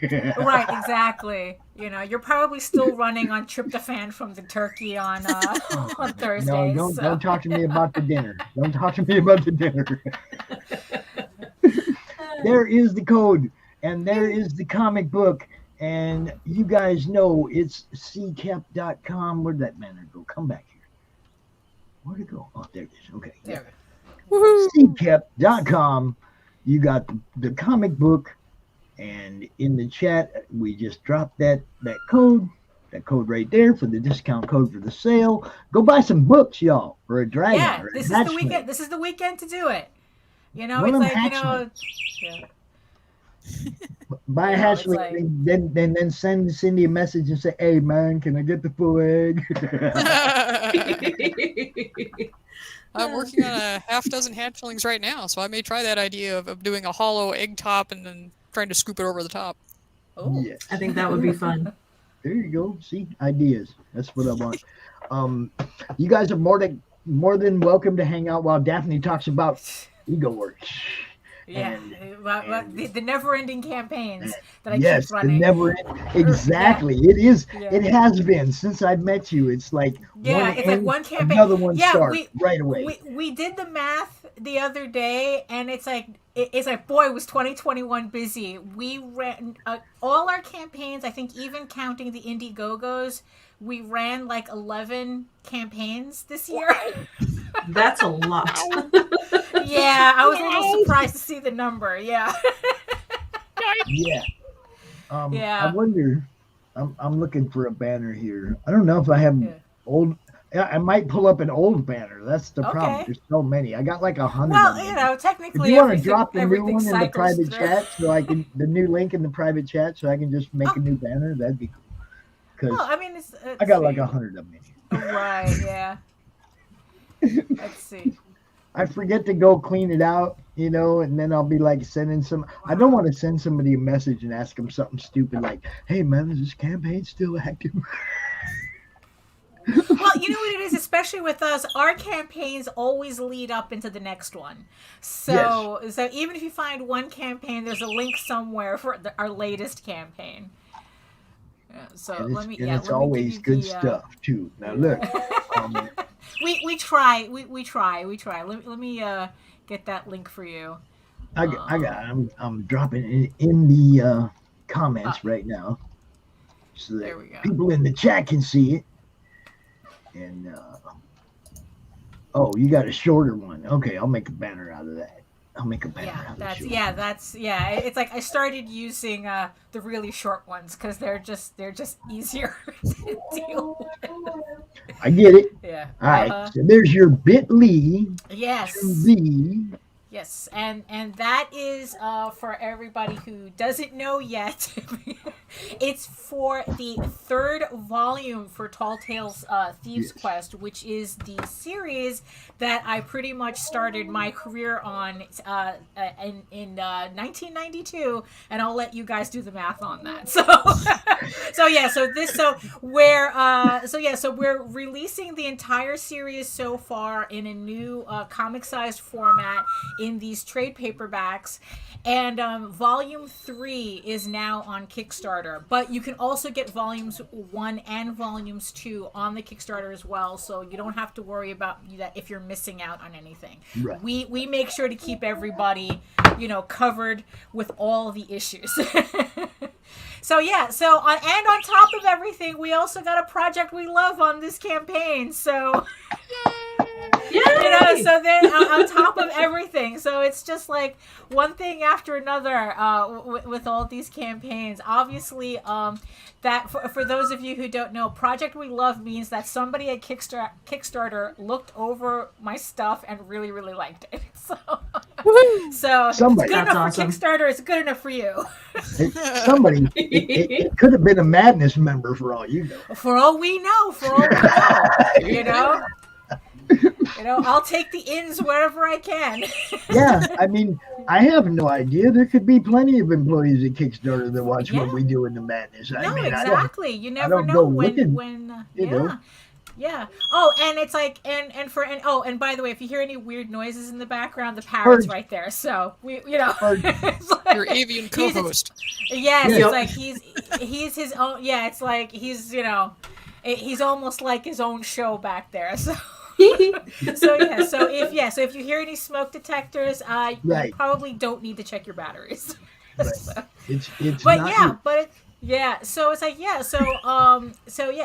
all these books are done. I'm actually getting a proof for volume 3 on Tuesday, so I'm really looking forward to seeing that. So it's like the second this like all my campaigns, all like. Just on Kickstarter alone, like I said, this year, this is our 10th campaign on Kickstarter just for this year.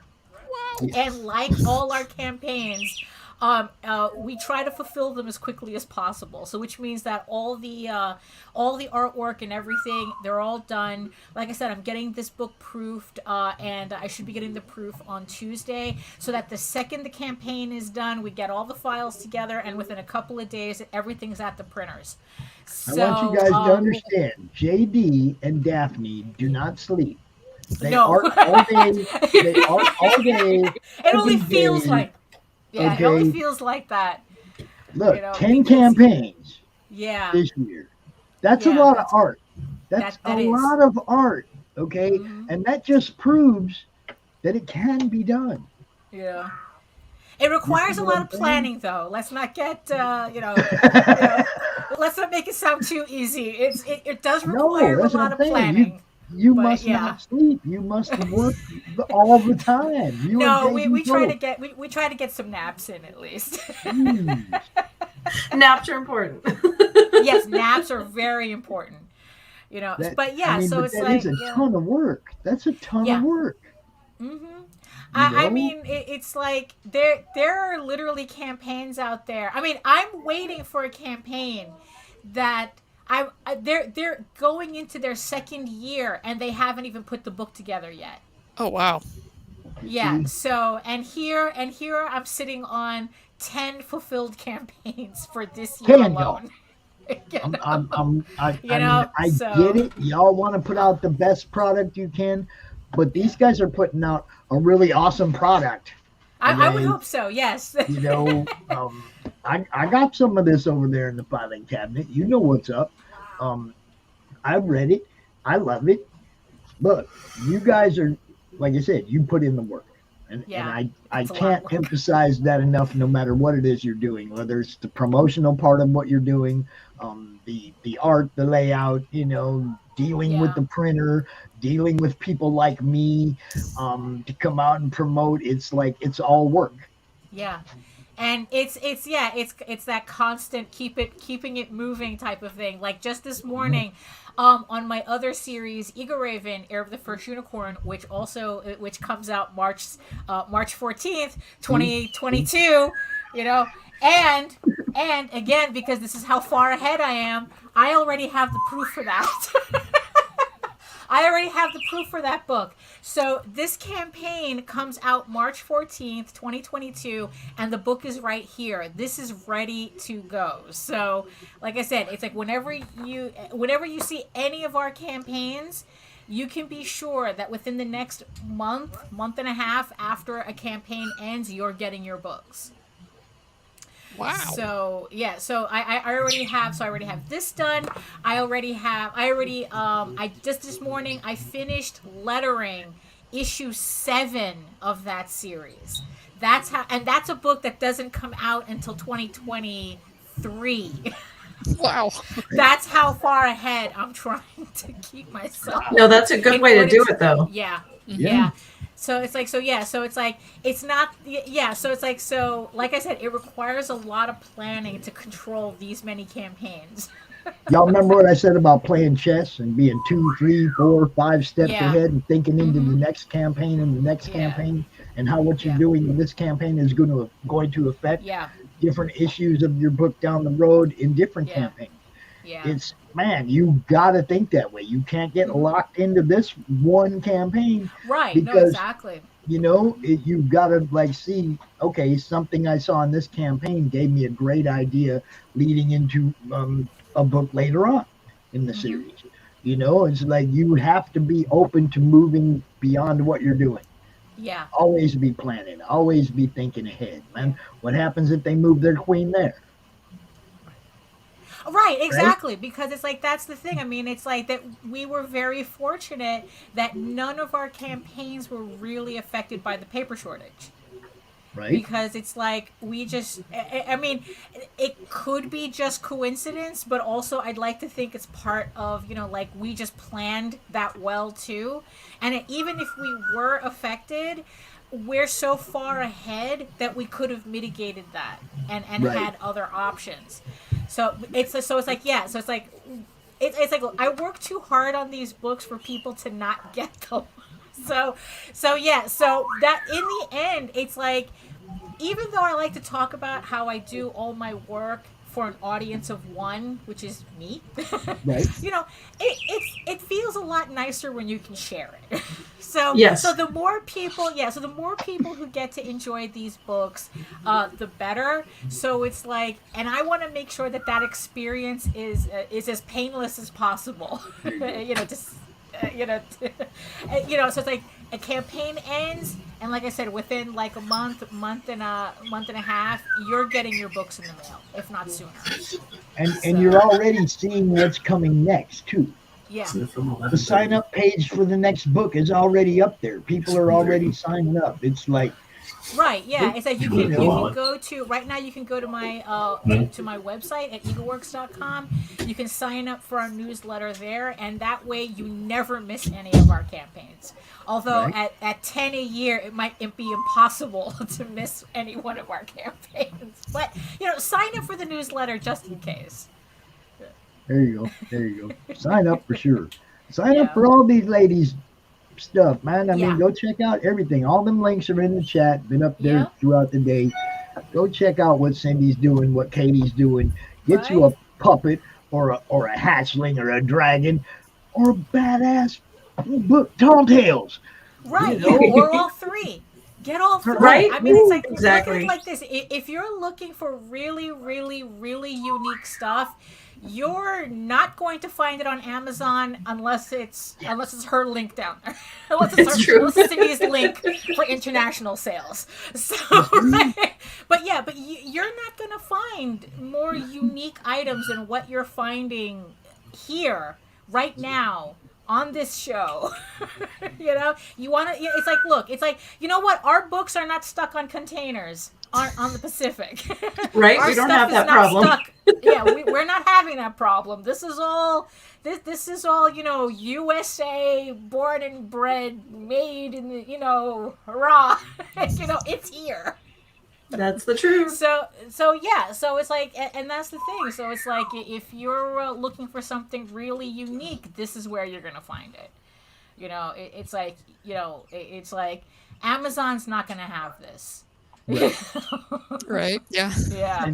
And even though you may find some people's comic books on Amazon, and we encourage you to buy them there if you see them there too.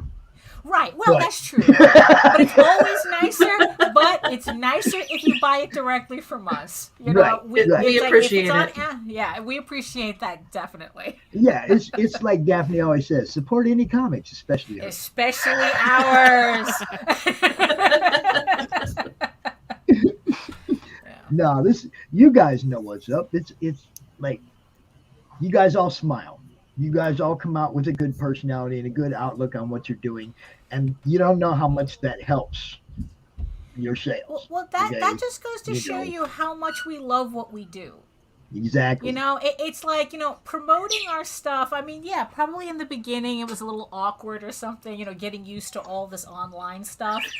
But in the end, though, it's like we love what we do. So it's easy for us to talk about, you know, yeah, exactly. It's very easy for us to talk about our work. You know, it's like we're not going on some press junket on behalf of some multi-billion-dollar corporation that's going to become, you know, that's going to like add to their stock options because of us, but we're getting paid the bare minimum.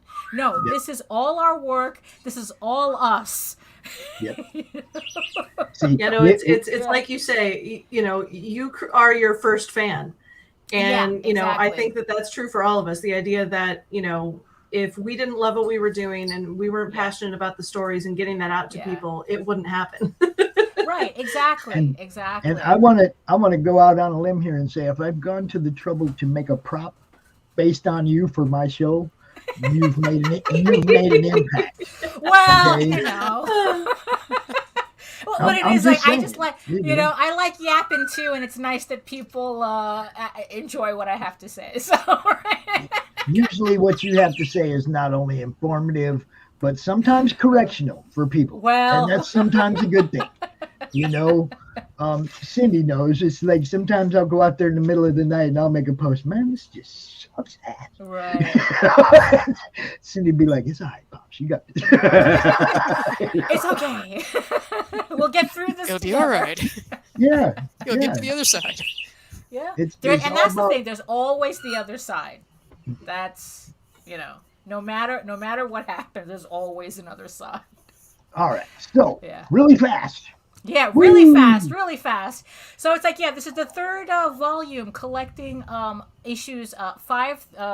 What am I collecting here? Well, the entire series, this is for all 3 volumes, collects issues 1 through 15. So 1 to 5, 6 to 10. This is 11 to 15. So this issue collects issues 11 to 15. But like I said, pages. You can still catch up on all the volumes. There's no missing out on any of my campaigns. I want to make sure you can read the entire stories. So it's all here. You're not missing anything.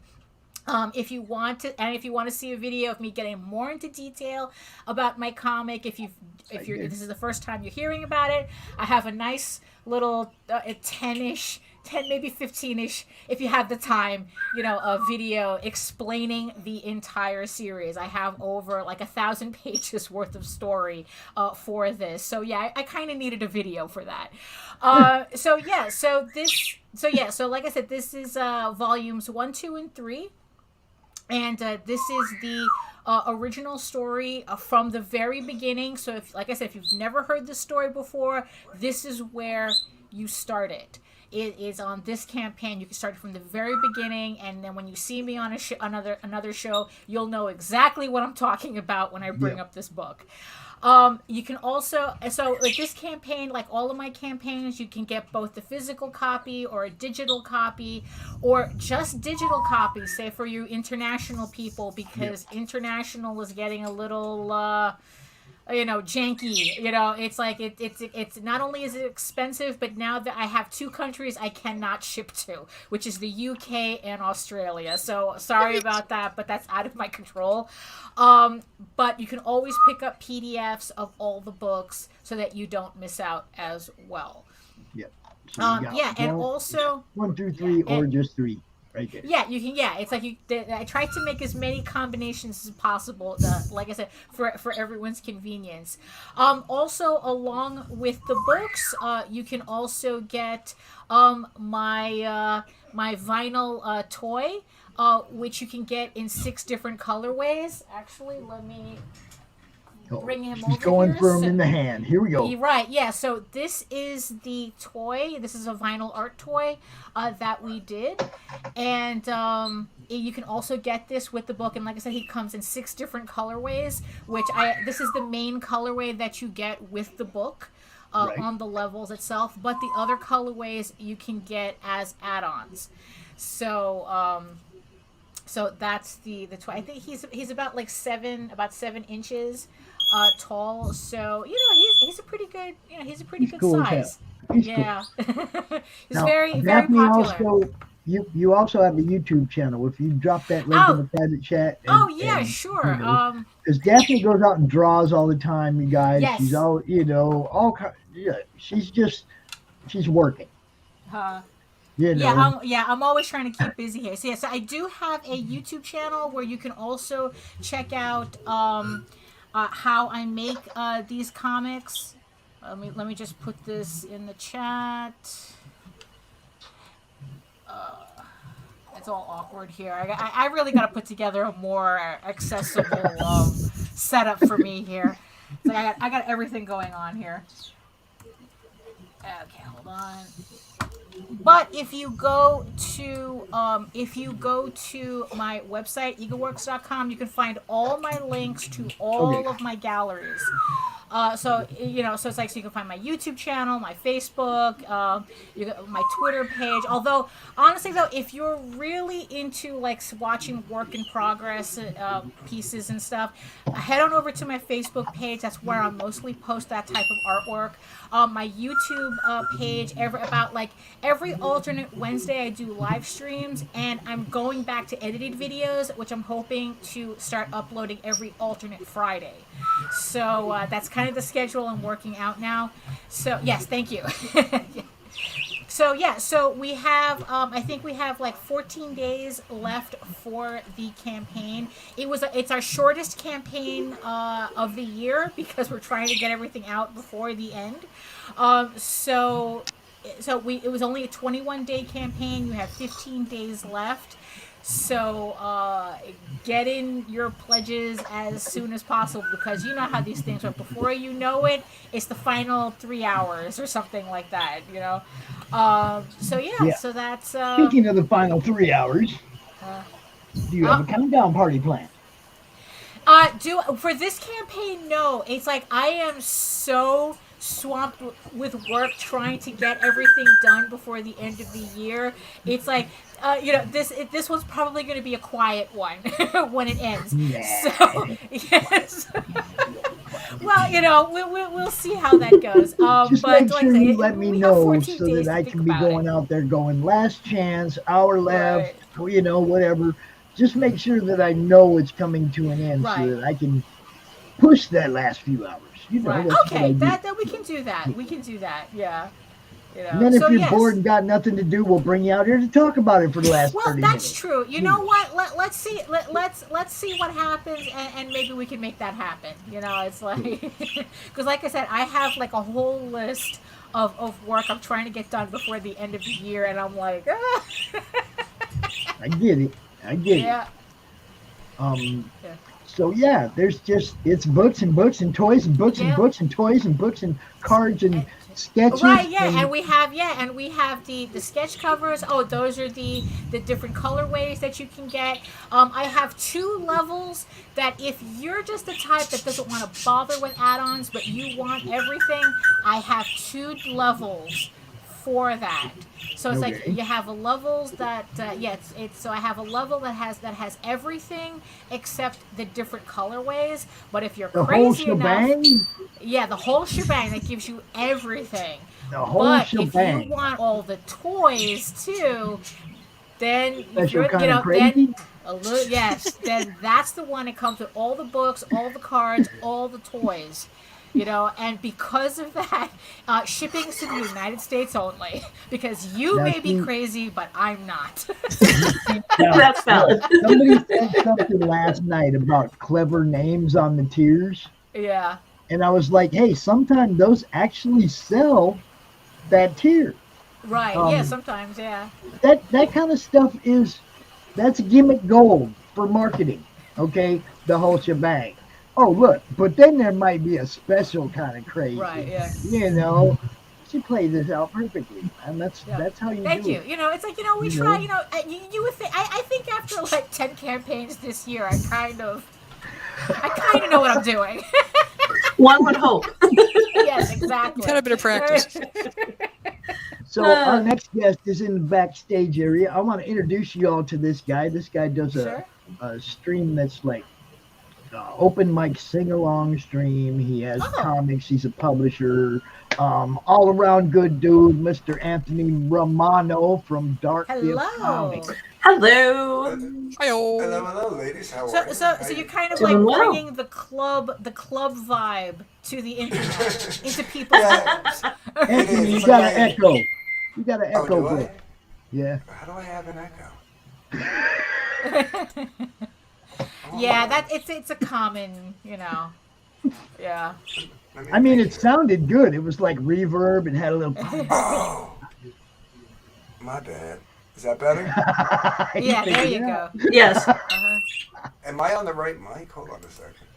Oh, that's better. Yeah, you see, that's what happens when you have like multiple cameras. It's like you got to make sure that they're all shut off. All right, this should be better. No, Yes. I was using my his music to do a voice.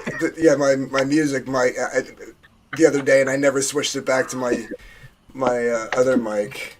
Nice. And so I had effects on that. I just I played on Merry Mayhem. If anybody's familiar with her channel, she had a Christmas karaoke special, and so I was singing. I put the reverb on the voice, and yeah, I didn't switch the mic over. My apologies. It sounded good. Don't get me wrong. It's live stream. It's live streaming. People expect everything on a live stream. I'm just one man. So, but yeah, I got my little studio set up here. It's like my little DJ booth. Looks nice. Yeah, I it appreciate really it. does. Yes, Yeah. Dave. Now you look at them blacklight tapestries behind him. Those are actually things that you can get in their campaigns. He has those made. Those old blacklight tapestries from back. Remember pretty. when you were a teenager? Oh yeah, no, absolutely. Oh, yeah. He has them made for his for the campaigns that he's bought. Oh, nice. Yeah, So- so those are the 2 variant covers for Hunting Alice, which is still in demand right now. And we're getting some made for the campaign we just launched on Friday. So, Which do you want to talk about first, bro? I guess well, we could talk about Hunting Alice because that's coming to an end soon. technically supposed to be starting fulfillment this month, but without getting into a whole woe is me, I had some health issues in the beginning of the year, and then I got hit with COVID in beginning of October. So I'm a little set back. So I'm probably going to fulfill in January. But yeah, so that's currently going. That's I don't know if you like psychological thrillers, like black light covers. yeah, and black light tapestries. Hunting Alice is it's like X-Files meets Silence of the Lambs with like overtones of Alice in Wonderland in there. Oh, nice. Cool. Yeah. So we launched back on my birthday, March 13th, which you're launching a book on the day after my birthday coming up. I was listening. There we go. Party for everybody.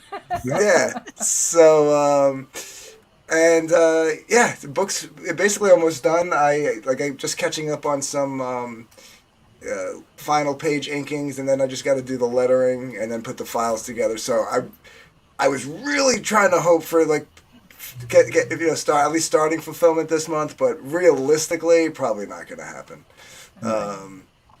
Especially since you're working so hard on publishing this other book as well.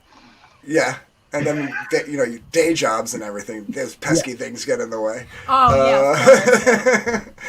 yeah. I'm a bartender for private events, so this time of year with holiday parties and stuff, I just came off a 15-day straight stint last 2 weeks. Yeah, so. This is all your art, right, Anthony? This is all you. On Hunting Alice, yes. Hunting Alice, I'm doing all the interior art. The one tapestry behind me is this one here is Vic King's variant cover. This is the Ashcan Roulette, separate character from the main book. That's actually Jason Bascom that did that. He actually did some fan art, and it came out so good that I was like, dude, can I use that for the Ashcan cover? And he was like, dude, whatever you want with it. I was like, all right. I colored it in. We're gonna go with like we're gonna do a little homage to Sin City with the spot red coloring, and I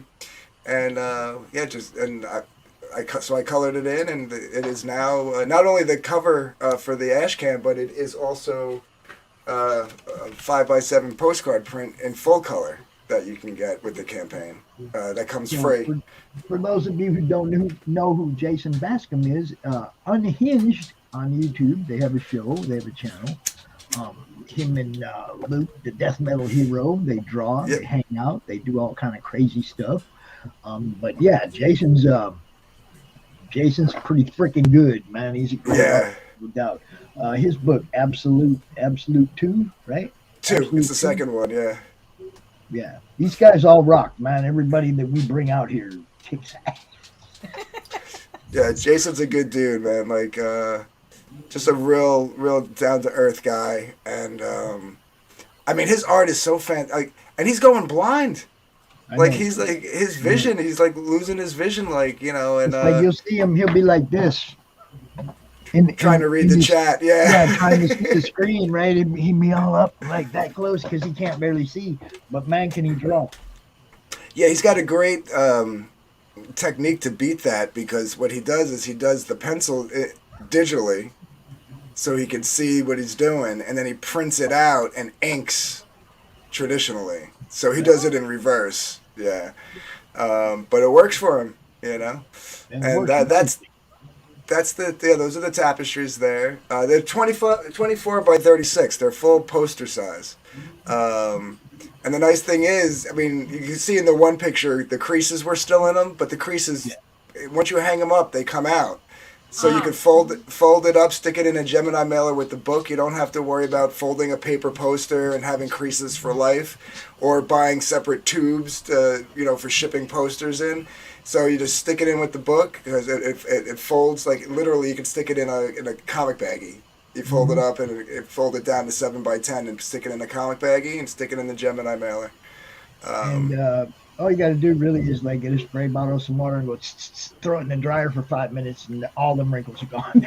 well, no, these you don't want to put in the dryer, but what you can do. I said 5 minutes. I didn't say put it in the dryer for an hour on full heat. Oh, maybe put like no heat, like no heat or something. But you just tumble them when they're wet, and it gets the wrinkles off. Yeah, what you could do also is you take an iron, if you have like a nice iron that has like the steam button, and just go real close to it, like while it's hanging on the wall, and just steam.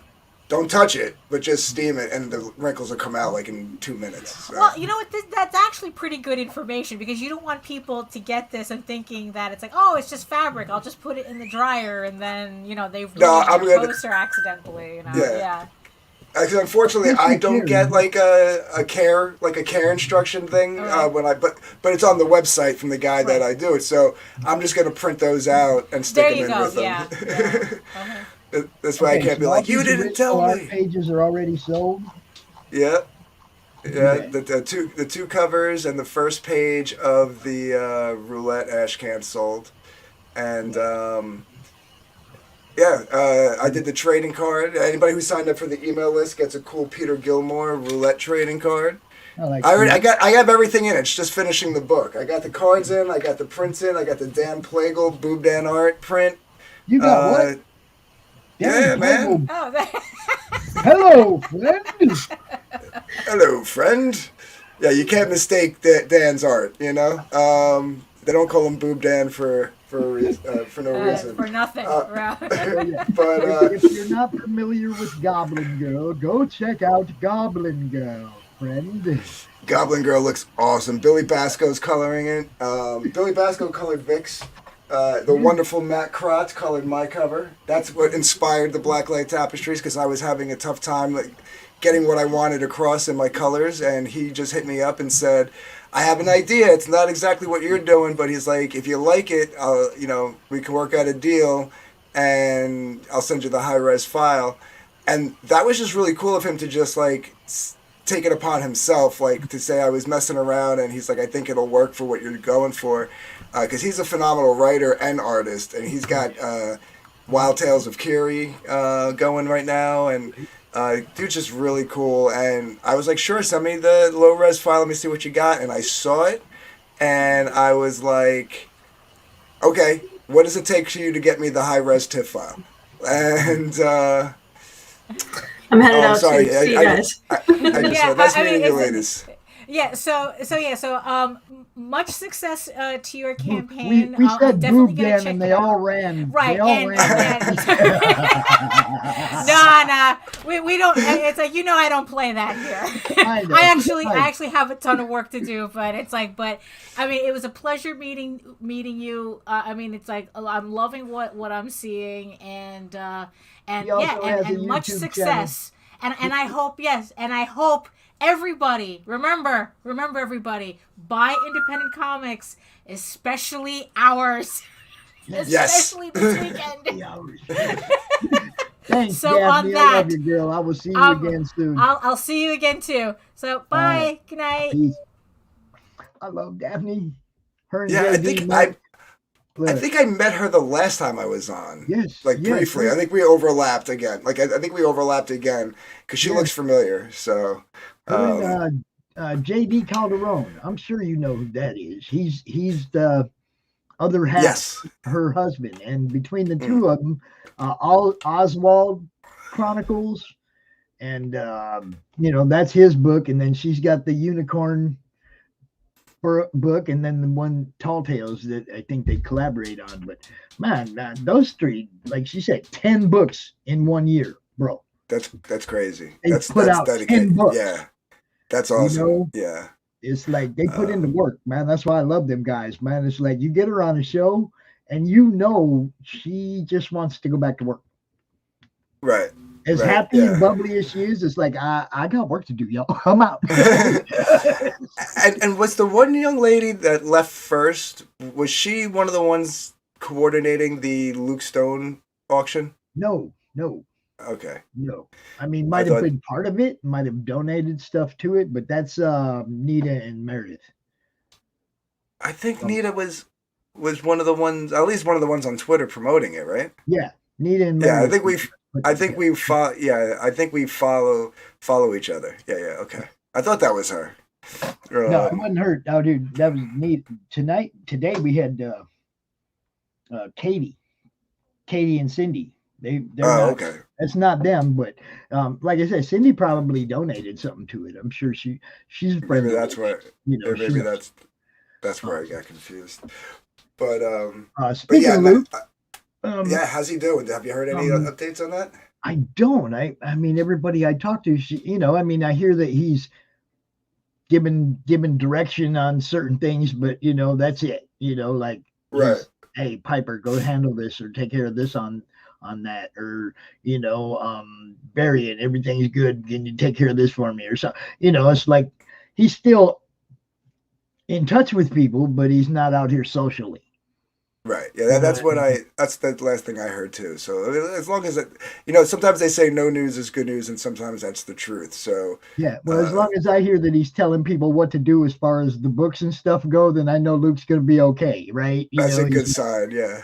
That's the first thing on his mind, is making sure that this stuff gets out and gets done. So where his head's at. He can't wait to get back to work, man.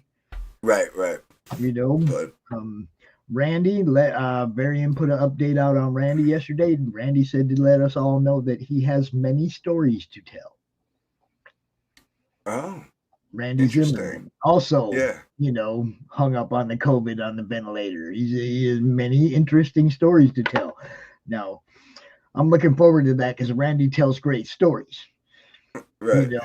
So he has a comic book called Spanx the Monkey. And they actually did a whole issue on Flint, Michigan strip clubs. The do's and don'ts of naughty places and shit like that, right? Right. His mind is amazing. Okay. That's cool. I can't wait to hear about Flint, Michigan hospitals, bro. Yeah. Oh, that sounds funny. That sounds really funny. It's going to be great. I'm looking forward to it. So then you got this, and then you got this other one that you're publishing. Correct. Right. So I'm actually kind of excited about this. It's like, I'm not involved creatively with the book, right.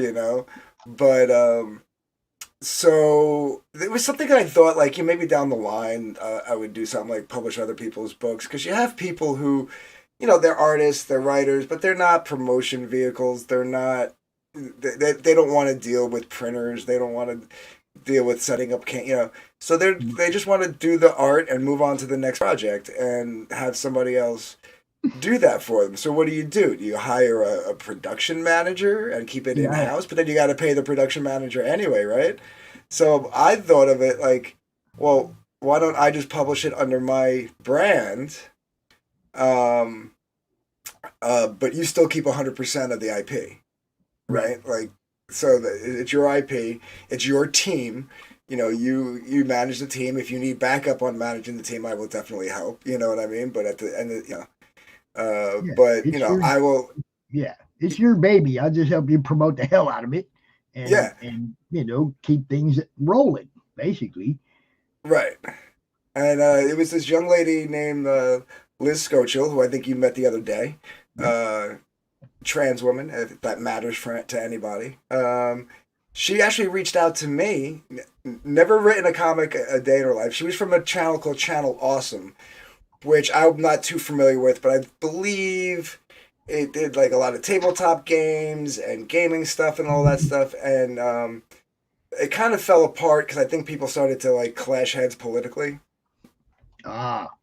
I can't imagine that happening anywhere.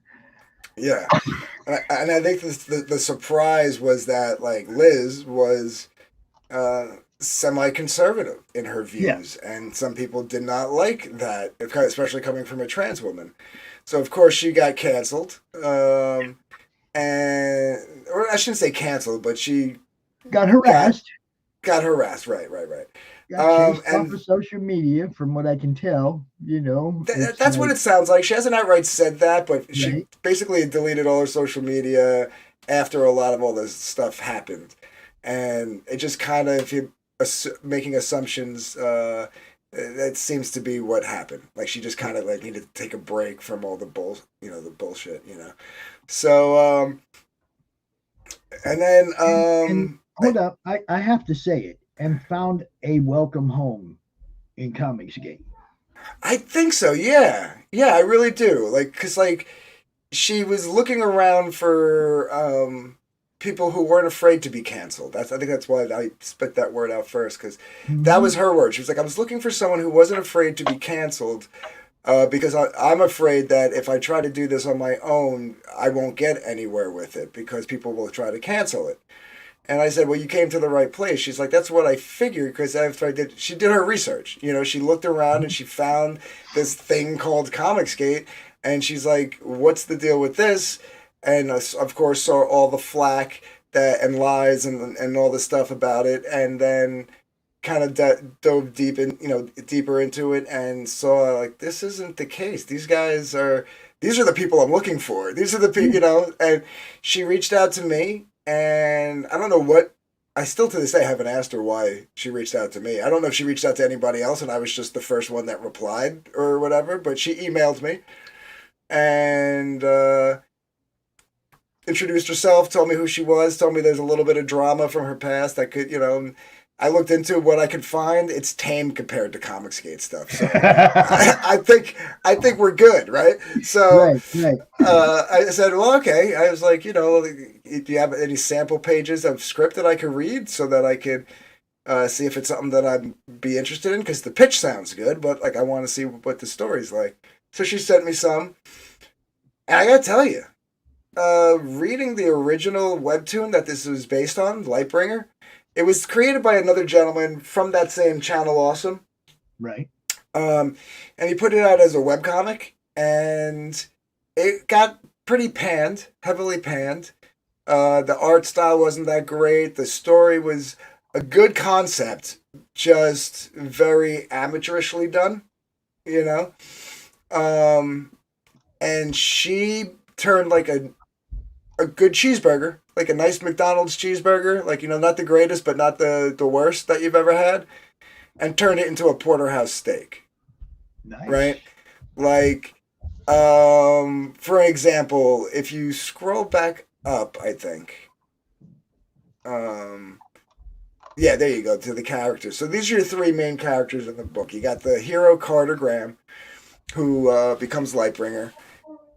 Just your ordinary everyday guy, upbeat, tries to keep a smile on his face type of guy, always helping people out, which you'll see in some of the sample pages. He gives a homeless guy a pack of cigarettes, and people are like, well, it's cigarettes. Well, yeah, but if you're homeless and you want a cigarette and you don't have money to buy cigarettes and someone gives you a pack of cigarettes, that's the best damn gift you got in a long time. You know what I mean?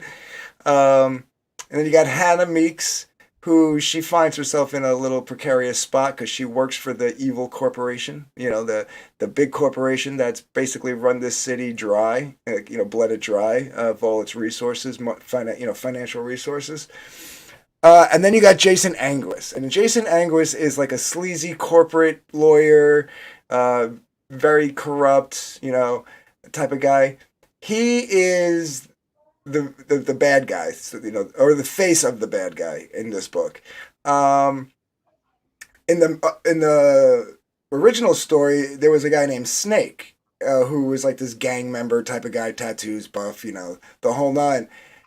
She decided to make Snake this guy, right? But we don't call him Snake. It's just that instead of like him going by the nickname Snake and being a bad guy, this guy oozes. When you think of like a snake, you know what I mean? Like when you know those people, yeah. So she took the name of the character and created a personality around this name from the original story. Like it was just brilliant, And cause the original story had a lot of very common tropes. It was a good it was a good read, I guess, but it was nothing original.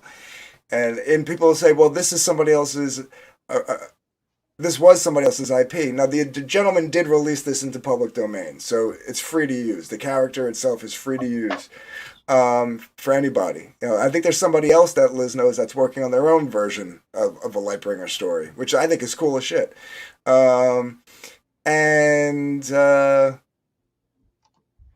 Yeah, so people say, well, is it original that since she's, and then I'm like, yeah, trust me, you would not recognize the the original story and what Vic. Cause I hooked her up with Vic, right? So she needed an artist because when the artist she had found out that she was going to be published by a guy who's in Comicsgate, he dipped. He didn't want nothing to do with it. Now look, y'all, this is part of the problem. It's like, why should a trans woman not be able to get her book published by somebody in Comicsgate? Doesn't that totally kill the narrative that Comicsgate is hateful toward the LGBTQ community? Doesn't that totally? But now the people that are supposed to support that community won't support her because she's dealing with somebody from Comicsgate who supports her. Right. Yeah. It makes no sense to me either. Right. And like you could just even go like look at one of our like I would say bigger promotional channels, Red Valkyrie, right? Yes. Like there's another trans woman, you know? So it boggles my brain, Pops. I've been around Comicsgate for 4 years, so to me, it makes me laugh more than it frustrates me. And you know what I mean? Because like, I'm past the frustration part of it. I'm just like, you guys just do what you want to do, say what you want to say. I'm about to break into MC Hammer. Live how you want to live, play how you want to play. Yeah, so it's just like, it is what it is. But yeah, that's like the whole thing, right? So like, she needed an artist. And I know Vic's a great artist, and I've been friends with him for 4 years now because of Comicsgate. We actually talk on the phone, you know what I mean? Like, I don't hand out my phone number to just anybody willy-nilly. And I know he's literally a full-time artist. That's what he does. Like, he takes on work, and so he's like, you could have him on every CRoM CoN talking about a different book. That's how many projects he's on. You know what I mean? And last night was the first time I actually got to meet Vic, I think. We might have been on the stream together at some point in the past, but it was the first time he was on and I was highlighting what he was doing. Right. Yeah, I think you guys were on one of my Toke Time and Chills together once. Yeah. And we weren't talking about comics then, you know. No, we were just having, you know, that stream is a goof stream. Like, that's like just like a middle of the afternoon, have fun, talk about whatever we want to talk about stream. But, yeah, good guy. And I introduced them. Anthony does have a YouTube channel. Y'all go check it out and subscribe to Darkgift Comics. You know, he's real close to 1,000. He could use the push.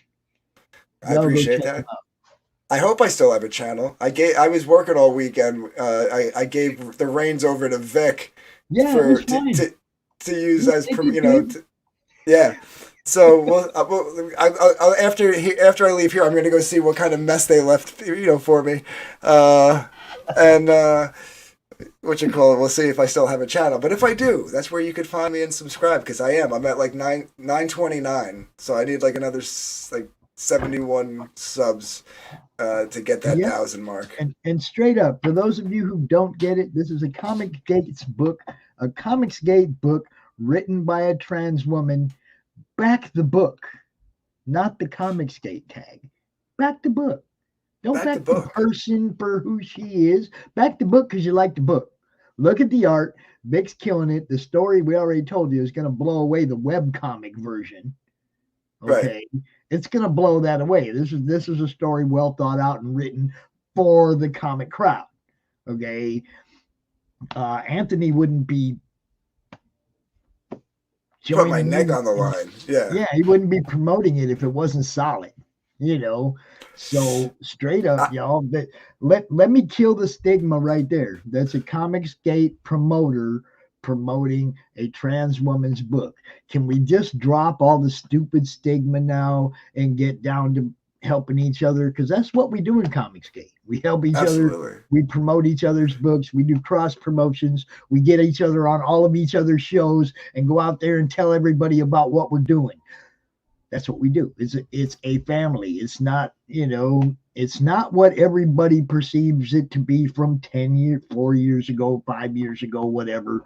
Those people may still be out there bitching at each other for all I know. Yeah. It's funny too because I was on Facebook. You saw I posted a link, promotional link in the Madness group, but I also posted the same link in a few other groups, and one was the Midnight's Edge After Dark. I'm friends with Tom Connors over there, and I'm part. So I was in that group, and I posted it, and one of the people in that group just wrote, I guess because Liz is writing it, wrote, "I hope this comic isn't woke," and I, just joking around, keeping it lighthearted. I was like, "Not on my watch," But that's the perception, right? A trans woman's writing a book; it's got to be woke, right? And like that's the other side of the fight, right? So the whole thing is like if Liz was your friend, and she wrote a book that had some woke shit in it, and approached you to promote it for her, you'd still give her the shout out. She's your friend. Yeah.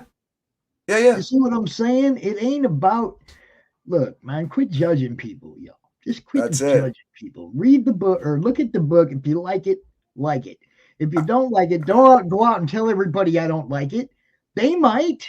The next person might like it. Go out there and say, hey, y'all, check out this book.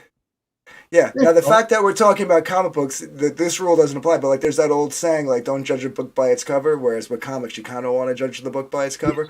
But yeah, don't judge a book by its cover. Just because you have a comic skater doesn't mean we're running around like gay bashing and being racist and misogynistic. And just because a trans woman's writing a book doesn't mean it's going to be woke. You know what I mean? Like. The stereotypes have to go away, man. Yeah. It drives me nuts. But yeah, I am doing the variant cover on this campaign, though. I see it right there on the right corner. It's my contribution artistically to the book. This one? Yeah. So I am there it is. Although I changed it a little bit, so I'm going to put the new graphic up either tonight or tomorrow. I threw some clouds in there. And put some highlights on it and stuff like that. But that the character that you see there in the background, faded out, is the original design from the original story. And you're doing this is like homage to that guy. I like it. Right. Yeah, because they had Vic. I've only seen bits and pieces. Vic came up with a phenomenal redesign on this character. Like, it's not going to look anything near that. So I figured on the variant cover we can we can pay a little homage to the original story, and that's why he's fading out, and we're bringing in the new design, the new look, the new story.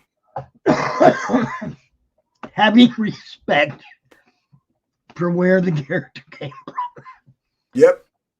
Oh, those comic skate guys, they don't got no respect for nothing. They don't like nothing. They hate everything. They're just a hate group. Yeah, it boggles my brain too, man. That right there just goes, look, although this is what do you call it? Open to anybody to use. I forget what. Public domain. Public domain, yeah. Public domain. That doesn't mean they went, oh, we're just going to go do whatever we want with it. Mess it up and, change the character. Look, the first thing they do is they put a cover on the first book that gives homage to where this idea came from and where, you know what I mean? It's like, that don't sound like people who hate. That sounds like people who respect what came before. Oh, shit. Did I say that out loud? You said the wrong part out loud, Pops. But what you call it? Before, man, that's all. That's really where the whole thing began, right? Yeah, people that's quit it. Respecting what came before him. Some people got mad. Y'all respect what came before. We wouldn't have what we have now if we didn't have what came before. Yeah. Yeah, and like I said, I'm excited because number one, it's the first book that I'm publishing for somebody else, and I hope to make it a regular. I actually had a couple of other people ask me to do the same thing for them in the near future. So I'm looking forward to that, and yeah, man, I'm just pretty pumped, and for this to be the first book to be done, I think is awesome. It just landed in my lap, so to speak, We still have our Black Friday deals going. I think we're gonna just keep them going to Cyber Monday and then pull them down. I think that's the plan. So.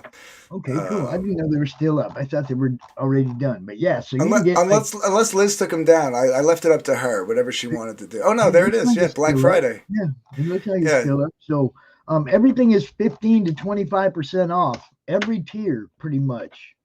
Just the three main ones. So the featured one there, it usually goes for 130. Oh, that's just what Indiegogo does. But the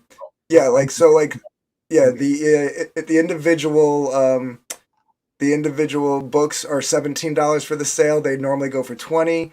And I think I did one other one. I can't remember. But so they're still up there. So you're getting about 15 on the Black Friday ones. When you see a tier that says Black Friday, you're getting a 15% discount off the normal price. Okay. So. Yeah, because both covers are going for 34, and it usually goes for 40. Yeah, so.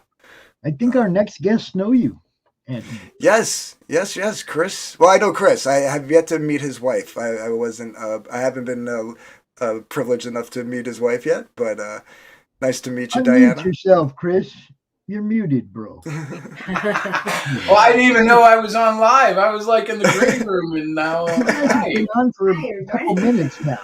I brought you in when you said Anthony. I was like, okay, they're paying attention. I'll bring him in. Right?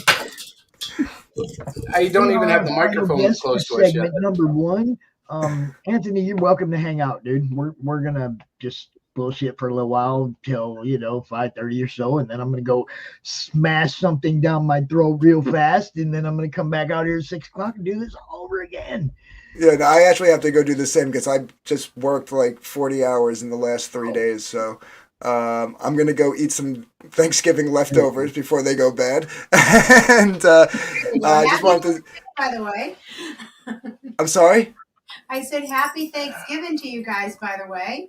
Oh, yes. I hope everybody had a great Thanksgiving. Chris, good seeing you, brother. Diana, nice meeting you. And I'm looking forward to, is the second Cluster Fudge still going? Is that what you guys are going to talk about now? Actually, no. We're on to the Great Cyclopean number 3, and Cluster Fudge 3 is in production. Oh, so did I miss Cluster Fudge 2? You might have, but don't worry. There's going to be a 3. It's going to okay. Well, it's in demand It's too. in demand on Indiegogo. Yeah. Okay, good. I'm gonna jump on that before you guys pull it down, because like I said to you in the was it one of the tweets, or maybe I just said it in the Comicsgate News when I was featuring the book. I was like, your art in the first one is great, but from what I saw in the campaign, dude, you stepped it up. So I don't know if you purposely stepped it up or that was just a natural step up, but. It just keeps growing, dude. Like, when do you see issue 3? I'm blowing my mind. I'm like, I don't know. I'm kind of religious, so I'm like, thank you, God. I don't know what I'm doing, but. Nah, dude, awesome work, man. Anthony, you do know that this is Chris's work, right? I did not know that. That's freaking amazing, man. Yeah. That's Chris. Let's see, he did this shirt right here. Oh, that's awesome, dude. It's really cooler though, because there's real covers in the background on the shirt. This actually has like Lady Death and a bunch of different covers up behind it. Cluster Fudge 2. Was it Mutter? I think Alice should be in there, if I'm not mistaken. It might be there somewhere on the edge. Which one? But I put up a collage of all the comics that were around us at the time. See, wow. He's like sitting on his throne and he's got a wall of comics behind him. It's kind of like Pop's, right? Yeah, look at Pop's background. That's what inspired it. Yeah. Beautiful, man. Beautiful. Yeah, man. I love it, dude. It's like Chris is amazingly talented. I don't think people realize just how good Chris is.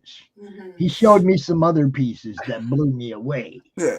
Well, yeah, like I'll give you a quick, without getting into all the stupid stuff. Me and Chris have known each other, 4 years now.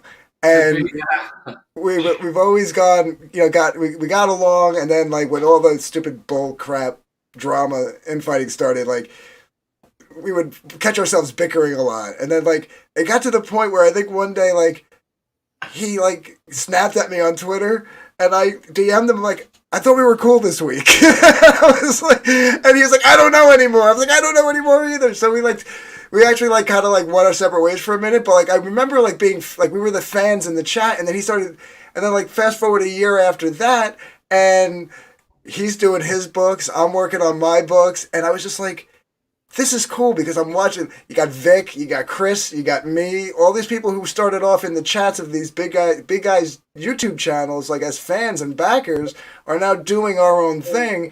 And I had to go look at it, and I saw Cluster Fudge, and then I saw him shave his head for it. And the one thing me and Chris always had in common was, I mean, I had to cut mine for work, which was bad enough, but I had hair longer than Chris's longer than yours, Pops, back in the day. And we have a love for rock and metal music. And like, that's like, I know what that meant. I know when he had to shave his head, I know what that meant. And I was like, this man is committed. And I went and I backed it. And look at that pretty boy right there. Look at that. Dude, you look like a really badass Sonny Bono in that picture. That's that's the second time I heard Sonny this week. I always get Doug Hennig. Yeah. You kind of look like someone who belongs in the band Kansas. I can see you doing Death to the Wind with that. Hold up. I will tell you. Check it out. The lead singer of Three Dog Night. Yeah. Oh, yes. There you go. Okay, that's the one I used to hear all the time. You look like Chuck, dude. And I'd be like, so guys, Chuck, and we don't look nothing alike, right? And I'm like, Chuck who? And they'd be like, Chuck, that dude that sings for Three Dog Night, Bulldog song, that guy. I'm like, oh, get the fuck out of here. But Anthony, for the record, you've always been loved in this house. The hardest part about you, though, is getting over the Dark Gift, because I kept wanting to call you Dark Grift. I have Vicky to blame for that. This year I finally got rid of it. I what you call it? I have Vicky to thank for that for back in the day, and it wound up becoming a meme. I actually owned it for a long time. I had like on StreamYards here, I had Darkgift Comics for the longest time because people were just saying it. Like people would just naturally say it, I guess. So, but I'm gonna let you guys have your time. I'm gonna go eat some food. It was great seeing you, man, and I'll be listening and watching. And because I want to hear what's going on with Cyclopean 3 and Cluster Fudge 3. So you guys have a great night. Thanks, Pops. We will be on a separate stream starting at 6 o'clock. The Facebook cutoff thing. We'll be starting a new stream at 6. So just so you know. Yeah, I saw it. Thank you. I didn't see it. Thank you. Now I know. Yeah, each day you got to do 2 segments because otherwise Facebook will cut you off at 8 hours. Yep. That's true. Because when I first tried doing not everybody knows that, though, right? No, that's why I tell people. It's like that's why I do 2 segments. But I mean, like, not too many people do 16-hour streams. No, you're right. Not too many people do. There are a few. That's okay. So, I ain't talked to you guys in about a week. How you doing? We're okay. It's been a slow week. We haven't done any promoting. So you're kind of launching our promotion week. What else is new? Yeah, so the Great Cyclopean #3 is at $63, 13% funded. Send me the link in the private chat so I can get it up out here. We got to be looking at it, y'all. Come on. Yeah, I have it right here too. But I let Diana take over the, what do you call it, the Twitter account? The Hero Shack Twitter, the business account, because he was being a little too political for my opinion. And I said to him, let me have it. And honestly, guys, I'm the worst at tweeting. I'm so bad. But I work really well under pressure. And well, what I said to her was, we've been on for almost 2 weeks. And usually, even with just the Twitter account, we're up around $150 to $200. I said, we're kind of missing out on some promotion because you have the Twitter account and you're not posting as much. So we're going to compensate. Not posting it in the madness neither. I'm not posting it anywhere. I didn't know it was live, man. I'd have had you out for a launch party and all that shit. Come on.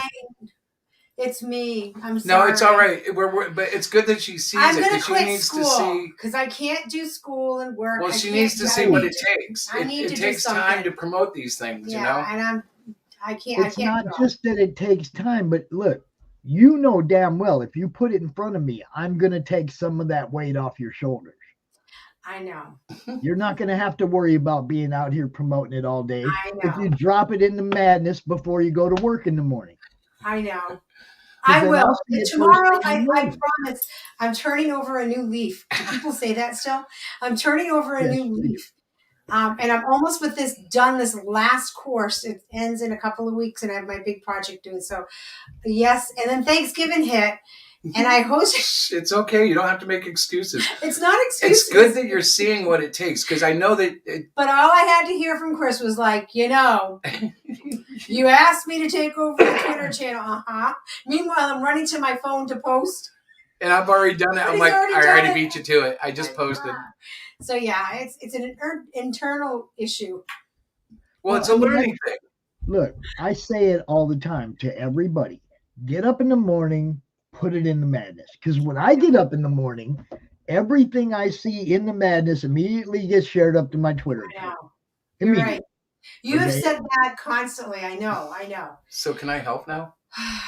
I mean, I need everybody to do that though, because then I can do my job. I can make sure everybody sees your thing at least once a day, no matter what platform I'm sharing it to, I even started like the Instagram thing a little bit. I've just been doing the actual show promotions, but once I can work it into a schedule that works, I'll be, you can't link there, but I can still put your banners up there.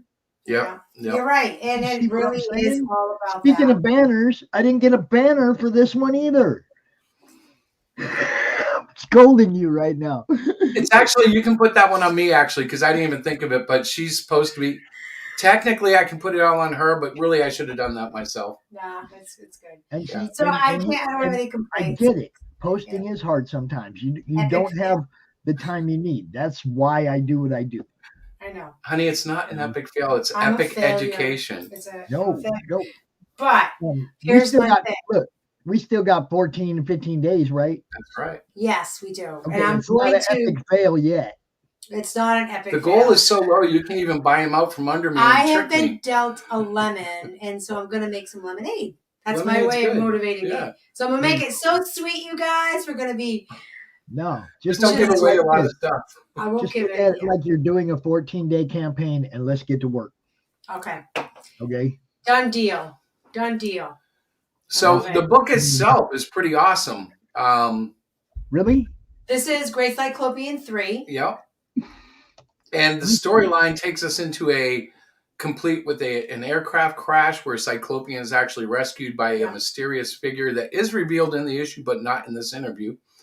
So there's a little perk to buy it. And Queen Sting, who is our current villain, has emerged and is bringing forth the B Knight. And they're going to try to basically take over. The B Knight, like not the letter B, like the B Knight. The B Knight, yeah. Okay. Just we're clarifying that. It's a B who's a knight. But it's okay if you get confused, because he is a B-rate supervillain. He is, after all, Queen Sting. That's him on the cover there. He's Queen Sting's, herald. He's like a minion. Mm-hmm. But he's a tough minion, and we're going to get to see him start the fight, which will go into issue 4. Yes, sir. Shall we play this and see what kind of magic you came up with? Oh, go with it. I'm not even sure what it is. Go ahead. It might be elevator music or rock and roll music of a 9 Inch Nails variety. Well, I've been real happy with most of what you do with your trailers up to date. So let's show everybody what we got here. All right. All right, let's do this. I don't know. It could be the elevator one. Dear God, Chris, what am I going to do with you? Rock and roll one.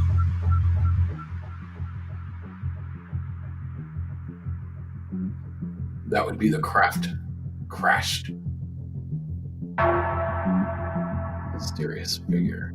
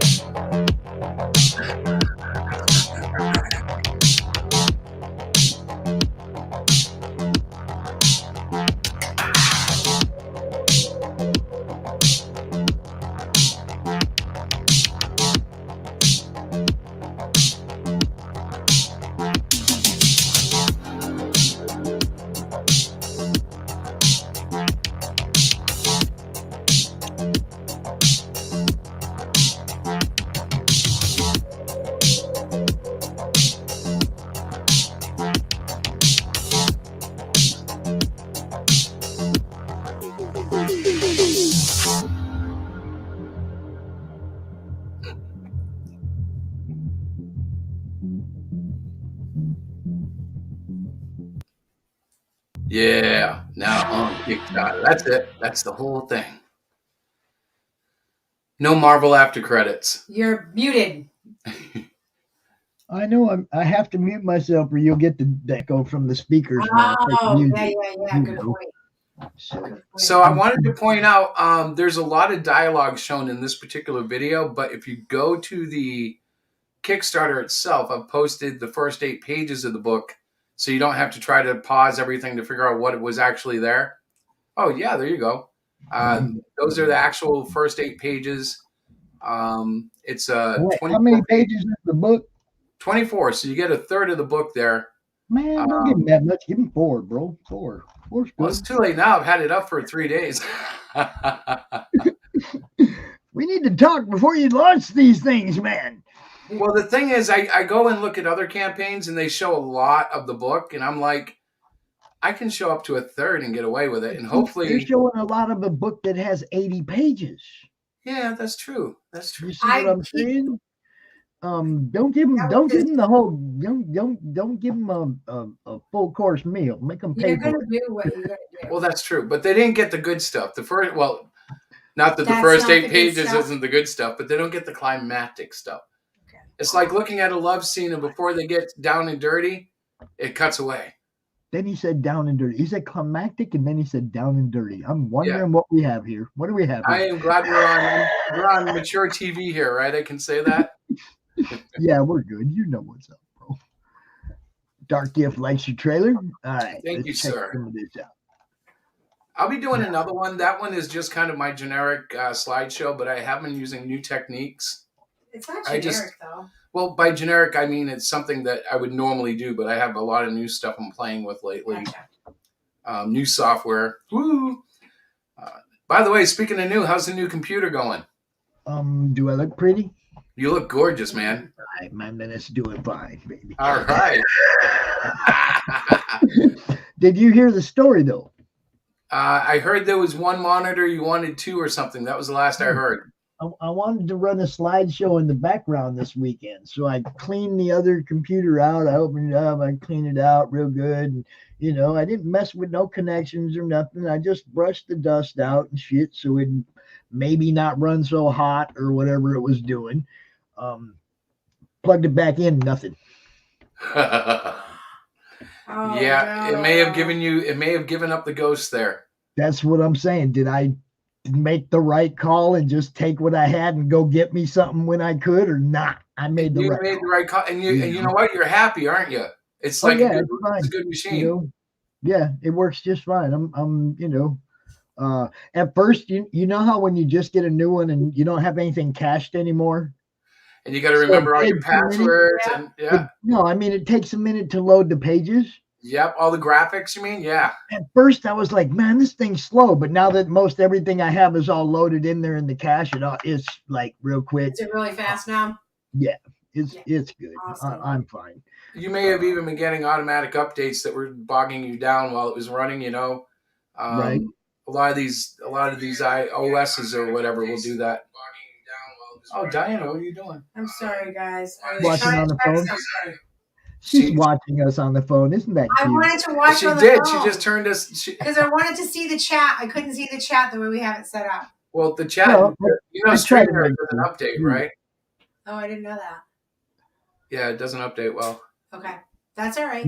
Steven, most of these people that are doing trailers either go to somebody who does trailers and uses the YouTube friendly music, or out of the audio library, or they make their own music for it so they don't run into those kind of issues. Right. I've been using YouTube audio library like you just mentioned. Yeah. And I do have because I'm on all Mac systems, I have of course GarageBand, which makes it as easy as pie to write something. You can even take samples of instruments and create melodies and stuff, but you can take it all the way down note for note too. Yeah, James, we were just talking about this. This is 24 pages, and it's a full color comic. Print quality. I believe this is about 60-pound paper. Yeah. Beautiful stuff. This there is it actually is. issue 2. There's Cyclopean 2. Yeah. Yeah. Full color, whoop. Two-sided, of course. Of course, we did just do a coloring book, which is one-sided. But that's because I wanted the stuff to be able to be colored on without bleeding through artwork. But the quality, on the other side. I think the quality of the book is comparable to the $25 book. And we do have a couple of books that we have. Well, I think it's definitely high quality. It's a glossy cover, a matte finish on the inside, but not too matty. I mean, it looks like a comic book. I wish there were other people here that have this, so they could. I don't know if there's anybody watching that has. No, I did not get one. Perfect bound. You guys did like way too much for me in other ways. You don't have to send me the books. Man, we love something like that T-shirt was a bigger deal to us than the other stuff, if you know what I'm saying. Dude, I was so happy to see I wore it you. yesterday. I don't know if you were watching, but I was wearing it yesterday. Were you? This one was hanging up over here. Yeah.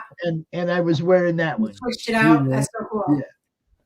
I think that's awesome, man. And, it's only going to grow your collection because other people are going to want to start doing that too. It's fun. I have a merch store now. Cool. What's that? I have a merch store now. Yes, you do. I saw that. I have got to check it out. I haven't checked it out yet. I am not a beggar anymore. Yeah. I get to say, come buy something from me, help me keep my channel going, help me keep the bills paid, and get something in return, right? Yep. You get something in return. Come buy a coffee cup, or there's the thing on the scroller right there, but come buy a coffee cup or a hoodie. There you go. Or a hat. I mean, what's under your tree, y'all? So I gotta ask because I feel stupid. What is Mottos? It's Chris Hicks Shopify store. Gotcha. Okay. So it's the name of the service. That's the link right there. Mottos t-shirts. It's at my Shopify, but it's like his store. He has other people's stuff represented there too. Very nice. Okay. You probably talk to him about selling, setting it up to sell your stuff too. I see what you're saying. Yeah, no, that's very cool. I didn't know what it meant. Now I know.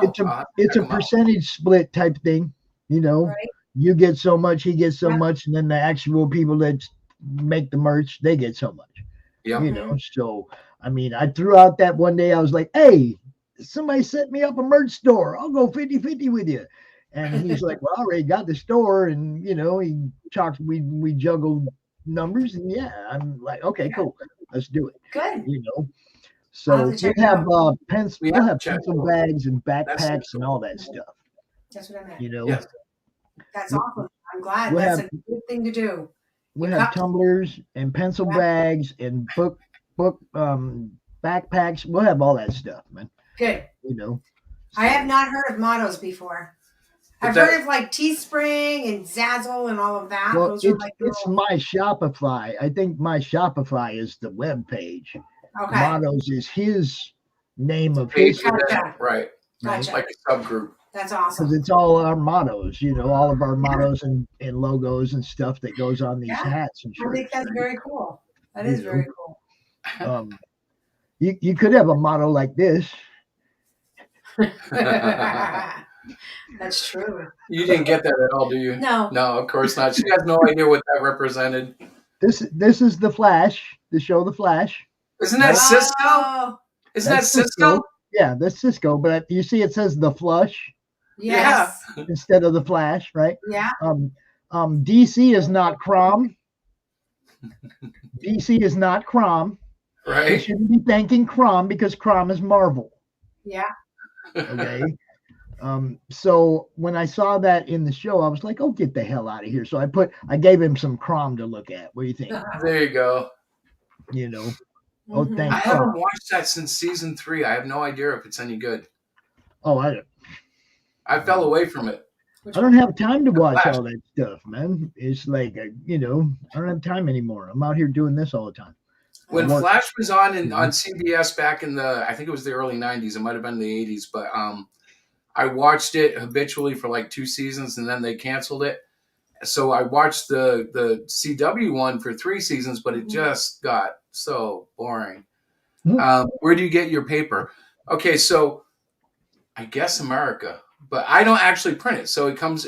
I don't know. We don't print it. Your We printer? Like I don't know. Who's I don't know your the source of the paper. Our printer, we go through KDP, Amazon. Yep. We have at this point, we're using a direct printing method.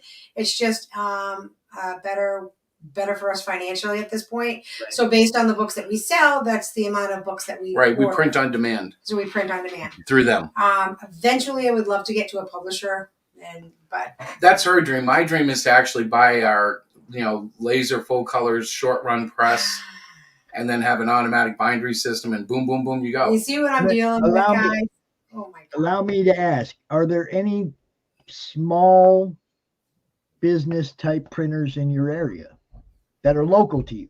No, not that are quality. We have one, okay, Highland. So we went to one. And I ordered business cards. They were 3 colors. They were fully separated in Adobe Illustrator with trim or bleed or trapping, however you want to reference it.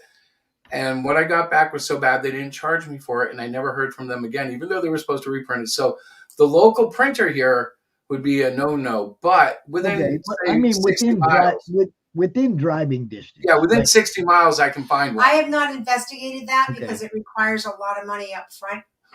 Well, this that's is why the you do a reason. crowdfunder. Well, this is the reason I'm pointing this out. If you get to go look at the product during the process, you get to go watch how they're doing it. You get to know these people, and then when you take off and you're printing thousands of books, right?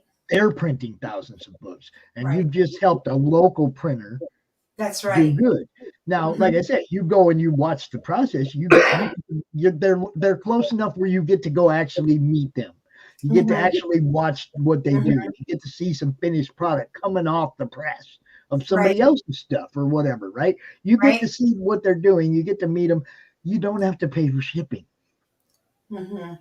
That's true. You can pick up your whole print run and take it home today. And if there's a problem with it, you don't even take it home. You say, yo, you got to fix this. You see what I'm saying? I do. I'm encouraging, because of the crap that Mixum is doing and because of some of, I'm going to encourage some people. Look, check your local first. Check the people around you first. If you can find somebody that does quality work without you having to pay for shipping and you get to actually see the process, what can be better? Yeah, no, One thing better, our own press.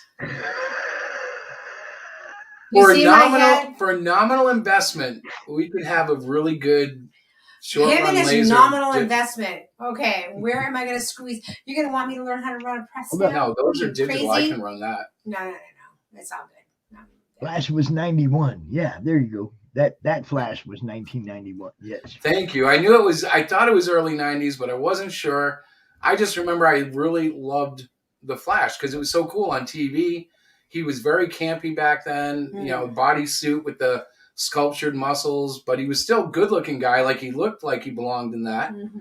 The new Flash is kind of like a stringy Flash, but that works too. I was down for both Flashes. Yeah, so what you're seeing there is actually the scene that leads to his craft crashing.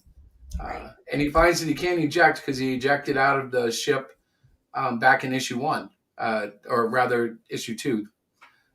So the ejection mechanism has already been shot for this trip. So he's actually trapped inside his ship. And at the bottom there, he's pondering about whether or not he should punch his way out of it, which could make it worse. He's aware at supersonic speeds. If he does that, that could really mess up everything. So he's in a little bit of a conundrum. Yeah.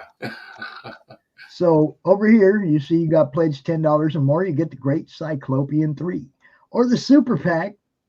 The Super Pack, which is Great Cyclopean, all 3 issues, 1, 2, and 3. It's the awesome journey through it all. Now, way up here, we got these as add-ons. You can get yes, awesome shirts. Look, y'all. Now, I'm sorry I didn't know you dropped this 10 days ago. Hey, before you go on, let me say, those are custom shirts. And in that, I mean, they're larger than what you'll find at a Teespring or whatever. We actually have, These are We nice. can make any. We can Well, we do can any make 15 size. by 15, which means we're really limited to 11 by 15, but that's bigger than your standard shirt. Right. And I know You're that talking about because the image, correct? Yes, Not the actual shirt right. size. I know that because we actually bought a press for that. That was one press she did let me buy. Yeah, I did. So we made her. Yeah. You're 1 for 1. Yeah. Put while you're at it. I think I'm swinging out on the digital press, so we can say 1 for 2. Yeah, all right. Man, yeah, okay, so check it out, you guys. This on the replay, if you're watching this on the replay, it's got 19 days left. We definitely got to get this one up into the funding zone. It ain't that far. Get it to 500. These guys do fulfill. They fulfilled over and over and over again. Okay. Yeah. Everybody who's bought a book from them has that book. And 500. So people have asked me why so low, but it's just so that I can meet that goal and get the books out. Yeah. Right. If you find we're at 500 at some point and you want to still back, please do. We don't have our limit isn't 500. That's just that's our baseline. We need to get to 500 to get these fantastic books in your hands. So 500 is really not a lot, and that's why we keep it low, because obviously we hope that it'll go over 500 because we're into building readership now. We know that we have a quality book. We know we have a great storyline.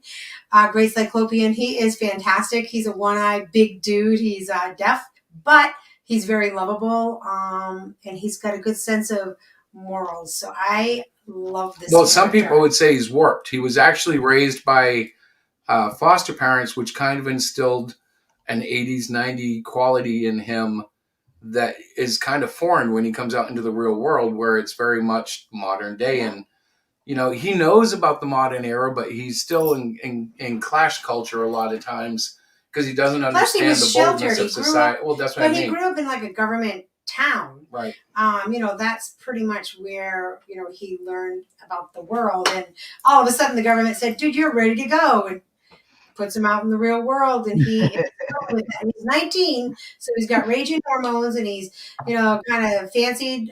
His doctor, he's a little bit fancy on her. So he's trying to wrestle with that. So it's a good story. I mean, it really is a good story. But I'm biased, I guess, in saying that. Well, and you can't say too much. That's the hard thing. How do you sell a story? Now, in a couple of months here, when we get another 2 or 3 issues under our belt, then we can start talking about what was going on. But to tell you about issue 1 and 2 basically just sets up 3, we told the origin story. Then he went off and fought a squid. And on the way back, he gets into a aircraft crash because of something Queen Sting does to the whole nation. The new villain on the scene. Right. She's very hot. Cool. Is she hot? I think she's hot, yeah. I'm just saying. Are you getting hungry yet, Pop? I think it's almost 5:30. I can see your lips getting all like, food. Yeah. No, actually, I got like 20 minutes before the next segment starts. So and, let's, Yeah. So why don't I turn into a viewer and see tomorrow you afternoon? What are you doing tomorrow afternoon, Chris? Probably visiting you at some point. I am working till We'll have to visit you at some point. I was going to say tomorrow afternoon, I don't think I have too much scheduled for the Madness show. If you want to come out and go into a little more detail, we can do that. All right, brother. Yeah, well, I work until 4, so I could try to get a hold of you after 4. Yeah. 5. And I'm not available till 6:30 to 7. That's all right. I'm going rogue on you. By the way, I didn't fire her on Twitter. Our Hero Shack account says she was fired again. That was not me. I didn't even get a chance to fire her that time. So I noticed you're not Twitter. I didn't say you're fired. I'm going to take it over again. That's being fired. You're taking it from me. No, honey, that's not being fired. Whatever. Pops is hungry and he's got a show to do. So let's see. There you go. Steven said that's why he's keeping a tight lip on things with his. He doesn't want to give anything away that would ruin the story. Yes. But, and at the same time, you don't want to give somebody else an idea that they just go out and write your story. Let them know a little bit what the story is about. Well, eventually it gets big enough where people won't rip it off because they go, oh, no. Yeah, no, go rogue. Go rogue. Yeah, I'm going rogue. He is. So it'll be just Chris. Thankfully, right? All right, yeah, man. If you want to come out tomorrow at 5 o'clock, man, just let me know. All right, I'll come check you out. I'm gonna have the girls gonna be down here doing a review of the hit sensation comic Agents of which was done by Michael Gonzalez's daughter. Nice. She's 9 years old. All This right. is book 1 and book 2, and my granddaughters read them, and one likes book 1 and one likes book 2, so they're going to do reviews of the ones they like the most. I love it. That's So awesome. tomorrow, 4 p.m. Eastern, we're going to be here with the Munchkins doing Munchkin reviews. Nice. I like the concept. I can't wait to see it. Munchkin Madness reviews tomorrow. There you go. That's perfect. It sounds good. Mm-hmm. All right. All right, so go eat, man, and I'll see you tomorrow. Yeah, definitely. You guys go check out Hero Shack on Twitter. Go check out the book, Great Cyclopean 3. Cluster Fudge 2 is still in demand. You can get that one. You guys know what's up, man. We bring it to you. Go back it. That's all I can say. You know, Chris and Diane, as always. Thank you, Thank you, sir. Have a good night. We'll talk to you later. All right. I only got one commercial to play. Yay. Only one. It's our outro. I played everything else earlier. Here you go. Say bye, everybody. Bye. Hey, yo, Pops here. Are you looking to be on Monday Madness?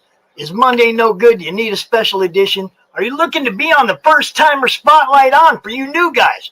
Launch parties, countdowns, CRoM CoN monthly. We got it all right here at the Madness Comic Network, providing online promotional services for the indie comic community and proud sponsor of Comic Books for Kids provides comic books to kids in hospitals and cancer centers across the U.S. It's a place where we can all work together to make sure every child has a comic book. 100% of all proceeds go towards the kids. It's about making a difference, and while they're in the hospital, allowing them to fly like a superhero, battle dragons, or rescue teddy bears. We are in every state in the country and now support over 160 hospitals. Every month, we add more. Visit